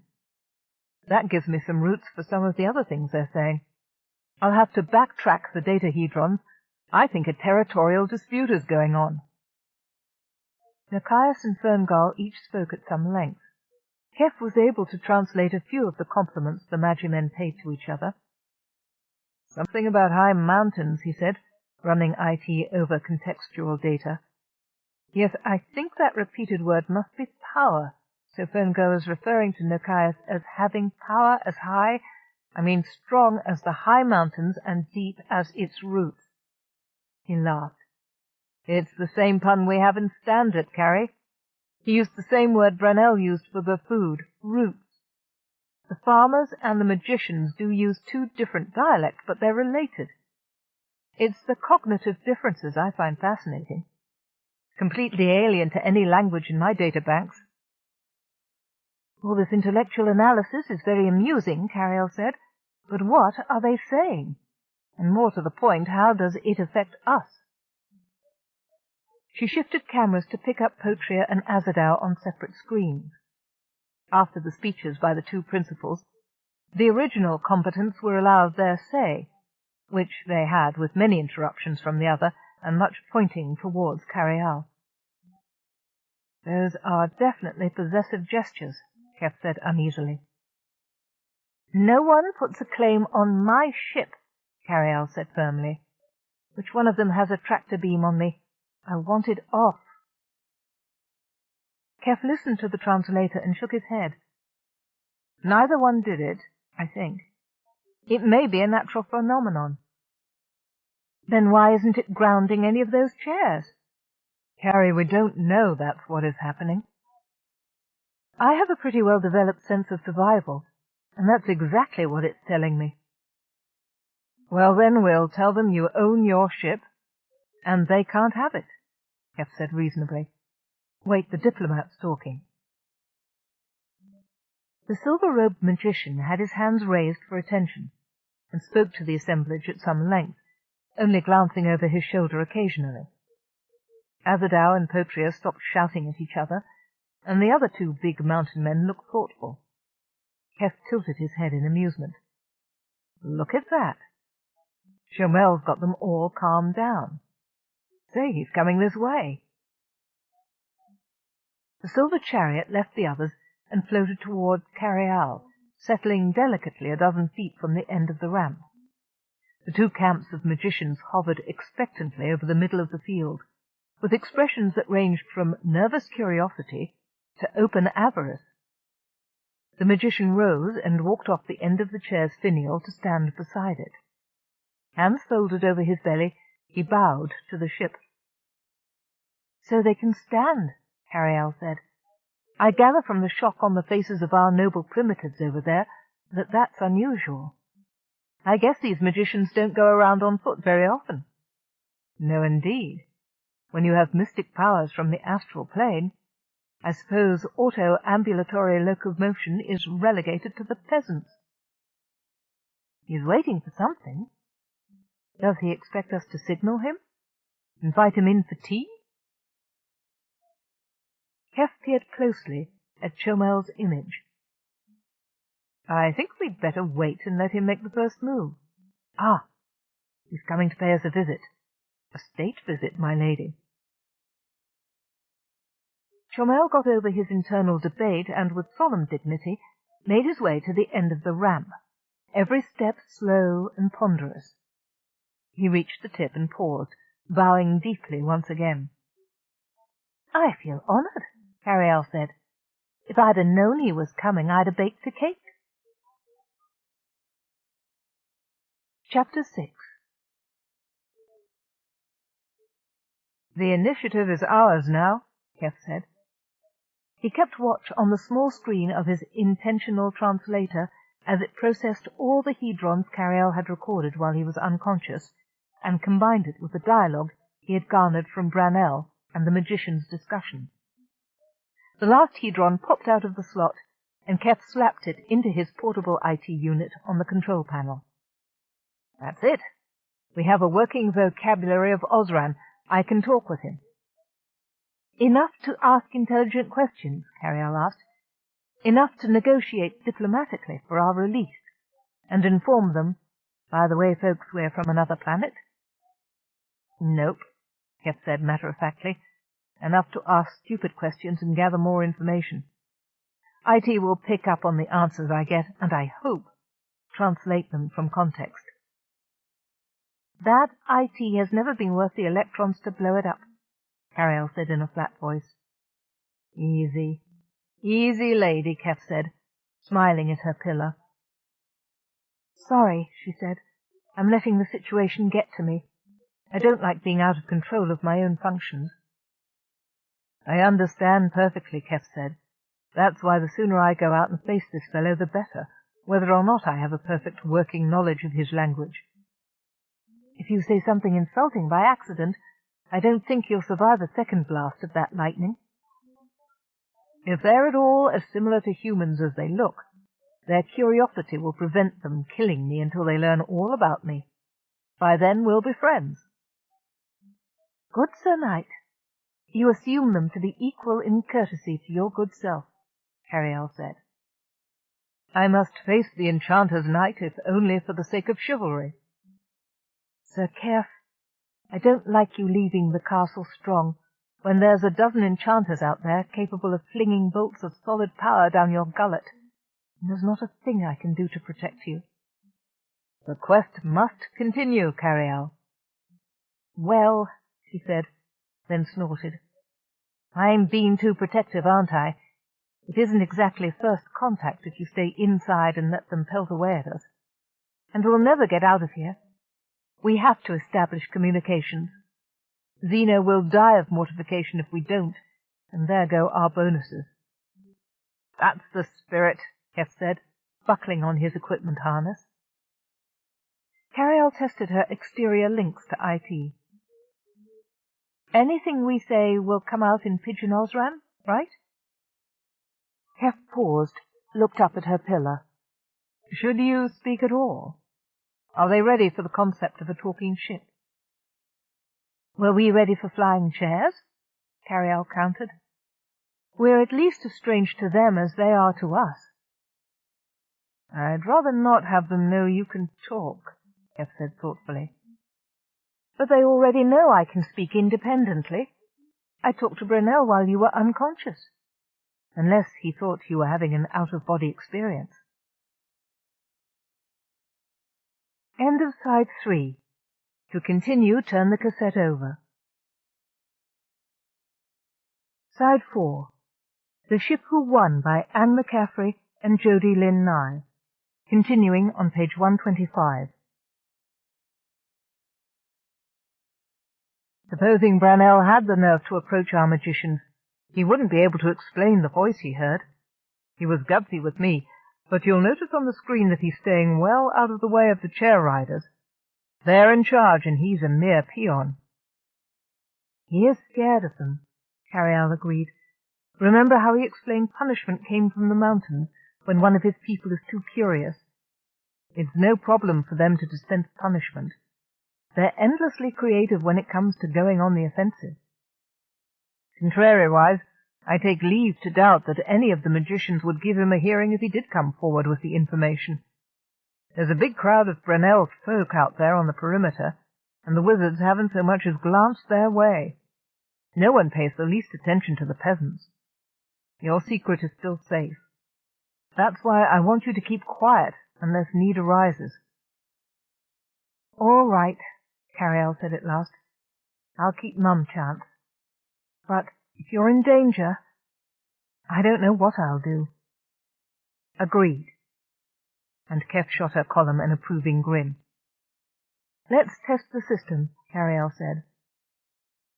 The small screen to the right of the main computer lit up with a line diagram of Keff's body.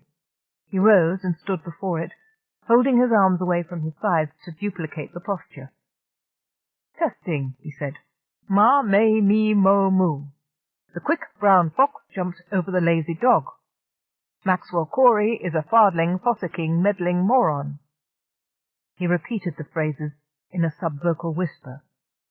Small green lights in the image's cheeks lit up. Got you, Carialle's voice said in his ear. Lights for the mastoid implants clicked on, followed by the fiber-optic pickups implanted in the skin at the outer corners of his eyes. I'm not trusting the contact buttons alone. The lightning earlier knocked them out for a while. Heart, respiration, skin tension monitors in his chest cavity and the muscles of his thighs lighted green.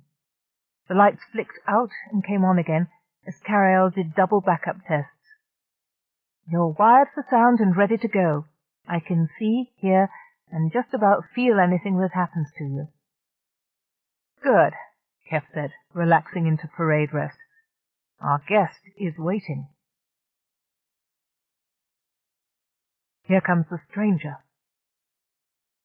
Keff's implant translated Azadal's comment as he stepped outside. He assumed the same air of dignity that Chomel displayed and walked to the bottom of the ramp. He paused, wondering if he should stay there, which gave him a psychological advantage over his visitor, who had to look up at him, or join the fellow on the ground as a mark of courtesy. With a smile, he sidestepped. Chomel backed up slightly to make room for him. Face to face with the silver magician, Keff raised his hand, palm out. Greetings, he said. I am Keff. The eyewitness report had been correct. Chomel realized with a start. The stranger was one of them. The oddest thing was that he did not recognize him. There were only a few hundred of the caste on all of Osran. A family of mages could not conceal a son like this one, grown to mature manhood, and in possession of such an incredible power focus as the Silver Cylinder. Greetings, High One, Chomel said politely, with the merest tip of a nod. I am Chomel. You honor us with your presence. The man cocked his head as if listening to something far away before he responded. Chomel sensed the faintest hint of power during the pause, and yet, as Nikias had informed him, it did not come from the core of Osran. When at last he spoke, the stranger's words were arranged in uneducated sentences, mixed with the odd word of gibberish. Welcome, he said. It is my honor to meet you. Chomel drew back half a pace. The truth was that the stranger did not understand the language. What could possibly explain such an anomaly as a mage who used power that did not come from the core of all, and a man of Osran who did not know the tongue? The stranger seemed to guess what he was thinking, and continued, although not 10 words and 20 made sense. And the intelligible was unbelievable. I come from the stars, Keff said, pointing upward. He gestured behind him at the brainship, flattened his hand out horizontally, then made it tip up and sink heel first toward the ground. I flew here in the, Silver House. I come from another world. Not here, Chomel said. IT missed some of the vocabulary, but not the sense. He beckoned to Keff, turned his back on the rest of his people. You don't want me to talk about it here? Keff said in a much lower voice. No, Chomel said, with a cautious glance over his shoulder at the other 2 big mountain men. Come? Mountain, me. IT rewound the phrase and restated the translation using full context. Come back to my mountain with me. We'll talk there. No, thanks, Keff said with a shake of his head. Let's talk here. It's all right. Why don't you ask the others? Ugh! Keff! Carialle's voice thudded against his brain. He knew then why all the noble primitives were so submissive and eager to avoid trouble. Chomel had taken a gadget like a skinny flashlight from a sling on his belt and jabbed it into Keff's side. Fire raced from his rib cage up his neck and through his backbone, burning away any control he had over his own muscles. For the second time in as many hours, he collapsed bonelessly to the ground. The difference this time was that he remained conscious of everything going on around him. Directly in front of his eyes, he saw that under the hem of his ankle-length robe, Chomel wore black and silver boots. They had very thick soles. Even though the ground under his cheek was dry, dust seemed not to adhere to the black material, which appeared to be some kind of animal hide, maybe skin from a six-pack. He became aware that Carialle was speaking. "Hardly, Keff. Why didn't you stay clear of him? I know you're conscious. Can you move at all?" Chomel's feet clumped backward and to one side, out from Keff's limited field of vision. Suddenly the ground shot away. Unable to order his muscles to move, Keff felt his head sag limply to one side. He saw, almost disinterestedly, that he was floating on air. It felt as if he were being carried on a short mattress. Unceremoniously, Keff was dumped off the invisible mattress onto the footrest of Chomel's chariot, his head tilted at an uncomfortable upward angle. The magician stepped inside the U formed by Keff's body and sat down on the ornamented throne. The whole contraption rose suddenly into the air. "Telekinesis," Keff muttered into the dental implant. He found he was slowly regaining control of his body. A finger twitched. A muscle in his right calf contracted. It tingled. Then he was aware that the chair was rising above the field, saw the upper curve of the underground cavern in which Brunel's people lived, the mountains beyond, very high, higher than he thought. "Good." Carialle's relief was audible. "You're still connected. I thought I might lose the links again when he hit you with that device." "Wand," Keff said. He could move his eyes now, and he fixed them on the silver magician's belt. "Wand." It looked like a wand, acted more like a cattle prod. There was a momentary pause. "No electrical damage. It seems to have affected synaptic response. That is one sophisticated psi device." "Magic," Keff hissed quietly. "We'll argue about that later. Can you get free?" "No," Keff said. "Motor responses slowed." "Blast and damn it, Galahad, I can't come and get you. You're 100 meters in the air already. All right, I can track you wherever you're going." Carialle was upset. Keff didn't want her to be upset, but he was all but motionless. He managed to move his head to a slightly more comfortable position, panting with the strain of such a minor accommodation. Empathic and psionic beings in the galaxy had been encountered before, but these people's talents were so much stronger than any other. Keff was awed by a telekinetic power strong enough to carry the chair, Chomel and him, with no apparent effort. Such strength was beyond known scientific reality. "Magic," he murmured. "I do not believe in magic," Carialle said firmly. "Not with all this stray electromagnetic current about." "Even magic must have physics," Keff argued. "Bah!" Carialle began to run through possibilities, some of which bordered a trifle on the magic she denied, but something which would bring Keff back where he belonged, inside her hull, and both of them off this planet as soon as her paralysis, like Keff, showed any signs of wearing off. Brunel hid alone in the bushes at the far end of the field, waiting to see if Mage Keff came out again. After offering respect to the mage lords, The rest of his folk had taken advantage of the Great One's disinterest in them and rushed home to where it was warm. The worker male was curious. Perhaps now that the battle was over, the mage lords would go away so he could approach Keff on his own. To his dismay, the High Ones showed no signs of departing. They awaited the same event he did, the emergence of Major Lord Keff. He was awestruck as he watched Chomel the Silver approach the great tower on foot. The mage waited, eyes on the tight-fitting door, face full of the same anticipation Brunel felt.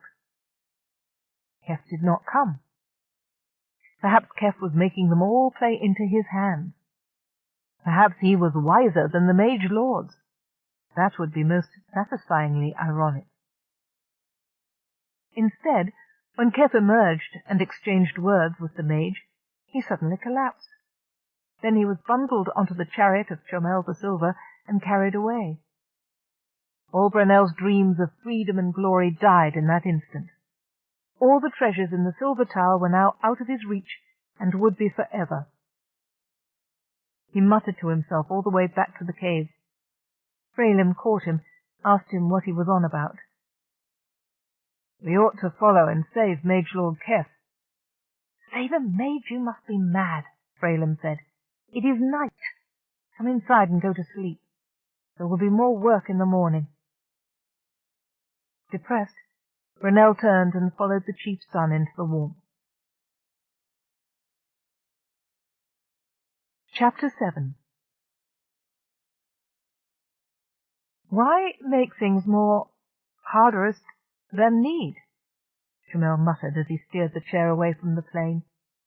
IT found the root for the missing words and relayed the question to Keff through his ear-link. "Why must you make things more difficult than they need to be? I want to talk. In early—" "My apologies, Honored One," Keff said haltingly. He had sufficiently recovered from the bolt to sit up on the end of Chomel's chair. The magician leaned forward to clasp Keff's shoulder and pulled him back a few inches. Once he looked down, the Brawn was grateful for the reassuring contact. From the 100 meters Carialle had last reported, they had ascended to at least 200, and were still rising. He still had no idea how it was done, but he was beginning to enjoy this unusual ride. The view was marvelous. The 7-meter square where Brunel and his people laid their gathered crops and the mound under which the home cavern lay had each shrunk to an area smaller than Keff's fingernail. On the flattened hilltop, the brain ship was a shining figure, like a literary statuette. Nearby, the miniature chairs, each containing a colourfully dressed doll, were rising to disperse. Keff noticed suddenly that their progress was not unattended. Gold and black eye spheres flanked the silver chair as it rose higher still and began to fly in the direction of the darkening sky. More spheres in different colours hung behind like wary sparrows trailing a crow, never getting too close. This had to be the hierarchy again, Keff thought. He doubted this constituted an honour guard, since he had gathered that Nerkias and Ferngal outranked Chomel. More on the order of keeping watch on both the silver mage and the stranger. Keff grinned and waved at them. "Aye, Mum," he said. "It'll take you hours at that rate to reach one of those mountain ranges," Carialle said through the implant. "I'd like to know how long he can fly that thing before he has to refuel or rest or whatever." Keff turned to Chomel. "Where are we—" Even before the question was completely out of his mouth, the view changed. "Going!" Keff gaped. They were no longer hanging above Brunel's heels. Between 1 meter and another, the silver chariot had transferred effortlessly to a point above snow-capped mountain peaks. The drop in temperature was so sudden, Keff suffered a violent, involuntary shudder before he knew he was cold. "Ram-jamming, fardling, flatulating, dag-nabbing planet!" Carialle's voice, missing from his consciousness for just moments, reasserted itself at full volume. "There you are. You are 174 kilometers northeast from your previous position." Lady dear, what language! Keff gasped out between chatters. Not at all suitable for my lady fair. But appropriate. It's been missing a long time. Confounded, I was worried. It only felt like a second to me, Keff said apologetically. 53/100ths of a second, Carialle said crisply, which felt like eons to my processing gear. I had to trace your vital signs through. I don't know how many power areas before I found you. Luckily, your evil wizard told us you were going to a mountain. That did cut down by about 50% the terrain I had to sweep. You teleported, Keff said wonderingly. I teleported. I didn't feel as if I was. It's effortless. I hate it, Carialle replied. You were off the air while you were in transit. I didn't know where you had gone or if you were still alive, and found these people with their unelectronic toys and non-mechanical machines.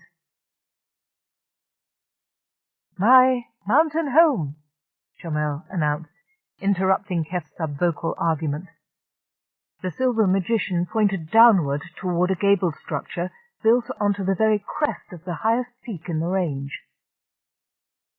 Lovely, Keff said, hoping one of the expressions he had gleaned from Carialle's tapes of the broadcasting drones was appropriate. By Chomel's pleased expression, it was.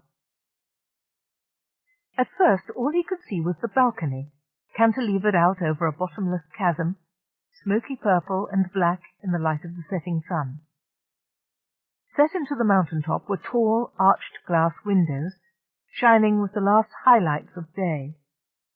They were distinguishable from the blue-white ice cap only because they were flat and smooth. What little could be seen of the rest of the mountain was jagged outthrusts and steep ravines. Mighty, not from the ground, Chomel said, pantomiming something trying to come up from underneath and being met above by a fist. IT rewound the comment and translated it in Keff's ear as, "This is a mighty stronghold. Nothing can reach us from the ground." No, to be sure. Well, that stood to reason. No mage would want to live in a bastion that could be climbed to. Much less accessible if it could be reached only by aerial route. The balcony, as they got nearer, was as large as a commercial heliport, with designated landing pads marked out in different-coloured flush-set paving stones. One square, nearest the tall glass doors, was silver-grey, obviously reserved for the lord of the manor. The chariot swung in a smooth curve over the pad and set down on it as daintily as a feather. As soon as it landed, the flock of spy eyes turned and flew away.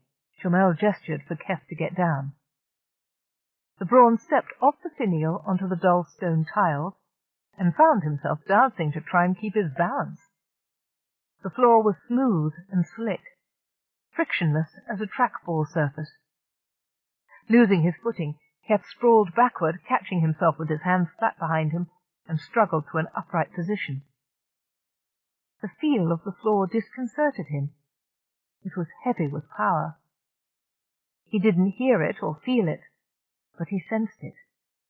The sensation was extremely unnerving. He rubbed his palms together. "What's the matter?" Carialle asked. "The view keeps changing." "Oh, that's better." No, it isn't." "What's that dreadful vibration? It feels mechanical." "Don't know," Keff said subvocally, testing the floor with a cautious hand. Though dry to look at, it felt tacky, almost clammy. "Slippery," he added, with a smile up at his host. Dark brows drawn into an impatient V, Chomel gestured for Keff to get up. Very carefully, using his hands, Keff got to his knees and tentatively to his feet. Chomel nodded, turned, and strode through the tall double doors. Walking ding-toed like a waterfowl, Keff followed as quickly as he could, if only to get off the surface. Each time he put a foot down, the disturbing vibration rattled up his leg into his spine. Keff forced himself to ignore it, as he tried to catch up with Chomel. The silver Magiman nattered on, half to Keff, half to himself. Keff boosted the gain on IT to pick up every word to play back later. The glass doors opened out from a grand chamber like a ballroom or a throne room. Ceilings were unusually high with fantastic ornamentation. Keff stared straight up at a painted and gilded trompe-l'oeil fresco of soaring native avians in a cloud-dotted sky. Windows of glass, rock crystal and coloured minerals were set at every level on the wall. There was one skylight cut pie-like into the ceiling. Considering that his host and his people flew almost everywhere, Keff wasn't surprised at the attention paid to the upper reaches of the rooms. The Magifolk seemed to like light, and living inside a mountain was likely to cause claustrophobia. The walls were hewn out of the natural granite, but the floor everywhere was that disconcerting trackball surface. This thing, mine old, Chomel said, gesturing casually at a couple of framed pieces of art displayed on the wall. Keff glanced at the first one to figure out what it represented, and then wished he hadn't. The moire abstract seemed to move by itself in nauseous patterns. Keff hastily glanced away, dashing tears from his eyes and controlling the roil of his stomach. "Most original," he said, gasping. Chomel paused briefly in his chattering to beam at Keff's evident perspicacity and pointed out another stomach twister. Keff carefully kept his gaze aimed below the level of the frame, offering compliments without looking. Staring at the silver magician's heels and the hem of his robe, Keff padded faster to catch up. They passed over a threshold into an anteroom where several servants were sweeping and dusting. Except when raising their eyes to acknowledge the presence of their master, they also made a point of watching the ground in front of them.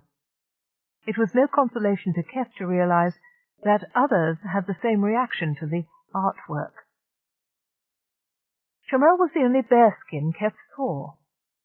The staff appeared to consist solely of fur-skinned noble primitives like Brunel, but instead of having just 4 fingers on each hand, some had all 5.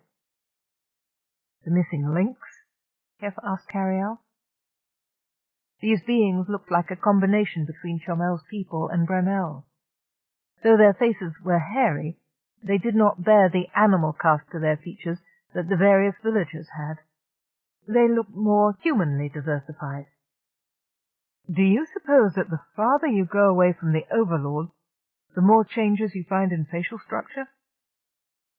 He stopped to study the face of a furry-faced maiden, who reddened under her pelt and dropped her eyes shyly.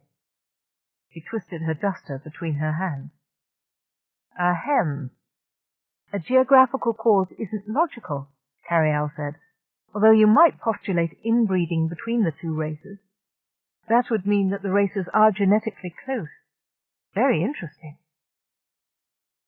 Chomel, noticing he'd lost his audience, detoured back, directed Keff away from the serving-maid and toward a stone archway.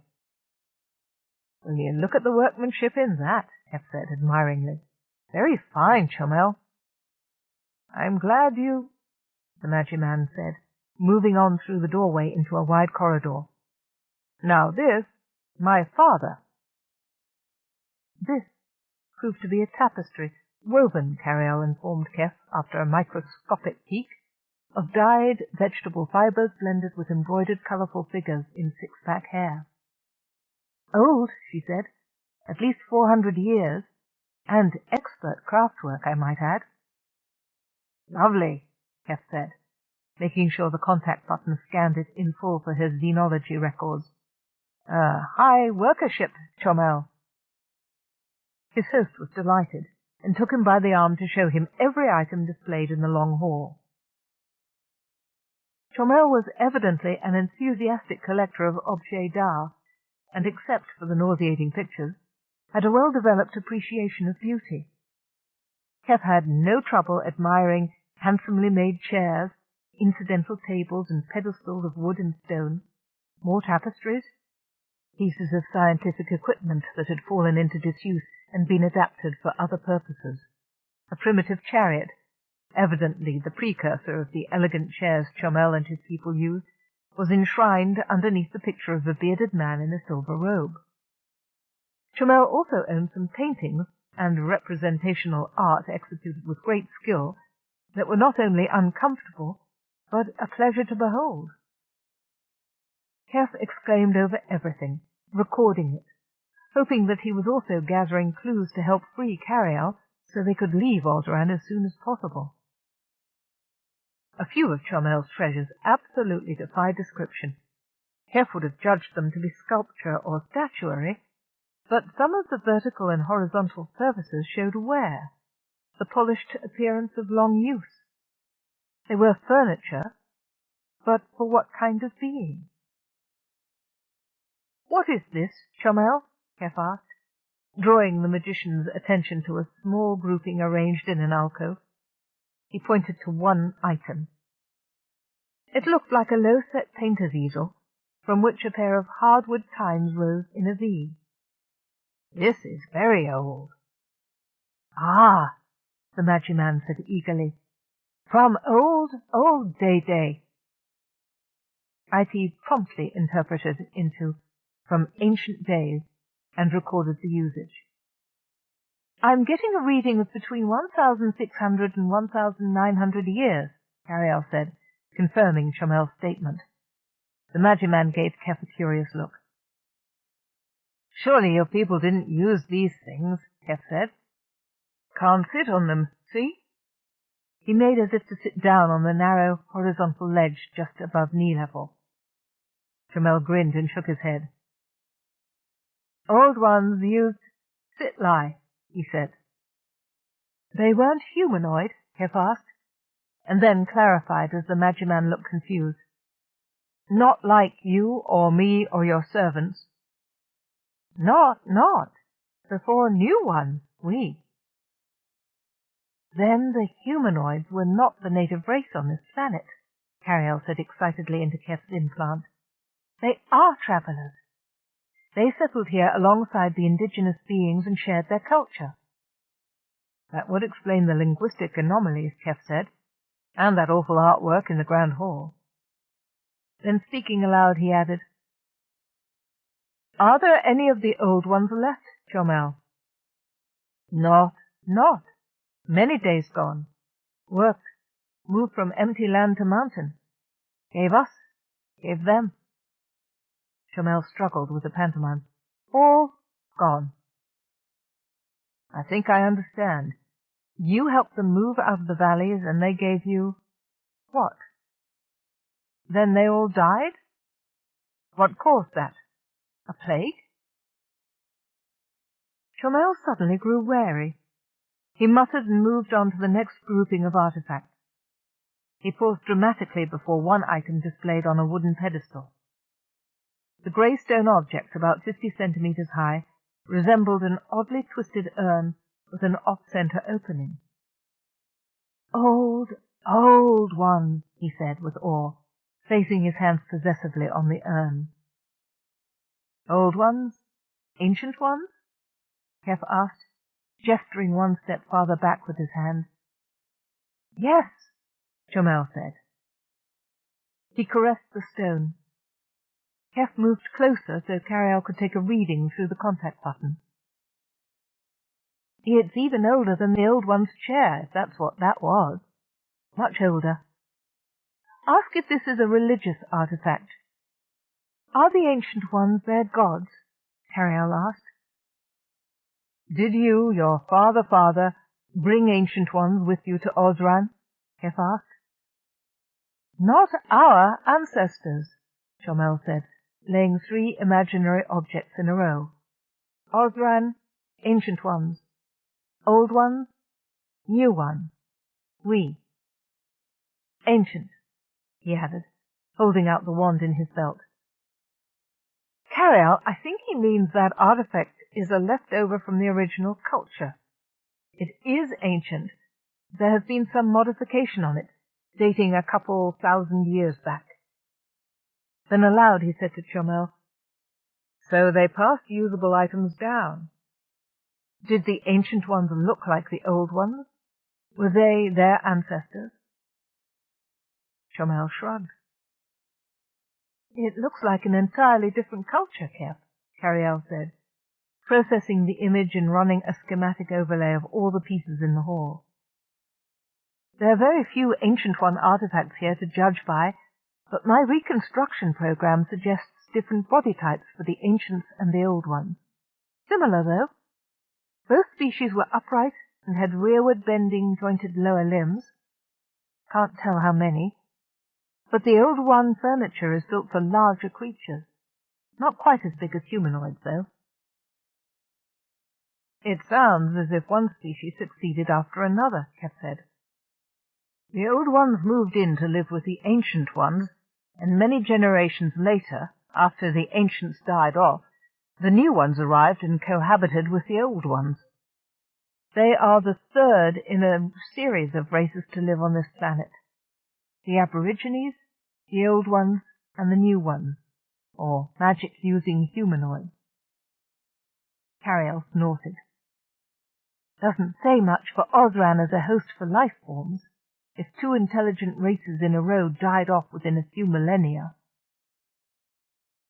And the humanoids are reduced to a non-technological existence, Keff said, only half listening to Chomel, who was lecturing him with an intent expression on his broad-cheeked face. Could it have something to do with the force field holding you down? They got stuck here? Whatever trapped me did it selectively, Keff, Carialle said. I'd landed and taken off 6 times on Osran already. It was deliberate, and I want to know who and why. Another mystery to investigate. But I also want to know why the Old Ones moved up here away from their source of food, Keff said. Since they seem to be dependent on what's grown here, that's a sociological anomaly. Ah, Carialle said, reading newly translated old data from IT. The Old Ones didn't move up here with the New Ones' help, Keff. They were up here when the humanoids came.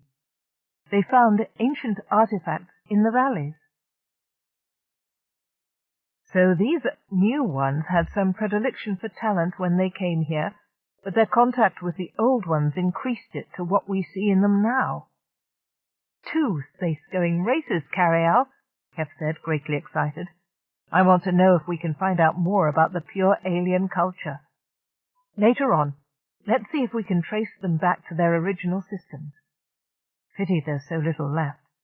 After several hundred years of humanoid rule, it's all mixed up together. Isn't the synthesis as rare? Carialle asked pointedly. In our culture, yes. Makes it obvious where the sign language comes from, too, Keff said. It's a relic from one of the previous races. Useful symbology that helps make the magic work. The Old Ones may never have shared the humanoid language, being the host race, but somehow they made themselves understood to the newcomers. Worth at least a paper to Galactic Geographic. Clearly Chomel here doesn't know what the ancients were like. The Magiman, watching Keff talking to himself, heard his name and Keff's question. He shook his head regretfully. I do not. Much before days of me. Where do your people come from? Keff asked. What star? Where out there? He gestured up at the sky. I do not know that also. Where do yours come from? Chomel asked, a keen eye holding Keff. The Brawn tried to think of a way to explain the central world with the limited vocabulary at his disposal, and raised his hands helplessly. Vain hope, Carialle sighed. I'm still trying to find any records of settlements in this sector. Big zero. If I could get a message out, I could have Central World do a full scan search of the old records. So where do the noble primitives fit in, Chomel? Keff asked, throwing a friendly arm over the man's shoulder before he could start a lecture on the next objet d'art. He pointed at a male servant wearing a long white robe, who hurried away wide-eyed when he noticed the bare-skinned ones looking at him. I notice that the servants here have lighter pelts than the people in the farm village. He gestured behind him, hoping that Chomel would understand he meant where they had just come from. He tweaked a lock of his own hair, rubbing his fingers together to indicate thin, then ran his fingers down his own face and held out his hand. They're handsomer, and some of them have 5 fingers like mine. Keff waggled his forefinger. Why do the ones in the valley have only 4? He bent the finger under his palm. Oh, Chomel said, laughing. He stated something in a friendly, off-handed way that the IT couldn't translate, Scissors chopping his own forefinger with his other hand to demonstrate what he meant. When of few days, babies. Low mind, no curiosity, worker. He made the scissors motion again. What? Carialle shrieked in Keff's ear. It's not a mutation. It's mutilation. There aren't 2 brands of humanoids, just 1, with most of the poor things exploited by a lucky few. Keff was shocked into silence. Fortunately, Chomel seemed to expect no reply. Carialle continued to speak in a low voice, while Keff nodded and smiled at the Magiman. Moreover, he's been referring to the noble primitives as property. When he mentions his possessions, IT went back and translated his term for the villagers as chattel. I do not like these people. Evil wizards indeed. Very nice, Keff said in Osran, for lack of any good reply. Chomel beamed. We care for them, we who commune with the core of Osran. We lead our weaker brothers.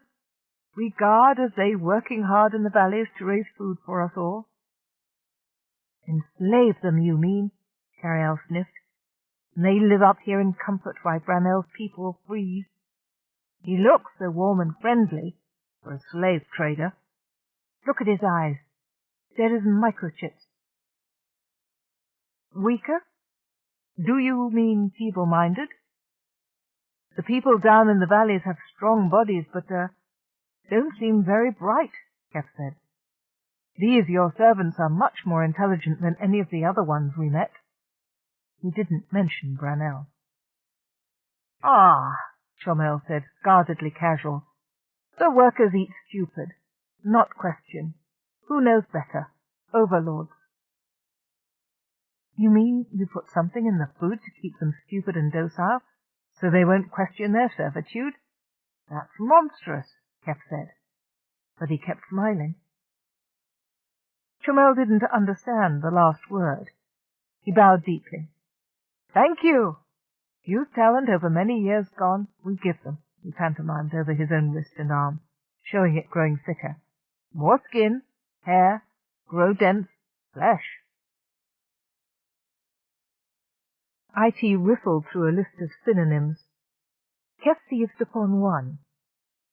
Muscles? He asked. IT repeated Chomel's last word, evidently satisfied with Keff's definition. Yes, Chomel said. Good for living. Cold valleys, hard work. You mean you can skimp on the central heat if you give them greater endurance, Carialle said contemptuously. You bloodsucker. Chomel frowned, almost as if he had heard Carialle's tone. Hush. I don't know if this is a taboo question, Chomel, Keff began, rubbing his chin with thumb and forefinger. But you interbreed with the servant class too, don't you? Bear skins with fur skins make babies? Not I, the Silver Magiman explained hastily.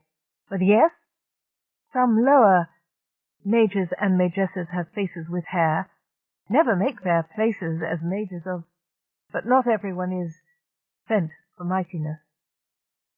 Destined for greatness, Keff corrected IT. IT repeated the word. So why are you not great? I mean, he rephrased his statement for tact. Not one of the mages of... IT put in that phrase he used. Oh, I am good, satisfied to be what I am, Chomel said complacently, folding his fingers over his well-padded rib cage. If they're already being drugged, why amputate their fingers? Carialle wanted to know. What do fingers have to do with the magic? Keff asked, making a hey presto gesture. Ah, Chomel said. Taking Keff's arm firmly under his own, he escorted him down the hall to a low door set deeply into the stone wall. Servants passing by showed Keff the whites of their eyes as Chomel slipped the silver wand out of his belt and pointed at the lock. Some of the furskins hurried faster as the red fire lanced laser-like into the keyhole. One or two, wearing the same keen expression as Brunel, peered in as the door opened. Shooting a cold glance to speed the nosy ones on their way, Chomel urged Keff inside. The darkness lifted as soon as they stepped over the threshold, a milky glow coming directly from the substance of the wall. "Carrie, is that radioactive?" Keff asked. His whisper was amplified in a ghostly rush of sound by the rough stone. "No. In fact, I'm getting no readings on the light at all. Strange. Magic." "Cut that out," Carialle said sulkily. "I say it's a form of energy with which I am unacquainted." In contrast to all the other chambers Keff had seen in Chomel's eyrie, this room had a low, unadorned ceiling of rough granite, less than an arm's length above their heads. Keff felt as though he needed to stoop to avoid hitting the roof. Chomel moved across the floor like a man in a chapel. The furnishings of the narrow room carried out that impression. At the end opposite the door was a moulded silver table, not unlike an altar, upon which rested 5 objects arranged in a circle on an embroidered cloth. Keff tiptoed forward behind Chomel. The items themselves were not particularly impressive. A metal bangle, about 12 centimeters across, a silver tube, a flattened disc pierced with half-moon shapes all around the edge, a wedge of clear crystal with a piece of dull metal fused to the blunt end, and a hollow cylinder like an empty jelly jar. "What are they?" Keff asked. "Objects of power," Chomel replied. One by one, he lifted them and displayed them for Keff. Returning to the bangle, Chomel turned it over so Keff could see its inner arc. 5 depressions about 2 centimeters apart were moulded into its otherwise smooth curve. In turn, he showed the markings on each one. With the last, he inserted the tips of his fingers into the depressions and wielded it away from Keff. "Ah," Keff said, enlightened, "you need 5 digits to use these." "So the amputation is to keep the servers from organizing a palace revolt," Carialle said. "Any uppity server just wouldn't have the physical dexterity to use them." Keff said. "How old are they?" He moved closer to the altar and bent over the cloth. "Old, old," Chomel said, patting the jelly jar. "Old ones," Carialle verified, running a scan through Keff's ocular implant. "There is the bangle. The other 3 are ancient, with some subsequent modifications by the old ones. All of them have 5 pressure plates incorporated into the design. That's why Brunel tried to take my palette. It has 5 depressions, just like these items. He probably thought it was a power piece like these." "There's coincidence for you. Both the alien races here were pentadactyl like humans. I wonder if that's a recurring trait throughout the galaxy for technologically capable races," Keff said. 5-fingered hands. Chomel certainly seemed proud of his. Setting down the jelly jar, he rubbed his hands together, then flicked invisible dust motes off his nails, taking time to admire both fronts and backs.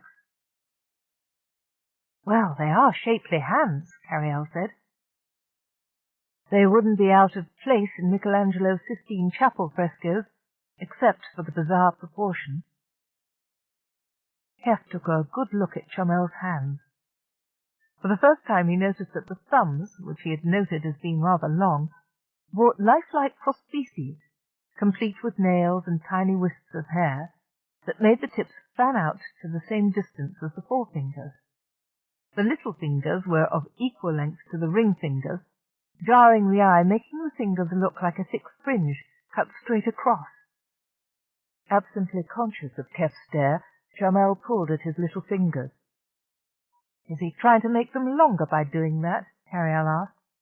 "It's physically impossible, but I suppose telling him that won't make him stop. Superstitions are superstitions." "That's grotesque, Charmel," Keff said, smiling, with what he hoped was an expression of admiration. "Thank you, Keff." The silver Magiman bowed. "Show me how the objects of power work," Keff said, pointing at the table. "I'd welcome a chance to watch without being the target."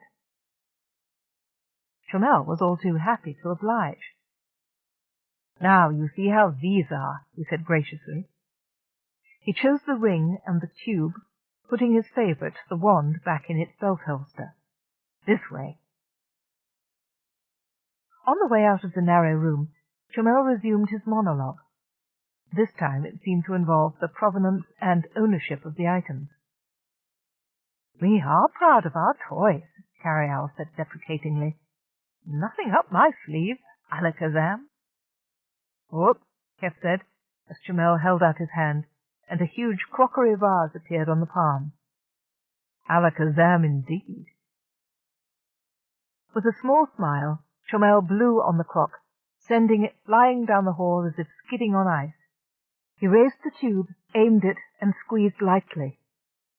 The crock froze in place, then, in delayed reaction, it burst apart into a shower of jet-propelled sand, peppering the walls and the two men. "Marvelous!" Keff said, applauding. He spat out sand. "Bravo! Do it again!" Obligingly, Charmel created a wide ceramic platter. "My mother this belonged to. I do not ever like this," he said. With a twist of his wrist, it followed the crock. Instead of the tube, the silver Magiman operated the ring. With a crack, the platter exploded into fragments. A glass goblet, then a pitcher appeared out of the air. Charmel set them dancing around one another, then fused them into one piece with a dash of scarlet lightning from his wand. They dropped to the ground, spraying fragments of glass everywhere. "And what do you do for an encore?" Keff asked, surveying the hall, now littered with debris. "Humph," Charmel said. He waved the wand, and 3 apron-clad domestics appeared, followed by brooms and pails. Leaving the magical items floating on the air, he clapped his hands together. The servers set hastily to work cleaning up. Charmel folded his arms together with satisfaction and turned a smug face to Keff. "I see. You get all the fun, and they do all the nasty bits," Keff said, nodding. "Bravo, anyway." "I was following the energy build-up during that little Wild West show," Carialle said in Keff's ear. "There is no connection between what Charmel does with his toys, that hum in the floors, and any energy source except a flight response from that random mess in the sky. Geothermal is silent. And before you ask, he hasn't got a generator. Ask him where they get their power from." "Where do your magical talents come from?" Keff asked the silver Magiman. He imitated Potria's spell-casting technique, gathering in armfuls of air and thrusting his hands forward. Charmel ducked to one side. His face paled, and he stared balefully at Keff. "I guess it isn't just sign language," Keff said sheepishly. "Genuine functionalism of symbols. Sorry for the breach in etiquette, old fellow. But could the new ones do that?" He started to make the gesture, but pointedly held back from finishing it. "When they came to Osran?" "Some. Most learned from old ones," Charmel said, not really caring. He flipped the wand into the air. It twirled end over end, then vanished and reappeared in his side-slung holster. Flying? Keff said, imitating the way the silver Magiman's chair swooped and turned. Learned from old ones? Yes. Gave learning to us for giving to them. Incredible, Keff said with a whistle. What I wouldn't give for magic lessons. But where does the power come from? Chomel looked beatific. From the core of Osran, he said, hands raised in a mystical gesture. What is that? Is it a physical thing or a philosophical center? It is the core, Chomel said impatiently, shaking his head at Keff's denseness. The Brawn shrugged. The core is the core, he said. Of course, non sequitur. Chomel, my ship can't move from where it landed. Does the core of Osran have something to do with that? Perhaps. Perhaps. Keff pressed him. I'd really like an answer to that, Chomel. It's sort of important to me, in a strange sort of way, he said, shrugging diffidently. Chomel irritably shook his head and waved his hand. I'll tackle him again later, Carrie, Keff said under his breath. Now is better. What's that sound? Carialle said, interrupting herself. Keff looked around. I didn't hear anything. But Chomel had. Like a hunting dog hearing a horn, he turned his head. Keff felt a rise of static raising the hair on the back of his neck. There it is again, Carialle said. Approximately 50,000 cycles. Now I'm showing serious power fluctuations where you are. What Chomel was doing in the hallway was a spit in the ocean compared with this. Chomel grabbed Keff's arm and made a spiraling gesture upward with one finger. This way, in haste, Chomel said, pushing him through the hallway toward the great room and the landing pad beyond. His hand flew above his head, repeating the spiral over and over. Haste! Haste! Chapter 8. Night had fallen over the mountains. The new arrivals seemed to glow with their own ghostlight as they flew through the purple-dark sky toward Chomel's balcony. Keff, concealed with Chomel behind a curtain in the tall glass door, recognized Ferngal, Nikias, Potria, and some of the lesser Magi-men and Magi-women from that afternoon. There were plenty of new faces, including some in chairs as fancy as Chomel's own. The big chaps in their circle of intimates, no doubt. Wish I had a chance to put on my best bib and tucker, Keff murmured to Carialle. To his host he said, Shouldn't we go out and greet them, Chomel? Hut, Chomel said, hurriedly putting a hand to his lips and raising the wand at his belt in threat to back up his command. Silently, he pantomimed putting one object after another in a row. Untranslatable. I think I understand you, Keff said, interrupting IT's attempt to locate roots for the phrase. Order of precedence. Protocol. You're waiting for everyone to land. Pursing his lips, Chomel nodded curtly and returned to studying the scene. One at a time, like a flock of enormous migratory birds, the chariots queued up beyond the lip of the landing zone. Some jockeyed for better position, then resumed their places as a sharp word came from one of the occupants of the more elaborate chairs. Keff sensed that adherence to protocol was strictly enforced among Magifolk.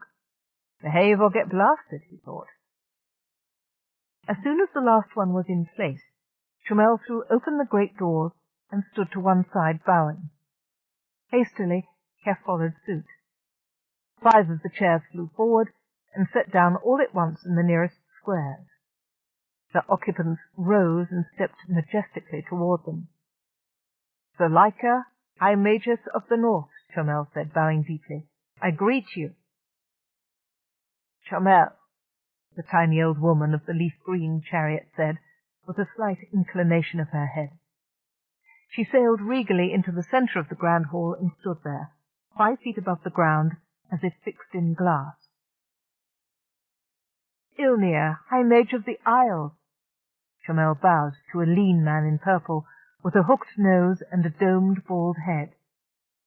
Nokiah started forward, but Chomel held up an apologetic finger. "Ferngal, High Mage of the East, I greet you." Nokiah's face crimsoned in the reflected light from the ballroom. He stepped forward after Ferngal strode past with a smug half-grin on his face. "I had forgotten, Brother Chomel. Forgive my discourtesy." "Forgive mine, High One," Chomel said suavely, holding his hands high and apart. "Ures helped me, but you could never be less than courteous. Be greeted, Nokiah, High Mage of the South." Gravely, the golden Magiman entered and took his place at the south point of the center ring. He was followed by Omri of the West, a flamboyantly handsome man dressed fittingly in peacock blue. Chomel gave him an elaborate salute. With less ceremony and markedly less deference, Chomel greeted the rest of the visiting magi. "He outranks these people," Carialle said in Keff's implant. "He's making it clear they're lucky to get the time of day out of him. I'm not sure where he stands in the society. He's probably not quite of the rank of the first 5, but he's got a lot of power." "And me where he wants us," Keff said in a sour tone. As Nokiah had, a few of the lesser ones were compelled to take an unexpected back seat to some of their fellows. Chomel was firm as he indicated demotions and ignored those who conceded with bad grace. Keff wondered if the order of precedence was liquid and altered frequently. He saw a few exchanges of hot glares and curt gestures, but no one spoke or swung a wand. Potria and Azadal had had time to change clothes and freshen up after their battle. Potria undulated off her pink-gold chariot, swathed in an opaque gown of a cloth so fine it pulsed at wrists and throat with her heartbeat. Her perfume should have been illegal. Azadal, still in dark green, wore several chains and wristlets of hammered and pierced metal that clanked together as he walked. The two elbowed one another as they approached Chomel, striving to be admitted first. Chomel broke the deadlock by bowing over Potria's hand, but waving Azadal through behind her back.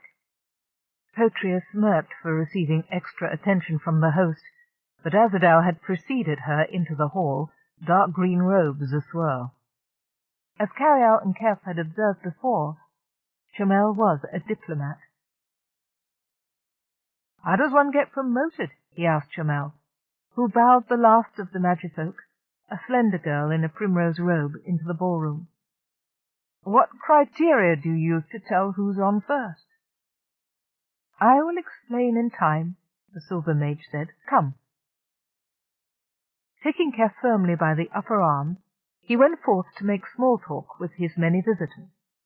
He brought Keff to bow to Zuleika, who began an incomprehensible conversation with Chomel, literally over Keff's head, because the host rose several feet to float on the same level as the lady. Keff stood, staring up at the verbal ping-pong match, wishing the IT was faster at simultaneous translation. He heard his name several times, but caught little of the context. Most of it was in the alternate, alien-flavored dialect, peppered with a few hand gestures. Keff only recognized the signs for help and honor.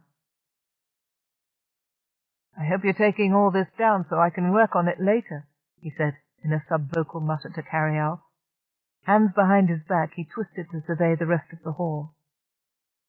"My tongue out," Carialle said. "Why, you certainly brought out the numbers.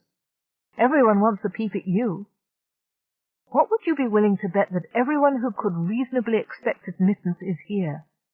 I wonder how many are sitting home trying to think up a good excuse to call." "No bet," Keff said cheerfully. "Oh, look, the decorator's been in." The big room, which had been empty until the guests arrived, was beginning to fill in with appropriate pieces of furniture. 2 rows of sconces bearing burning torches appeared at intervals along the wall. 3 magifolk chatting near the double doors discovered a couch behind them and sat down. Spider-legged chairs chased mages through the room, only to place themselves in a correct and timely manner, for the mages never once looked behind to see if there was something there to be sat on. A seat was assumed. Fat, ferny plants in huge crockery pots grew up around two magi-men who huddled against one wall, talking in furtive undertones. A wing chair nudged the back of the Lyca's knees, while an ottoman insinuated itself lovingly under the old woman's feet. She made herself comfortable, as several of the junior magifolk came to pay their respects. A small table with a round, rimmed top appeared in their midst. Several set down their magical items, initiating an apparent truce for the duration. After kissing Zuleika's hand, Chomel detached himself from the group and steered Keff toward the next of the high magi-men in the room. Engrossed in a conversation, Ilnir barely glanced at Keff, but accorded Chomel a courteous nod as he made an important point using his wrist-thick magic mace for emphasis. A carved pedestal appeared under Ilnir's elbow, and he leaned upon it. Each of the higher magi-men had a number of sycophants, male and female, as escort. Potria, gorgeous in her floating, low-cut peach gown, was among the number surrounding Nikias. Azadar was right beside her. They glared at Chomel, evidently taking personally the slight done to their chief. As Chomel and Keff passed by, they raised their voices with the complaint that they had been wrongly prevented from finishing their contest. Ferngau and Nikias were standing together near the crystal windows beyond their individual circles. The two were exchanging pleasantries with one another, but not really communicating. Keff, boosting the gain of his audio pickup with the pressure of his jaw muscles, actually heard one of them pass a remark about the weather. Chomel stopped equidistant between the two high mages. His hand concealed in a fold of his silver robe, he used sharp pokes to direct Keff to bow first to Ferngau, then Nikias. Keff offered a few polite words to each. IT was working overtime processing the small talk it was picking up, but it gave him the necessary polite phrases slowly enough to recite accurately without resorting to IT's speaker. "I feel like a trained monkey," Keff sub-vocalized. As he straightened up, Carialle got a look at his audience. "That's what they think you are, too. They seem surprised that you can actually speak." Chomel turned him away from his two important guests and tilted his head conspiratorially close. "You see, my young friend, I would have preferred to have you all to myself, but I can't refuse access to the preeminent Magi's when they decide to call at my humble home for an evening.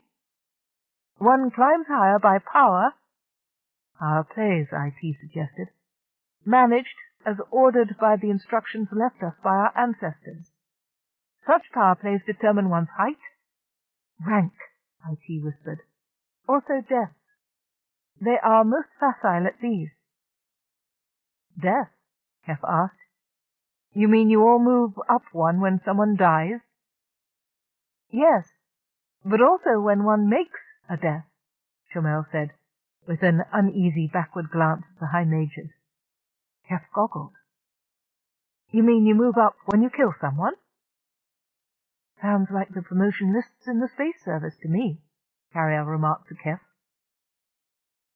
"Ah, but not only that, but through getting more secrets and magical possessions from those and more. But Ferngau of the East has just, discarded." "Disposed of," Carialle supplied. "Mage Clemay in a duel, so he has ascended, over Mage Nikias of the South. I must incorporate the change of status smoothly, though—" His face took on an exaggerated mask of tragedy. "It pains me to see the embarrassment it causes my friend Nikias. We attempt to make all in harmony." Keff thought privately that Chomel didn't look that uncomfortable. He looked like he was enjoying the discomfiture of the mage of the South. "This is a nasty brood. They make a point of scoring off one another," Carialle observed. The only thing that harmonizes around here is the color-coordinated outfits and chariots. Did you notice? Everyone has a totem color. I wonder if they inherit it, earn it, or just choose it. She giggled in Keff's ear. And what happens when someone else has the one you want? Another assassination, I'm sure, Keff said, bowing and smiling to one side, as Ferngau made for Ilnir's group. As the black-clad Magiman's circle drifted off, Nicaeus's minions spread out a little, as if grateful for the breathing room. Keff turned to Potria and gave her his most winning smile, but she looked down her nose at him. "How nice to see you again, my lady," he said, in slow but clear Osran. The lovely bronze woman turned pointedly and looked off in another direction. The puff of gold hair over her right ear obscured her face from him completely. Keff sighed. "No sale," Carialle said. "You might as well have been talking to her chair. Tisk, tisk, tisk, tisk. Your hormones don't have much sense." "Thank you for that cold shower, my lady," Keff said, half to Potria, half to Carialle. "You're a heartless woman, you are." The brain chuckled in his ear. "She's not that different from anyone else here. I've never seen such a bundle of tough babies in my life. Stay on your guard. Don't reveal more about us than you have to. We're vulnerable enough as it is.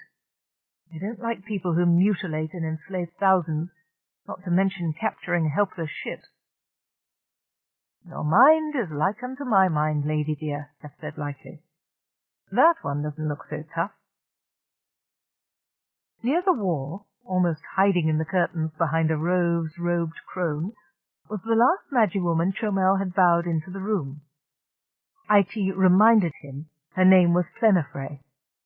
Self-effacing in her simple primrose gown and metallic blue-green shoulder-to-floor sash, her big dark eyes, pointed chin, and broad cheekbones gave her a gamine look. She glanced toward Keff, and immediately turned away. Keff admired her hair, ink-black with rusty highlights, woven into a simple four-strand plait that fell most of the way down her back. "I feel sorry for her," Keff said. "She looks as though she's out of her depth. She's not mean enough." Carialle gave him the raspberry. "You always do fall for the naive look," she said. "That's why it's always so easy to lure you into trouble in myths and legends." "Oh-ho, you've admitted it, lady. Now I'll be on guard against you." "Just you watch it with these people and worry about me later. They're not fish-eating swamp-dwellers like the beasts Flatisant." Keff had time to nod politely to the tall girl before Chomel yanked him away to meet the last of the 5 high Magimen. "I know how she feels, Carrie. I'm not used to dealing with advanced societies that are more complicated and tedious than the one I come from. Give me the half-naked swamp-dwellers every time." "Look at that," Potria said sourly. "My claim, and Chomel is parading it around as if he discovered it." "Mine," Azadao said. "We have not yet settled the question of ownership." "He has a kind face," Plenifre offered in a tiny voice. Potria spun in a storm of pink gold and glared at her. "You are mad. It is not fully Osran, so it is no better than a beast, like the peasants." Remembering her resolution to be bolder, no matter how terrified she felt, Plenifre cleared her throat. "I am sure he is not a mere thing, Potria. He looks a true man." In fact, she found his looks appealing. His twinkling eyes reminded her of happy days, something she hadn't known since long before her father died. If only she could have such a man in her life, it would no longer be lonely. Potria turned away disgusted. "I have been deprived of my rights." "You have? I spoke first." Azadao's eyes glittered. "I was winning," Potria said, lips curled back from gritted white teeth. She flashed a hand signal under Azadao's nose. He backed off, making a sign of protection. Senna watched, wild-eyed. Although she knew they wouldn't dare to rejoin their magical battle in here, neither of them was above a knife in the ribs. Suddenly she felt a wall of force intrude between the combatants. The thought of a possible incident must also have occurred to Nicaeus. Azadal and Potria retreated another handspan apart, continuing to harangue one another. Senna glanced over at the other groups of mages. They were beginning to stare. Nicaeus, having been disgraced once already this evening, would be furious if his underlings embarrassed him in front of the whole assemblage. Azadal was getting louder, his hands flying in the old signs, emphasizing his point. "It is to my honor and the tower, and the beast will come to me." Potria's hands waved just as excitedly. "You have no honor. Your mother was a fur-skin with a dray beast's jaw, and your father was drunk when he took her." At the murderous look in Azadal's eye, Senna warded herself and planted her hand firmly over the belt-buckle beneath the concealing sash. At least she could help prevent the argument from spreading. With an act of will, she cushioned the air around them so no sound escaped past their small circle. That deadened the shouting, but it didn't prevent others from seeing the pantomime the two were throwing at one another. "How dare you!" Zuleika's chair swooped in on the pair, knocking them apart with a blast of force which dispelled Senna's cloud of silence. "You profane the sacred signs in a petty brawl!" "She seeks to take what is rightfully mine," Azadal bellowed. Freed, his voice threatened to shake down the ceiling. "High One, I appeal to you," Potria said, turning to the senior magus. "I challenged for the divine objects, and I claim them as my property." She pointed at Keff. Keff was taken aback. "Just a minute here," he said, starting forward as he recognized the words. "I'm no one's chattel." "Hut!" Zuleika ordered, pointing an irregular hand-sized form at him. Keff ducked, fearing another bolt of scarlet lightning. Chomel pulled him back, and, keeping a hand firmly on his shoulder, offered a placatory word to Potria. "She's not the enchantress I thought she was," Keff said sadly to Carialle. "A regular la belle dame sans merci," Carialle said. "Treat with courtesy at a respectable distance." "Speaking of stating one's rights," Ferngal said as he and the other high magimen moved forward. He folded his long fingers in the air before him and studied them. "May I mention that the objects were found in Clamet's territory, which is now my domain, so I have the prior claim. The tower and the mail are mine." He crushed his palms together deliberately. "But before that they were in my venue," the old woman in red cried out from her place by the window. Her chair lifted high into the air. "I had seen the silver object and the being near my village when first it fell on Osran. I claim precedence over you for the fine, Ferngal." "I am no one's find," Keff said, breaking away from Chomel. "I'm a free man. My ship is my magical object, no one else's." "I'm mine," Carialle crisply reminded him. "I'd better keep you a piece of magical esoterica, lady, or they'll kill me without hesitation over a talking ship with its own brain." La belle dame sans merci raised a shrill outcry. Chomel, eager to keep the peace in his own home, flew to the center of the room and raised his hands. "Mages and magesses and honored guests, the hour is come. Let us dine. We will discuss this situation much more reasonably when we all have had a bite and a sup. Please." He clapped his hands, and a handful of servants appeared, bearing steaming trays. At a wave of their master's hand, they fanned out among the guests, offering tasty-smelling hors d'oeuvres. Keff sniffed appreciatively. "Don't touch," Carialle cautioned him. "You don't know what's in them." "I know," Keff said, "but I'm starved. It's been hours since I had that hot meal." He felt his stomach threatening to rumble and compressed his diaphragm to prevent its being heard. He concentrated on looking politely disinterested. Chomel clapped his hands, and fur-faced musicians strumming oddly shaped instruments suddenly appeared here and there about the room. They passed among the guests, smiling politely. Chomel nodded with satisfaction and signalled again. More noble primitives appeared out of the air, this time with goblets and pitchers of sparkling liquids in jewel colours. A chair hobbled up to Keff and edged its seat sideways towards his legs, as if offering him a chance to sit down. "No thanks," he said, stepping away a pace. The chair, unperturbed, trotted on toward the next person standing next to him. "Look around, Carrie. It's like Merlin's household in The Sword in the Stone. I feel a little drunk on glory, Carrie. We've discovered a race of magicians. This is the pinnacle of our careers. We could retire tomorrow and they'd talk about us until the end of time. Once we get off this rock and go home. I keep telling you, Keff, what they're doing isn't magic.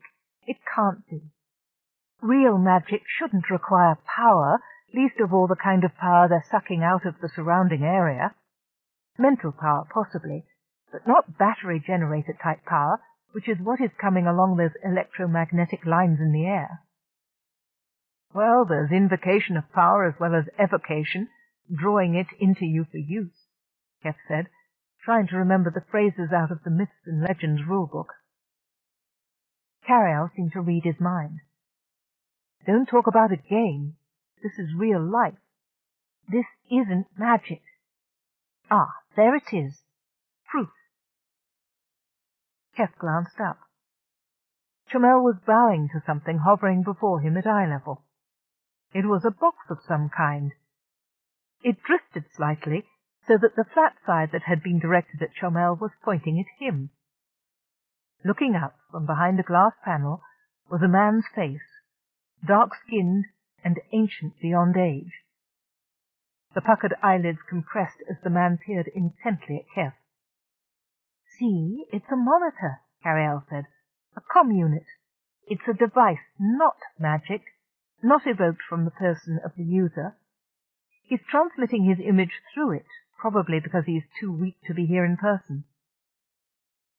"Maybe the box is just a relic from the old days," Keff said, but his grand theory did have a few holes in it. "Look, there's nothing feeding it." "You don't need cable to transmit power, Keff. You know that. Even Chomel isn't magicking the food up himself. He's calling it from somewhere. Probably in the depths of the dungeon there's a host of fuzzy-faced cooks working their heads off, and furry sommeliers decanting wine. I think he's acting like the teleported equivalent of a maitre d'." "All right.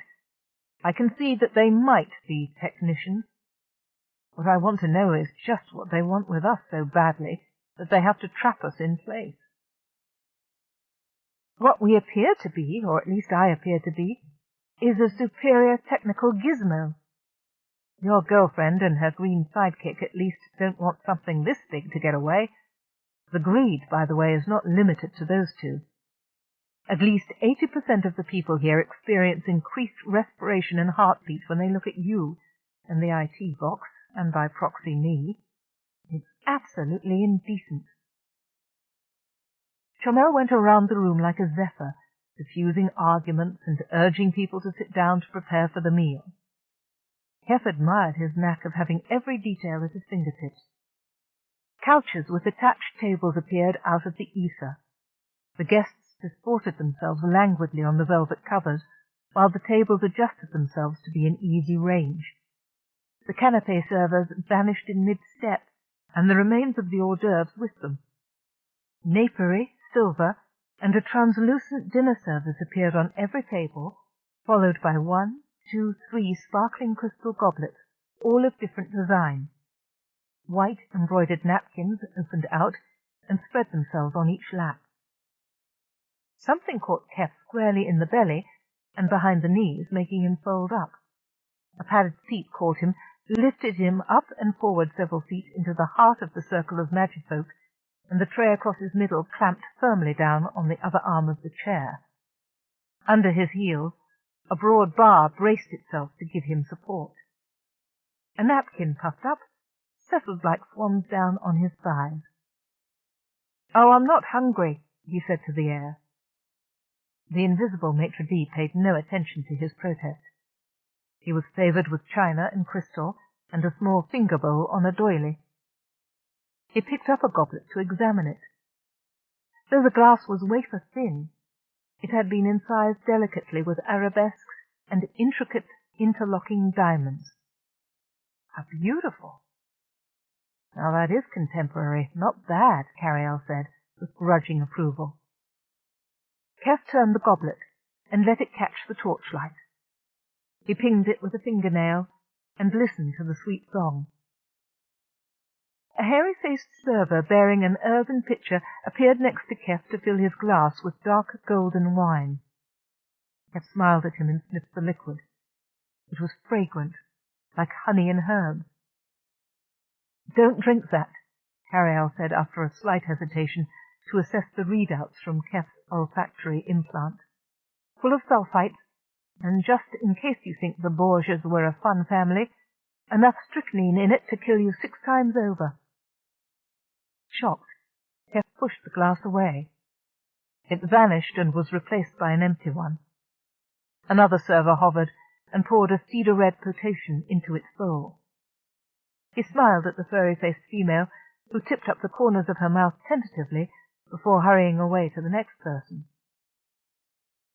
"Who put poison in my wine?" Keff whispered, staring around him. Chamel glanced over at him with a concerned expression. Keff nodded and smiled to show that everything was all right. The silver Magiman nodded back and went on his way from one guest to another. "I don't know," Carialle said. "It wasn't and isn't in the picture, but I wasn't quick enough to follow the burst of energy back to its originator. Seems it isn't an unknown incident, though." All around the room, a noble primitive was appearing beside each mage. Full of curiosity, Keff eyed them. Each bore a different cast of features, some more animal than others, so they were undoubtedly from the Magimen's home provinces. Azadal's servant did look like a six-pack. The pretty girl's servant was hardly mutated at all, except for something about the eyes that suggested felines. Potria didn't look at her pig person, but stiff-armed her goblet toward him. Cautiously, the noble primitive took a sip. Nothing happened to him, but 2 other servants nearby fell over on the floor in fits of internal anguish. They vanished and were replaced by others. Whites showing all around the irises of his eyes, the pig-man handed the goblet back to his mistress and waited, hands clenched for her nod of approval. Other mages, their first drink satisfactory, held their glasses aloft, calling loudly to the wine-servers for refills. "Food tasters! There's more in heaven and on earth than is dreamed of in your philosophy, Horatio," Keff said. "Humph," Carialle said. "That's an understatement. I wish you could see what I do. Those languorous poses are just that, poses. I'm recording everything for your benefit, and it's taking approximately 18% of my total memory capacity to absorb it. I'm not merely monitoring 3 language forms. There is a lot more going on sub rosa. Every one of our magifolk is tensed up so much I don't know how they can swallow. The air is full of power transmissions, odd miniature gravity wells, low-frequency signals, microwaves, you name it." "Can you trace any of it back? What is it all for?" "The low-frequency stuff is easy to read. It's chatter. They're sending private messages to one another, forming conspiracies and so on against, as nearly as I can tell, everyone else in the room. The power signals correspond to dirty tricks like the poison in your wine. As for the microwaves, I can't tell what they're for. The transmission is slightly askew to anything I've dealt with before, and I can't intercept it anyway because I'm not on the receiving end." "Tight point-to-point beam?" "I wish I could transmit something with as little spillover," Carialle admitted. Somebody is very good at what they're doing.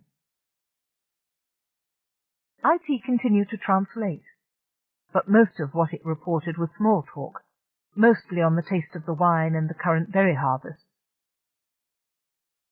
With their chairs bobbing up and down to add emphasis to their discourse, two Magi women were conversing about architecture. A couple of the Magi folk here and there leaned their heads toward one another, as if sharing a confidence, but their lips weren't moving. Keff suspected the same kind of transference that the Magi folk used to control their eye spheres. He looked up, wondering where all the spy eyes had gone. That afternoon on the fields the air had been thick with them. Keff contrasted the soup that appeared in huge silver tureens with the swill that Brunel's people had to eat, and he and Carrie were still not free to leave the planet.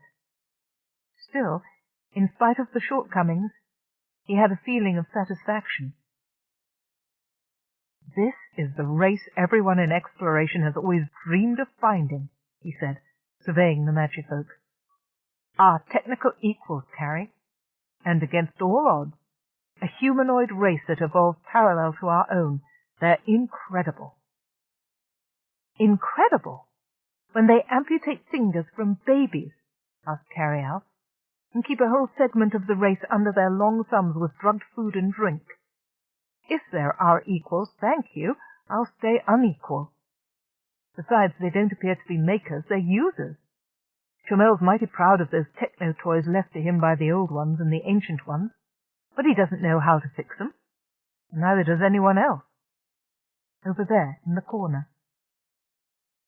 Keff glanced over as Carialle directed. On the floor lay Chomel's jelly jar. He gasped. Does he know he lost it? "He didn't lose it. I saw him drop it there. It doesn't work anymore, so he discarded it. Everybody else has looked at it with burning greed in their eyes, and as soon as they realized it doesn't work anymore, ignored it. They're operators, not engineers.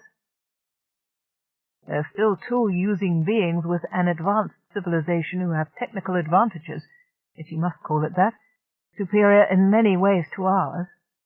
If we can bring them into the central world, I'm sure they'll be able to teach us plenty." "We already know all about corruption, thank you," Carialle said. A servant stepped forward, bowed, and presented the tureen to him.